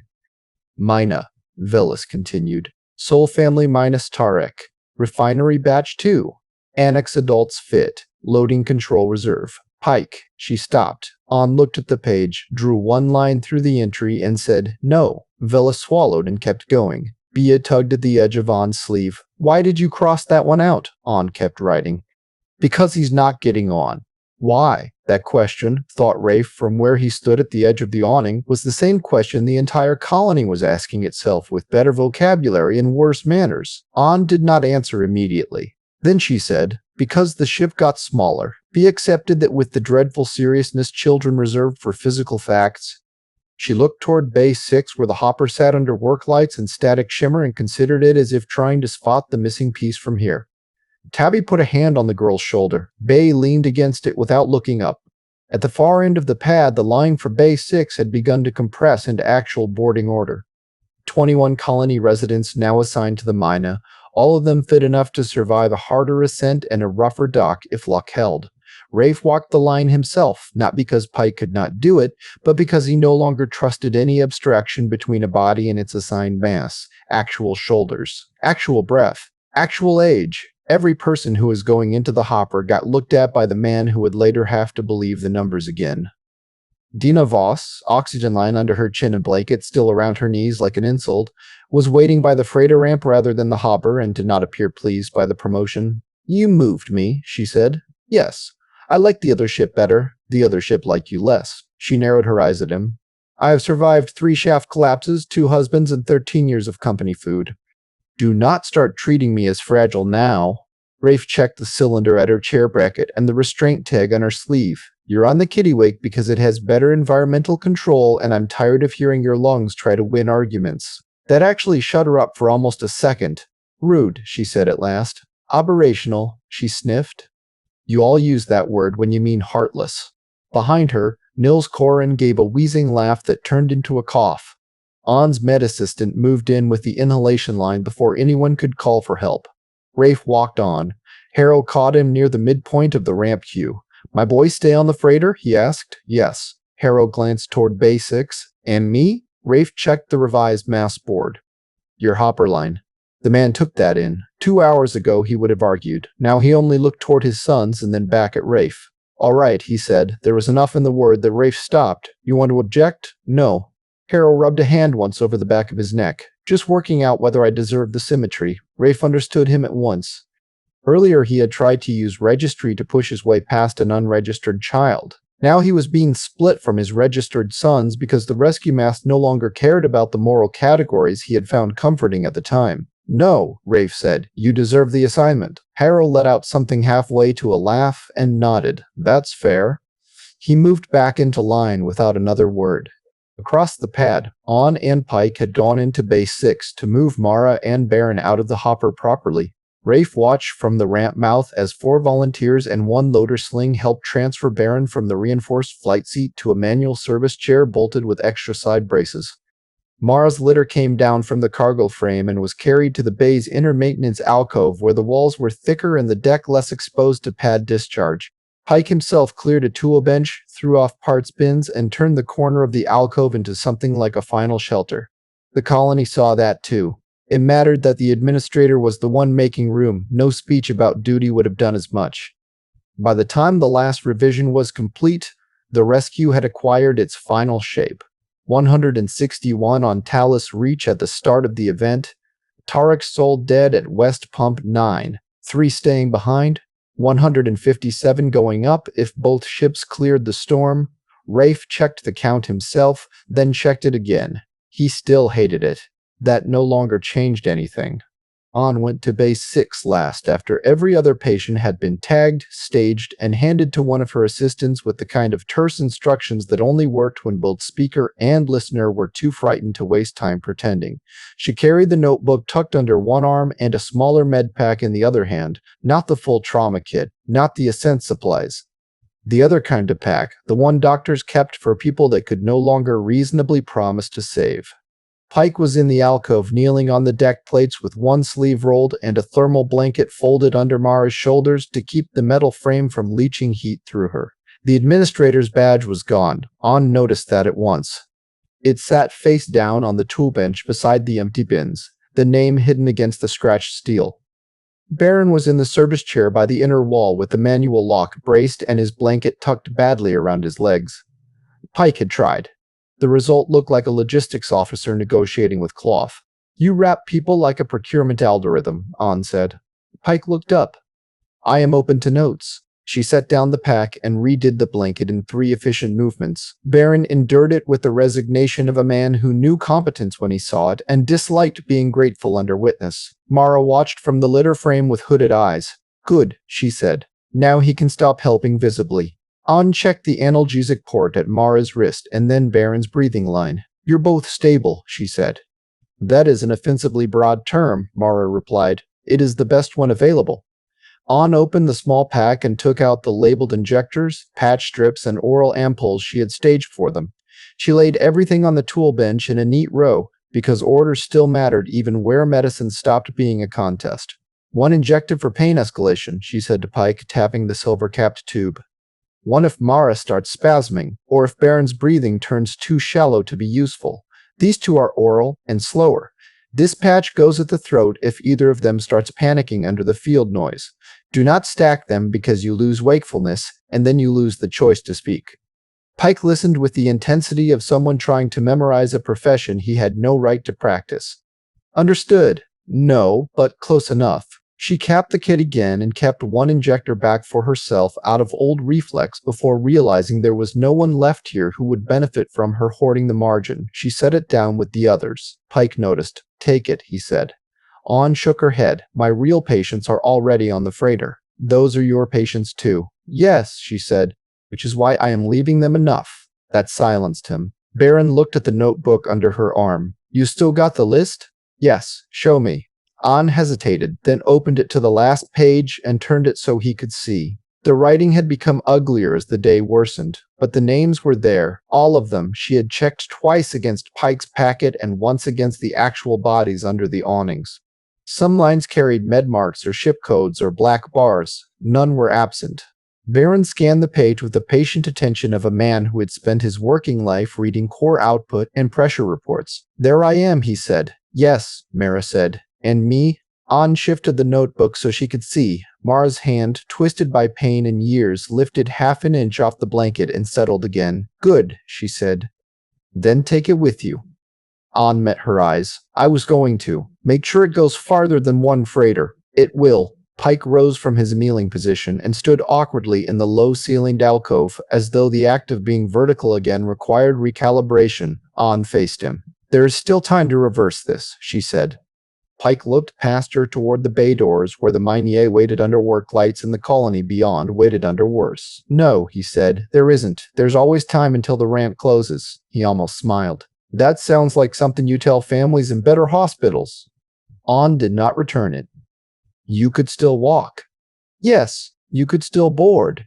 "Yes." "And you are choosing not to." Pike took a breath and let it out slowly. "I spent 6 years telling myself the false census was an ugly thing in service of a living colony. Maybe some of that was even true, but today the false census became a machine for selecting who could be abandoned cleanly." He glanced at the tool bench where his badge lay face down. "If I board now, I take the last refuge of that machine with me." An looked at him for a long second. Then she said, "That's the first decent sentence I've ever heard you say without paperwork in it." Pike accepted that with more grace than she expected. Rafe appeared at the mouth of the alcove before the silence could harden around them. 2 minutes, he said. An nodded. Pike said, "There's one more burst queued from local ops. It'll ride the last clean channel we have once the freighter starts climbing." Rafe's eyes narrowed. "What kind of burst?" "The actual census flag, time-stamped against the emergency event. I'm pushing it to civilian and union relays as well as your buffer." Rafe looked at him. "That'll end your career even if the storm doesn't." Pike glanced toward Mara and Baron. It was not, in retrospect, going well. Baron barked a laugh that turned into a wince. An closed the notebook. "Say goodbye properly," she said, to no one in particular. Then she stepped to Mara, put one hand briefly over the old woman's and another over Baron's shoulder, and left before anyone could thank her for something this ugly. At the bay door, Rafe stopped Pike with one look. "I'll use the packet," he said. Pike nodded. "Do more than that," he said. "Make them say the number." Rafe held his gaze. I will. That was all either man had left to promise. The Kittiwake had ceased to resemble a freight ship in any familiar moral sense. Rafe came up the forward ramp with the first boarding wave and saw at once what he and Kira had done to the hold under acceleration and bad information. The container frames converted into standing crash webs. Dense freight pallets locked around the sides as crude radiation baffling. Water bladders strapped into void spaces where elegance used to live. Med corner isolated behind a hanging pressure sheet and 3 lengths of cargo mesh. Crew corridor emptied of everything that was not structure. Cabin doors open, bunks folded, private space murdered for public survival. He approved of it completely and hated it without reserve. The first children went in under On's direction. Bea looked at the hold with the frank stare of someone too young to know when architecture was supposed to reassure her and too old not to notice when it didn't. This is a bad ship for children, she said. Tavi made a mortified noise. Rafe said, it's a bad ship for everyone. That satisfied Bea more than false comfort would have. He accepted the blue tag web On indicated and stood still while Tabby clipped her in. Around them, the hold filled in disciplined increments. Fracture cases to the port side brace line where On could reach them quickly if ascent turned rough. Oxygen-dependent adults near the forward environmental splice. Small children threaded between adult bodies whose mass gave them shielding on the outer lines. Hero's sons side by side near Niels Korn, who looked as if he might use the opportunity to adopt them by proximity before the first burn. Hero himself stayed on the ramp as long as he could, helping Velas and the loaders move people into the proper order. He lifted Dina Voss's oxygen bracket without being asked, took one furious glare from her in silence, and settled her into the side rail restraint where she could be clipped to the auxiliary line. You are touching my chair like you bought it, Dina told him. Yes, ma'am, Hero said. She stared at him for a second, then nodded as if he had answered a harder question. Good, Rafe thought. Shame still had uses beyond suffering. On moved through the hold with one assistant and the efficiency of a surgeon on a collapsing battlefield. Check strap, check airway, check panic response. Tell a child where to put hands. Tell an adult to stop trying to rotate toward their spouse because the restraint geometry did not care about marriage. Tie down an inhaler pack where a frightened man could not drop it. Reassign one boy from the outer web because his shoulders were narrower than expected and the shielding line would eat too much room. Kittiwake count, Belis called from the ramp. Rafe checked his slate. 136 colony aboard, he said, plus me. Belis nodded and turned to the board. That number mattered. After all the lies, the hidden annex, the false registry, the company directives, and Pike's long collapse into honesty, the freighter at least had the dignity of being exactly what it claimed it load. Rafe moved deeper into the hold and checked the environmental status again. The improvised scrubber tree was holding. Carbon margins, ugly but survivable for shadow orbit and transfer. Water reserves reduced below anything a sane passenger service would have tolerated. Temperature already climbing in the dense body-packed central webs. Breath and fear beginning to alter the air faster than the software liked. There was no more room to be merciful about any of it. On looked up from where she was clipping one of the off-book's children into a smaller side brace. When do you close? When Kira says the hopper is in final bypass, that isn't an answer. It's the one I've got, Bea called from her web. Is Kira still outside? On and Rafe looked at one another. Yes, he said. Then don't leave her. The child said it with the simple authority of someone who still believed adults could choose correctly if reminded. Rafe felt the sentence land harder than any of the technical alerts had all day. I'm trying not to, he said. That too Bea seemed willing to accept. He went forward through the hold and keyed the bridge hatch. Before sealing it, he looked back once. 136 people packed into converted freight geometry under emergency light and rising static, every face turned toward whatever part of the ship most resembled direction. The colony's real population compressed into human cargo because the storm had finally stripped the institution around them down to metal, air, and sequence. Numbers, Rafe thought, were still honest here. Mass, volume, heat load, oxygen draw, but they were honest only after someone had fought to get the right bodies into them. He shut the hatch and climbed to the bridge. The last time Rafe saw Talus reach from the ground, the colony looked like a piece of machinery already halfway inside its own obituary. Floodlights burned too bright under the static haze. Loader beacons strobed through charged dust. The shield towers around the perimeter shivered in visible strain, their field pattern no longer continuous so much as a sequence of recoveries.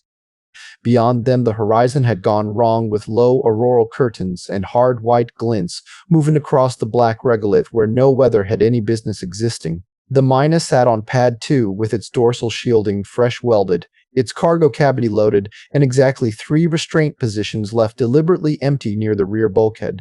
Kira was on the outer ladder, one hand buried in the manual bypass access she had reopened after the surge. Eva was already in the cockpit. The old hopper's startup lights glowed through the grime like an unhealthy revival. Rafe crossed from the freighter ramp to base 6-1 final time because he was not yet willing to let the leaving become automatic. Pike met him halfway. The administrator had changed nothing visible except the missing badge and the fact that he now stood on the colony side of every line without hesitation. Behind him, in the maintenance alcove, Mara lay under the thermal blanket with her eyes closed, and Baron sat in the braced chair watching the bay doors as if timing the day's absurdities against some internal scale only miners possessed. Rafe stopped 2 steps from Pike. "Last chance," he said. Pike shook his head. "No. It doesn't get nobler by repetition. I'm not trying to make it noble." Pike glanced toward the Myna. "I'm trying to stop it becoming sloppy." That was about as honest as the day allowed. Rafe handed him a sealed field comm. "Local power goes before the end. This retains line of sight shortband for a little while." Pike took it. "I'll use it if there's anything left to say." "There won't be." "No," Pike agreed. "Probably not." From the alcove, Baron called out, "Captain." Rafe turned. The old miner lifted one hand, the fraction he could manage. "When they say the number later," Baron said, "don't let them round." Rafe looked at him. "I won't." Mara opened her eyes without moving her head. "And don't let them call us residual losses. I always hated that term." "Noted," Rafe said. That got the smallest trace of satisfaction into her face. Pike looked at Rafe again. "There's one more thing," he said. "When you clear atmosphere, the company may try to order you straight to a secure receiving dock under their control. Don't." "I wasn't planning to." "Good. Because the moment you hand them the ship, they'll isolate the logs, lock the survivors into statements, and bury the annex in review language." Rafe considered him. "You sound as if you've met the company." Pike let out one short breath that might once have become a laugh. "Only professionally." On the Myna, Kira leaned out from the ladder and shouted across the pad, "Rafe, if you want to be sentimental, do it while throttling." That was his engineer, putting a hard edge on the obvious so nobody could mistake urgency for rudeness. Rafe looked once more toward the alcove. Pike had moved back beside Mara's litter and Baron's chair without seeming to notice. The 3 of them already occupied a geometry apart from the rest of the colony, their own fixed triangle inside the open bay. He said, "There are 161. Pike met his eyes and nodded. "Yes." Rafe turned and walked back toward the Kittiwake without looking over his shoulder again. Freight had taught him long ago that some departures became harder, not easier, with repetition. Better to set the line once and use it. At the forward ramp, An was waiting with the hatch half-sealed and the notebook tucked inside her jacket. "Everything strapped?" he asked. "Yes? You?" Her expression made it clear what she thought of the question. "No, but I'll survive the inconvenience." "Good." She hesitated, then said, "Did you talk to them?" "Yes." "Did Pike say anything useful?" "Yes." That was enough. She did not ask what. Rafe sealed the hatch, went to the bridge, and sat down in the command couch. On his left screen, the colony layout glowed with too many error blocks. On his right, the ascent curve burned in red and amber across the tactical overlay. Straight ahead, the pad camera showed the Myna waiting under static flicker and hard light, Kira on the ladder, Evo in the cockpit, Tallis Reach still pretending for perhaps 1 minute more that launch order belonged to the living. Rafe keyed the ship-wide channel. "All aboard," he said. "Locked down." The bridge acknowledged. So did the ship, and the one-way old freight ships always did, by passing a shiver through the hull as if remembering, too late, how much work was about to be asked of it. The Kittiwake left the ground like a punishment. Rafe drove the burn in hard because the weather had already taken too many other things that day and he had no interest in giving it time as well. The old freighter's drive came alive beneath him in a layered roar and bone-deep vibration, every patched strut and rebuilt plate announcing its opinion of an overloaded emergency ascent under lethal field conditions. Pad telemetry dissolved into static almost at once. The forward cameras washed white, recovered, washed white again. Ground hold released, landing struts retracted. The colony fell away under him in floodlit fragments and electrical glare. On the hold channel, An's voice came up clipped and level. Forward section stable. Child line holding. Oxygen corner live. Copy. The Kittiwake hit the first surge front 600 meters above Talus Reach. Not a wall. Not anything that atmosphere-trained language handled well. A region of charged disorder through which every exposed system suddenly wanted to become a better conductor. Warning tones spilled across the bridge. Port side sensor tree degraded. Radiation alarms woke up and started discovering new reasons to be shrill. Manual stabilization fought static phantoms on the control surfaces that did not exist because the ship was not built for air and the storm did not particularly care. Rafe shut off every subroutine he did not trust. He flew the hull. Freight had prepared him for this in the only useful way. It had not taught heroics. It had taught how to keep one thing inside tolerance while 5 others failed noisily around it. The Kittiwake was too heavy, too full, too improvised, and too late to care about elegance. She only had to do 3 things: climb, stay intact, and not cook the bodies inside her before shadow orbit. "Kittiwake to Myna," he said into the short band. "Window open." Evo answered through a blanket of interference. "Receiving." Kira came over the same line a second later, breath tight with effort rather than fear. "Need 30, you've got 25, then you'll get ugly work." He almost smiled despite the bridge alarms. Wouldn't recognize anything else. Below him, Talus Reach shrank to a cluster of white sparks under a trembling field. Beyond the colony, the moon's surface rolled black and hard under the crawling auroral curtains.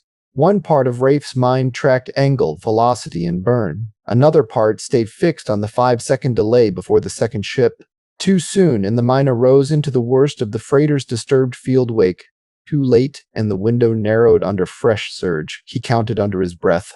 On the hold channel, a child started crying somewhere in the port restraint line. On's voice cut through it, not soothing, simply precise. "Head back, hands inside the web." "Good. Again. That's it." Bea said something too low to make out. Another child answered. The cry subsided into frightened breathing. Rafe kept climbing. The Kittiwake's hull temperature alarms went amber, then red at the outer skin. Radiation shadow calculations updated twice and got worse each time. He pulled the nose fractionally starboard to avoid a static dense plume blooming off the moon's magnetically poisoned horizon, and felt the overloaded ship answer a half-beat late because mass always remembered what you asked of it. "Myna," he said. "Status." For 1 second there was only noise.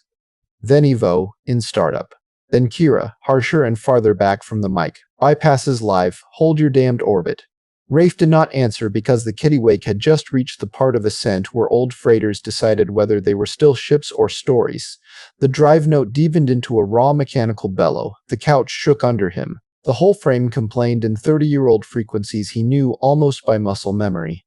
He took manual trim and rode the thrust through. Below, Talus Reach flickered once, twice, and then the Myna lit. Even through the static haze and failing pad cameras, the second ascent burned visible, a harsher, narrower engine flare punching up from pad 2, half a minute after the freighter, ugly and overbright and alive. Rafe let out one breath he had not known he was holding. "Kittiwake copies launch." No answer came back at once.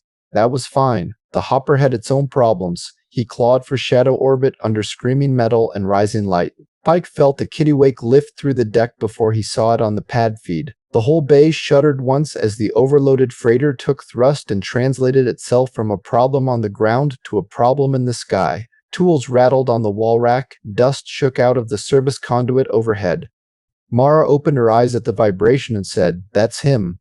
"Yes," Pike said. He stood at the alcove mouth with the hand comm Rafe had given him and watched the pad camera try to keep up with the freighter's climb through static bloom and flare wash. For 1 second, the whole outside world was white. Then the Kittiwake was above the floodlight haze and rising hard toward a sky that had stopped resembling any honest word for weather.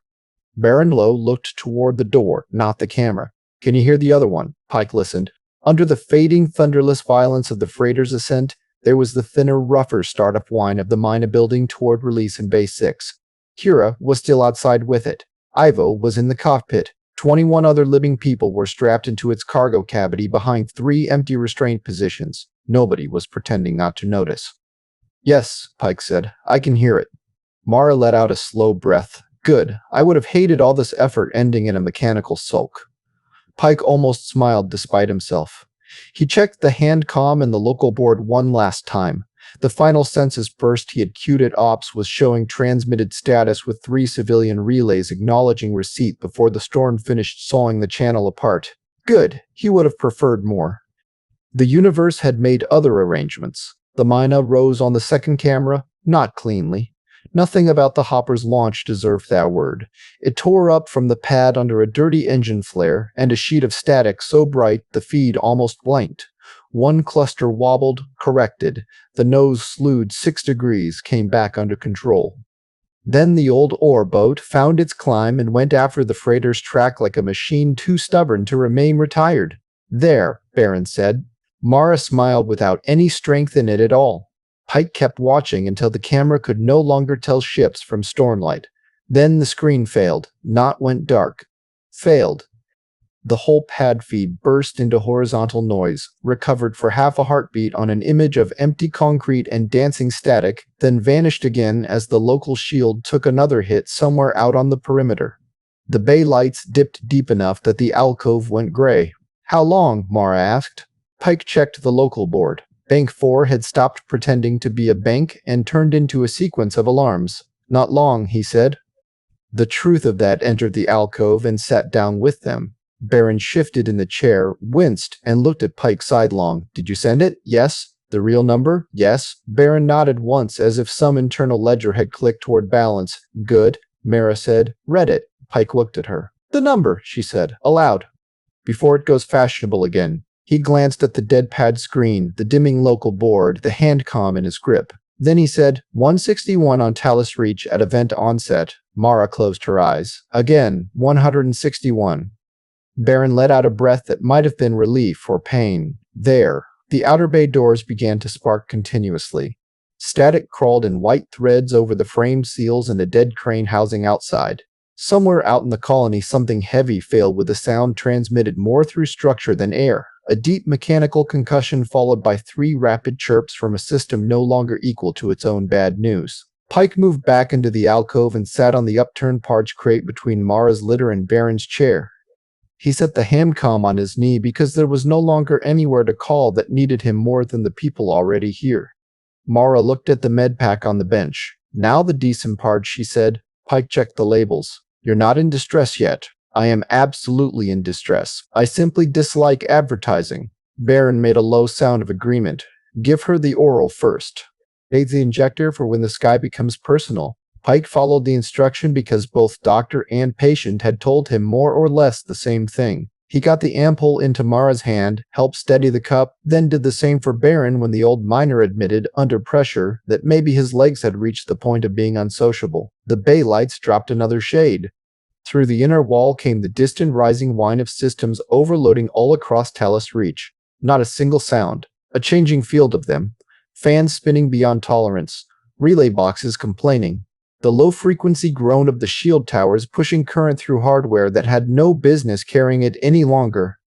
Pike looked toward the maintenance corridor where the hidden annex had once begun and thought, not for the first time that day, about thresholds. 119 would have made Talus Reach permanent. 119 would have required a second bank. Bigger shelters, real med capacity, legal oxygen reserves, official children. The company had held the colony at 118 on paper because one missing body on the line of forms was cheaper than infrastructure. He wondered, very briefly, whether anyone in route operations would understand the magnitude of the thing they had economized. Then he stopped wondering because the question no longer deserved him. Mara's voice came from the litter, softer now. Do you hear them? Who? The ships. Pike listened. Through the static and the failing bay systems, there was nothing left of engine sound. No sensation he could trust enough to name. No, he said. That's all right, she murmured. I know they went. Barron shifted again and looked at Pike across the narrowing light. Don't let yourself think this makes you good, he said. Pike met his eyes. I won't. Fine. Barron settled back against the chair brace. I hate it when people improve at the end. That did make Pike laugh once, short and shocked and entirely devoid of humor. Outside, the field collapsed. It did not happen like a curtain or a shield in a simulation. It happened like a set of equations finally deciding they were no longer interested in compromise. The local board went white. Every exposed metal surface in the bay answered with a simultaneous blaze of static. For one impossible instant, Talus Reach was brighter than any settlement had a right to be. Every conduit and rail and wall seam turned into a line of charged light. Pike saw Mara's face, Baron's hands, the badge on the bench, the outline of the open med pack. Then the white flare took the colony and the maintenance bay and the three people inside it out of the map. Rafe reached shadow orbit with just enough ship left to be rude to death.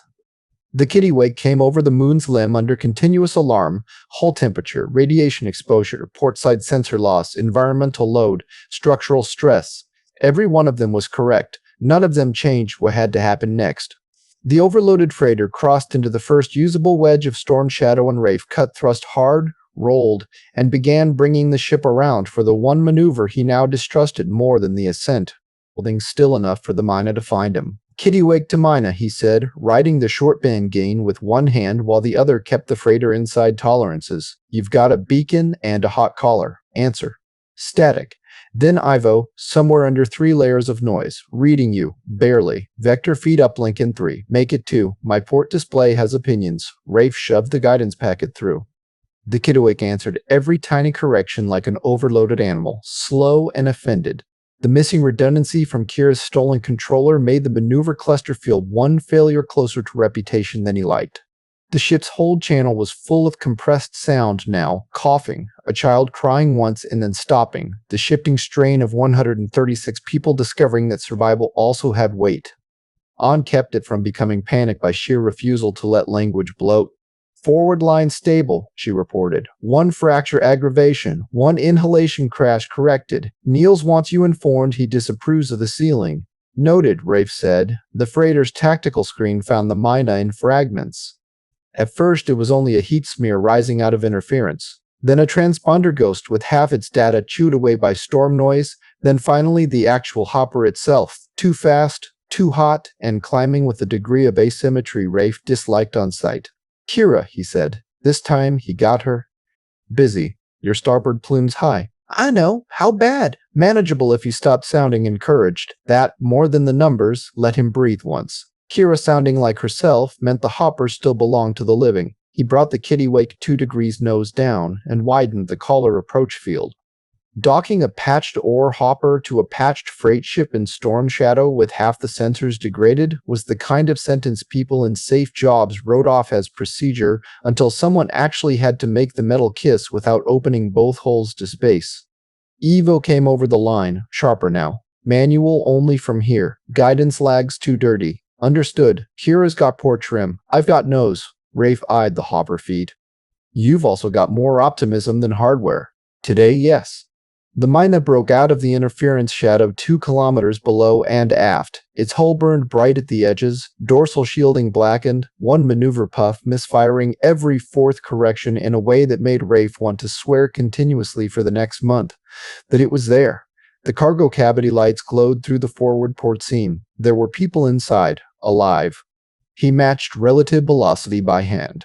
Every correction came late. Every late correction produced a second correction. The Kittiwake's collar beacon flickered under static wash, and Rafe had to ride the alignment through manual visual references. No sane certification regime would have accepted from a recreational pilot, let alone a loaded rescue freighter carrying a second-half rebuilt ship full of survivors. "Kittiwake collar hot," he said. "Bring it 2 degrees starboard, then hold," Ivo answered. "Doing it?" The Myna came too far. Kira caught it with a hard pulse from the port side. Now the nose drifted low. "Don't chase," Rafe snapped. "Let it settle." "Say that to the ship," Kira shot back. He almost smiled despite the sweat running down his spine. The hopper slid into line by ugly fractions. 5 meters. 3. 1.5. Docking collars kissed, bounced, kissed again. The latch indicators stayed amber for an endless half-second.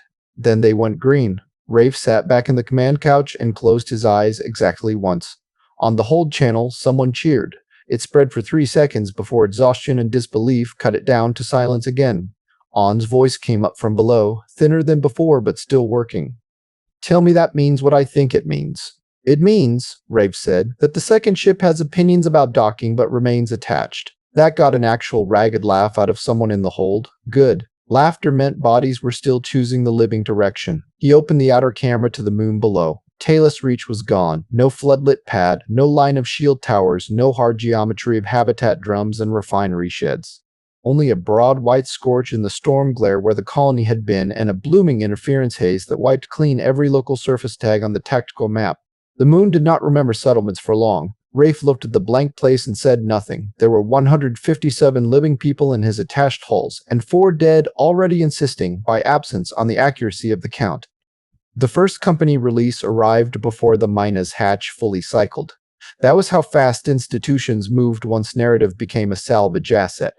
Rafe got the packet on the bridge screen while the pressure equalization between the two ships was still climbing through safe differential, and On was halfway up the ladder with a med team, ready to cross into the hopper the moment the inner lock cleared. He almost ignored it on reflex. Then he saw the header. Apex Colonial Metals, Preliminary Incident Notice. He opened it. The text was clean and bloodless in the way only legal departments and root directors ever managed under mass death.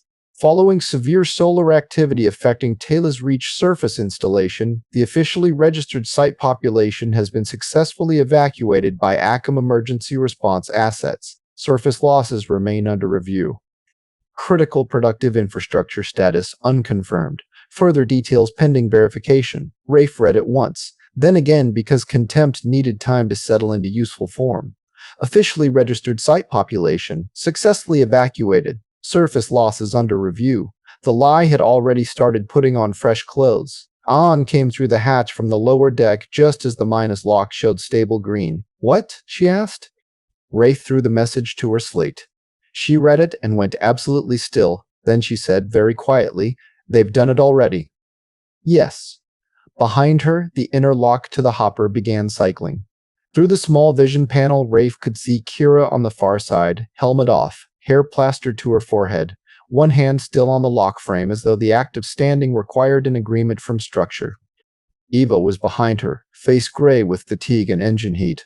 On looked from the message to the lock and back again. They didn't even wait to learn whether the second ship made orbit. They didn't need to. The second ship wasn't in the sentence. Her expression hardened into something colder than anger. "No," she said, "only the company was." The lock cycled open.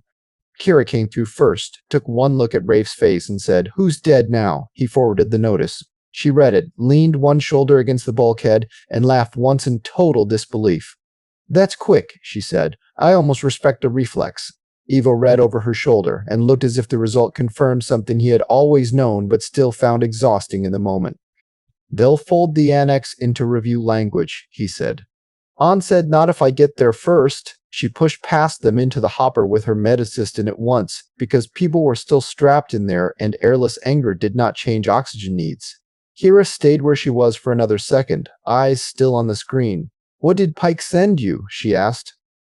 Rafe pulled up the packet the administrator had shoved into the freighter buffer before launch. It was larger than he'd thought, not one file. A colony's worth of concealed evidence, compressed and time-stamped and signed with Pike's local admin credentials before the storm took everything else. Housing overflow logs, shadow ration tallies, service annex power draws, med requisition anomalies, dependents flagged and suppressed. Local birth entries saved as draft and never filed upstream. Retirement holds. Contract overrun notations, visitor permits never closed, an entire bureaucratic x-ray of Talus Reach showing the 43 omitted lives in the negative space where corporate administration had been instructed not to look too carefully.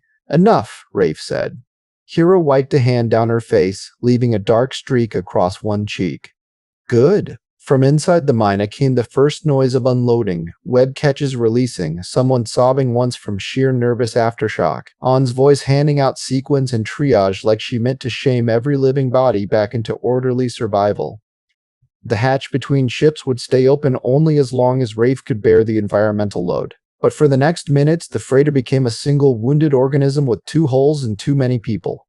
Tavi came up the lower ladder with Bea unclipped from her hold web and wrapped in a thermal sheet too large for her. Bea looked past Rafe to the bridge screen and then to the open hopper lock and, with a child's terrifying efficiency, understood the order of things. "Did Kira make it?" "Yes," Rafe said. Bea nodded as if ticking a box. And the other people? Yes. And the ones who stayed? Rafe looked at her. There was no good answer that did not teach her something permanent, which meant there was no reason to lie. No, he said. Bea was quiet for a long second. Then she said, put them on the list.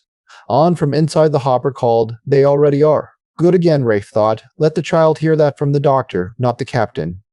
Bea leaned into Tavi's side and did not cry. Tavi did, silently and with her face turned away. Rafe brought the administrative packet up full screen and began sorting the files into useful categories. Names first. Always names first. The real manifest took 43 minutes to assemble and felt like the only clean work anyone had done all day. Rafe set up on the bridge because it had the bandwidth, the scanner bed, and the least amount of human body heat. On came up as soon as the immediate med emergencies on both ships had been beaten back into grim stability. Kira followed once the Myna's engine housings were safed and the hopper's attached environmental draw had stopped trying to insult the freighter's margins. Ivo stayed below with the survivors because someone had to talk the former hopper passengers through the transition from one compromised hull to another, and he had the right voice for it, tired enough to sound true. Han put the notebook on the bridge console with a care that made it look heavier than the colony. Do not scan the pages out of order, she said. I wasn't planning to. Good. Kira dropped into the aux seat and started parsing Pike's packet by date and category. Her fatigue showed in the way she moved now, no spare mockery in the joints, but her hands remained exact. Professionals held shape longest in the fingers.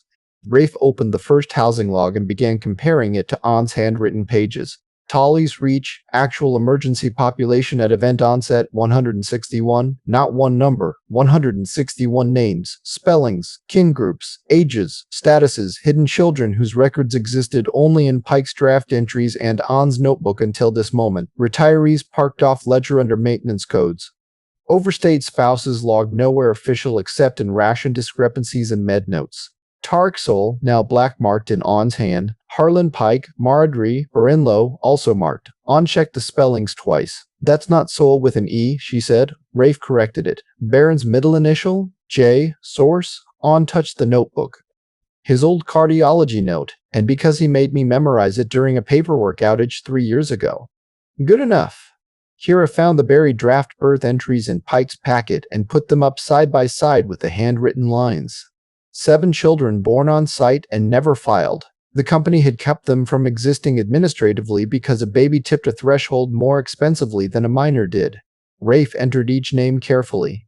He could hear the life of the ship around the bridge while he did it, the overloaded environmental system laboring through too many breaths, the occasional cry from the lower hold, footsteps and voices crossing from hopper to freighter in controlled sequence. One of the Harrow boys laughing unexpectedly at something be said, the sound so normal, it felt almost obscene after the day.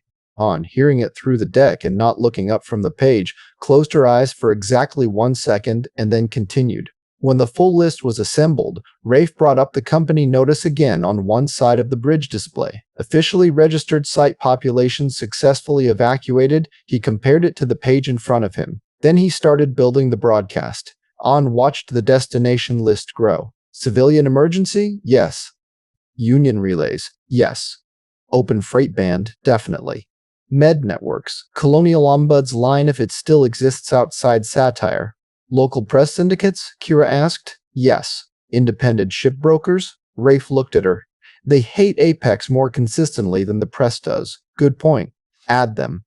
He kept going, every channel he could reach without prior company authorization, civilian distress routers, freight guild repeaters, dock worker unions, surface colony aid nets, independent route exchanges, mutual assistance bands, every open emergency channel in system and 2 beyond, raw data packet attached, on-scanned notebook pages, Pike's administrative archive, Kittiwake boarding logs, Myna docking confirmation, Talus Reach original distress packet showing in the official emergency field, supplemental statement from Captain Rafe Calder, Acom Freight, attesting actual observed population at landing and actual evacuation count at orbit. On said, put the dead in the header. Rafe looked at her. Not under losses, she said. In the header, he understood. He rewrote the first line. Talus Reach actual emergency population at event onset. Survivors evacuated to orbit, the dead, Tark Sol, Harlan Pike, Mara Gree, Baron Lowe.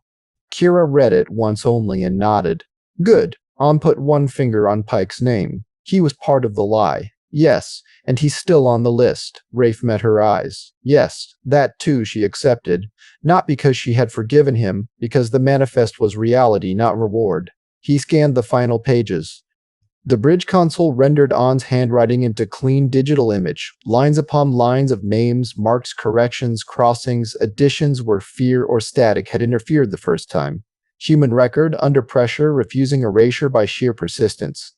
Kira leaned back in the aux seat.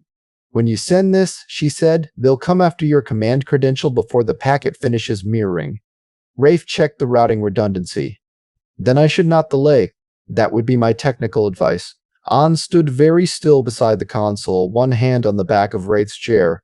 Do it, she said. He put his thumb on transmit. The packet went out, not in one heroic beam, in 1,000 ordinary fragments, because that was how modern systems actually defeated suppression. Burst to relay, mirror to open band, mirror to civilian, mirror to union, repeat.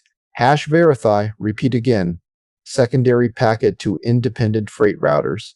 Tertiary to colonial mednets, open channel header in plain language for anyone with a cheap receiver and enough anger to listen. The first acknowledgement came back from Gannett Relay, then a Dockworkers Mutual Aid Net, then Morrow Shelf Platform 3, whose supervisor attached the line received and copied, then an open freight hub 2 systems over, then 10 more at once. The packet was not a message now, it was weather.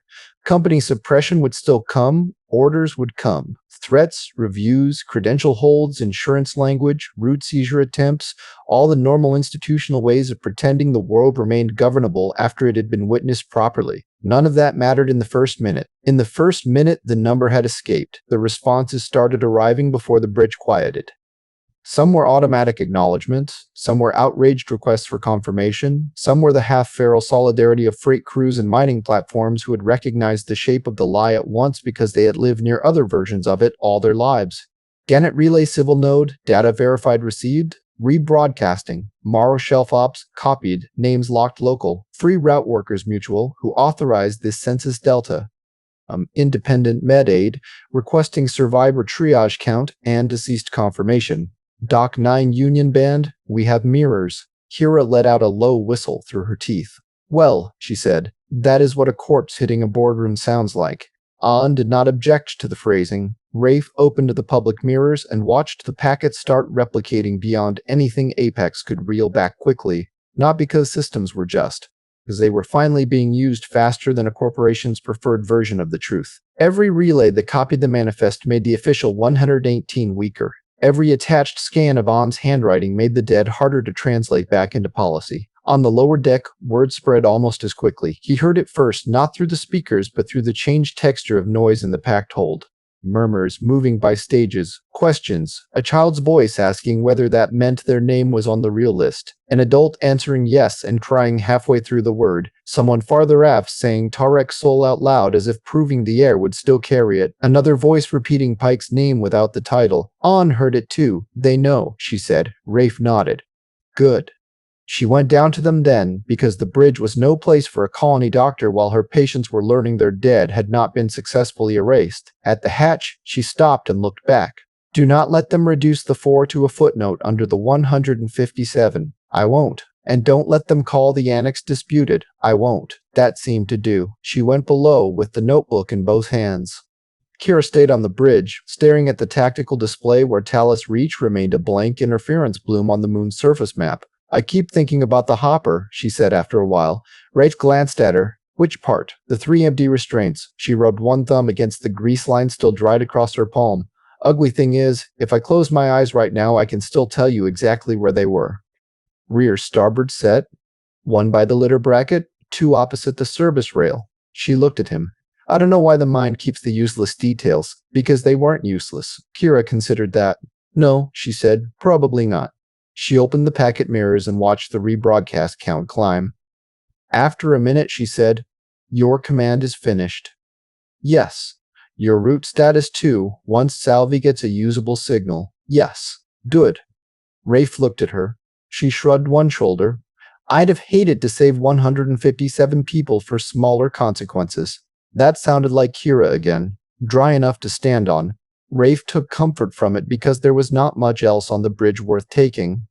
A new incoming message overrode the rest. Not company this time. A civilian relay from a legal aid network out of another system, short and immediate, manifest copied, offsite archive created. Rafe read it twice. Then he sent it down to An, not because she needed reassurance, because professionals deserve confirmation when a hard piece of work crossed from effort into fact. 2 minutes later, Bia's voice came up faintly through the hold channel, bright with the strange steadiness she had carried all day. Did it work? An answered from somewhere below him. Yes.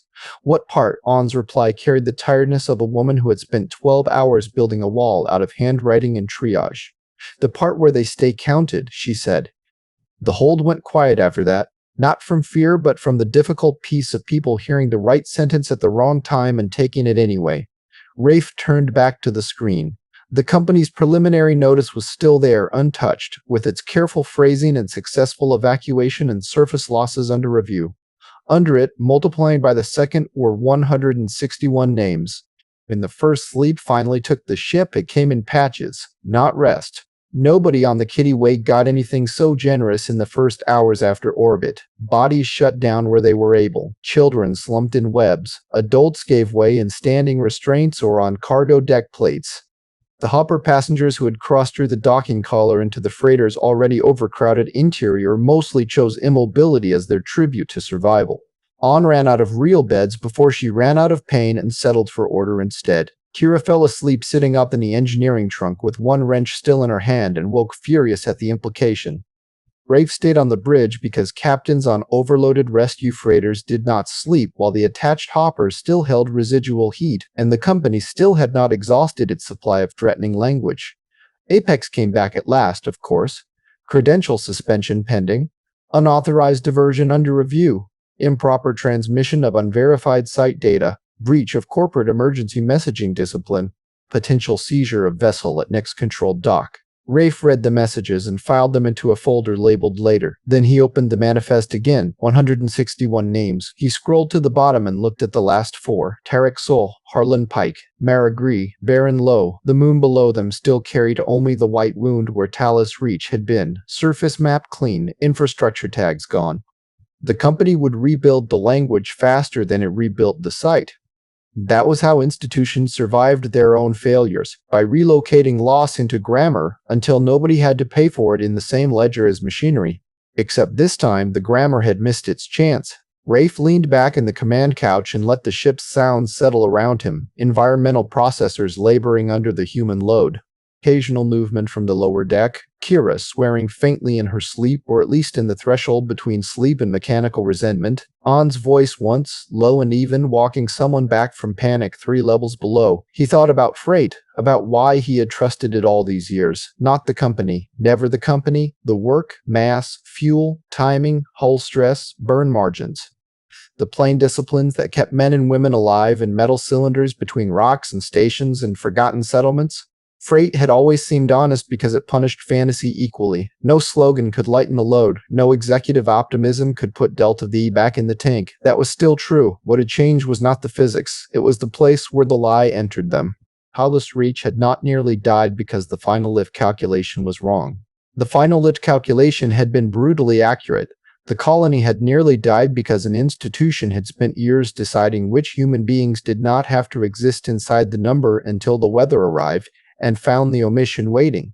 Numbers, he thought, were not moral simply because they were precise.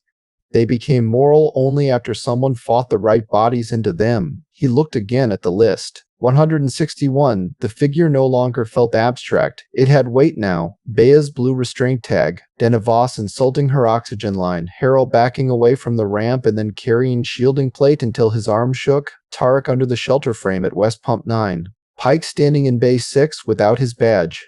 Mara demanding decent sedatives as if ordering lunch. Baron asking Rafe not to let them round. The count had been saved the same way the people had been saved by work. Ugly, time-limited, improvised professional work done by men and women who kept going after institutions handed them bad tools and worse incentives. A ping sounded at the edge of his board. Another civilian acknowledgement, this one from a surface colony watchdog network he had never heard of before today. Their attached note was brief. Real manifest received. Archived. The names are safe. Rafe read it once and closed his eyes. When he opened them, the moon was still there, scarred and indifferent under the storm's receding glare. The Kittiwake still held together because patched ships often did. The Myna remained clamped to its collar like a stubborn thought. Below decks, 157 survivors breathed air bought at terrible rates and no longer had to wonder whether a red light on a scanner could erase them from history. Rafe opened a new outgoing channel on Open Freight Band, not official, not legal, simply direct. "This is Captain Rafe Calder of the Acom freighter Kittiwake," he said. "For the record, Talus Reach emergency population at event onset was 161. 157 survivors are currently aboard attached rescue hulls in shadow orbit. Dead are Tarek Sol, Harlan Pike, Mara Gree, and Baron Lowe. Any version of this incident reporting 118 is false." He let the channel stay open 3 seconds longer than necessary. Then he closed it. Outside, the stars remained exact. Inside, the names held. And because they held, the company's number was already dead. Thanks for watching Echo Forge. If this story resonated with you, leave a comment, hit like, and subscribe so the next tale finds you. Share this with someone who loves dark fantasy or twisted sci-fi, and I'll see you in the next world.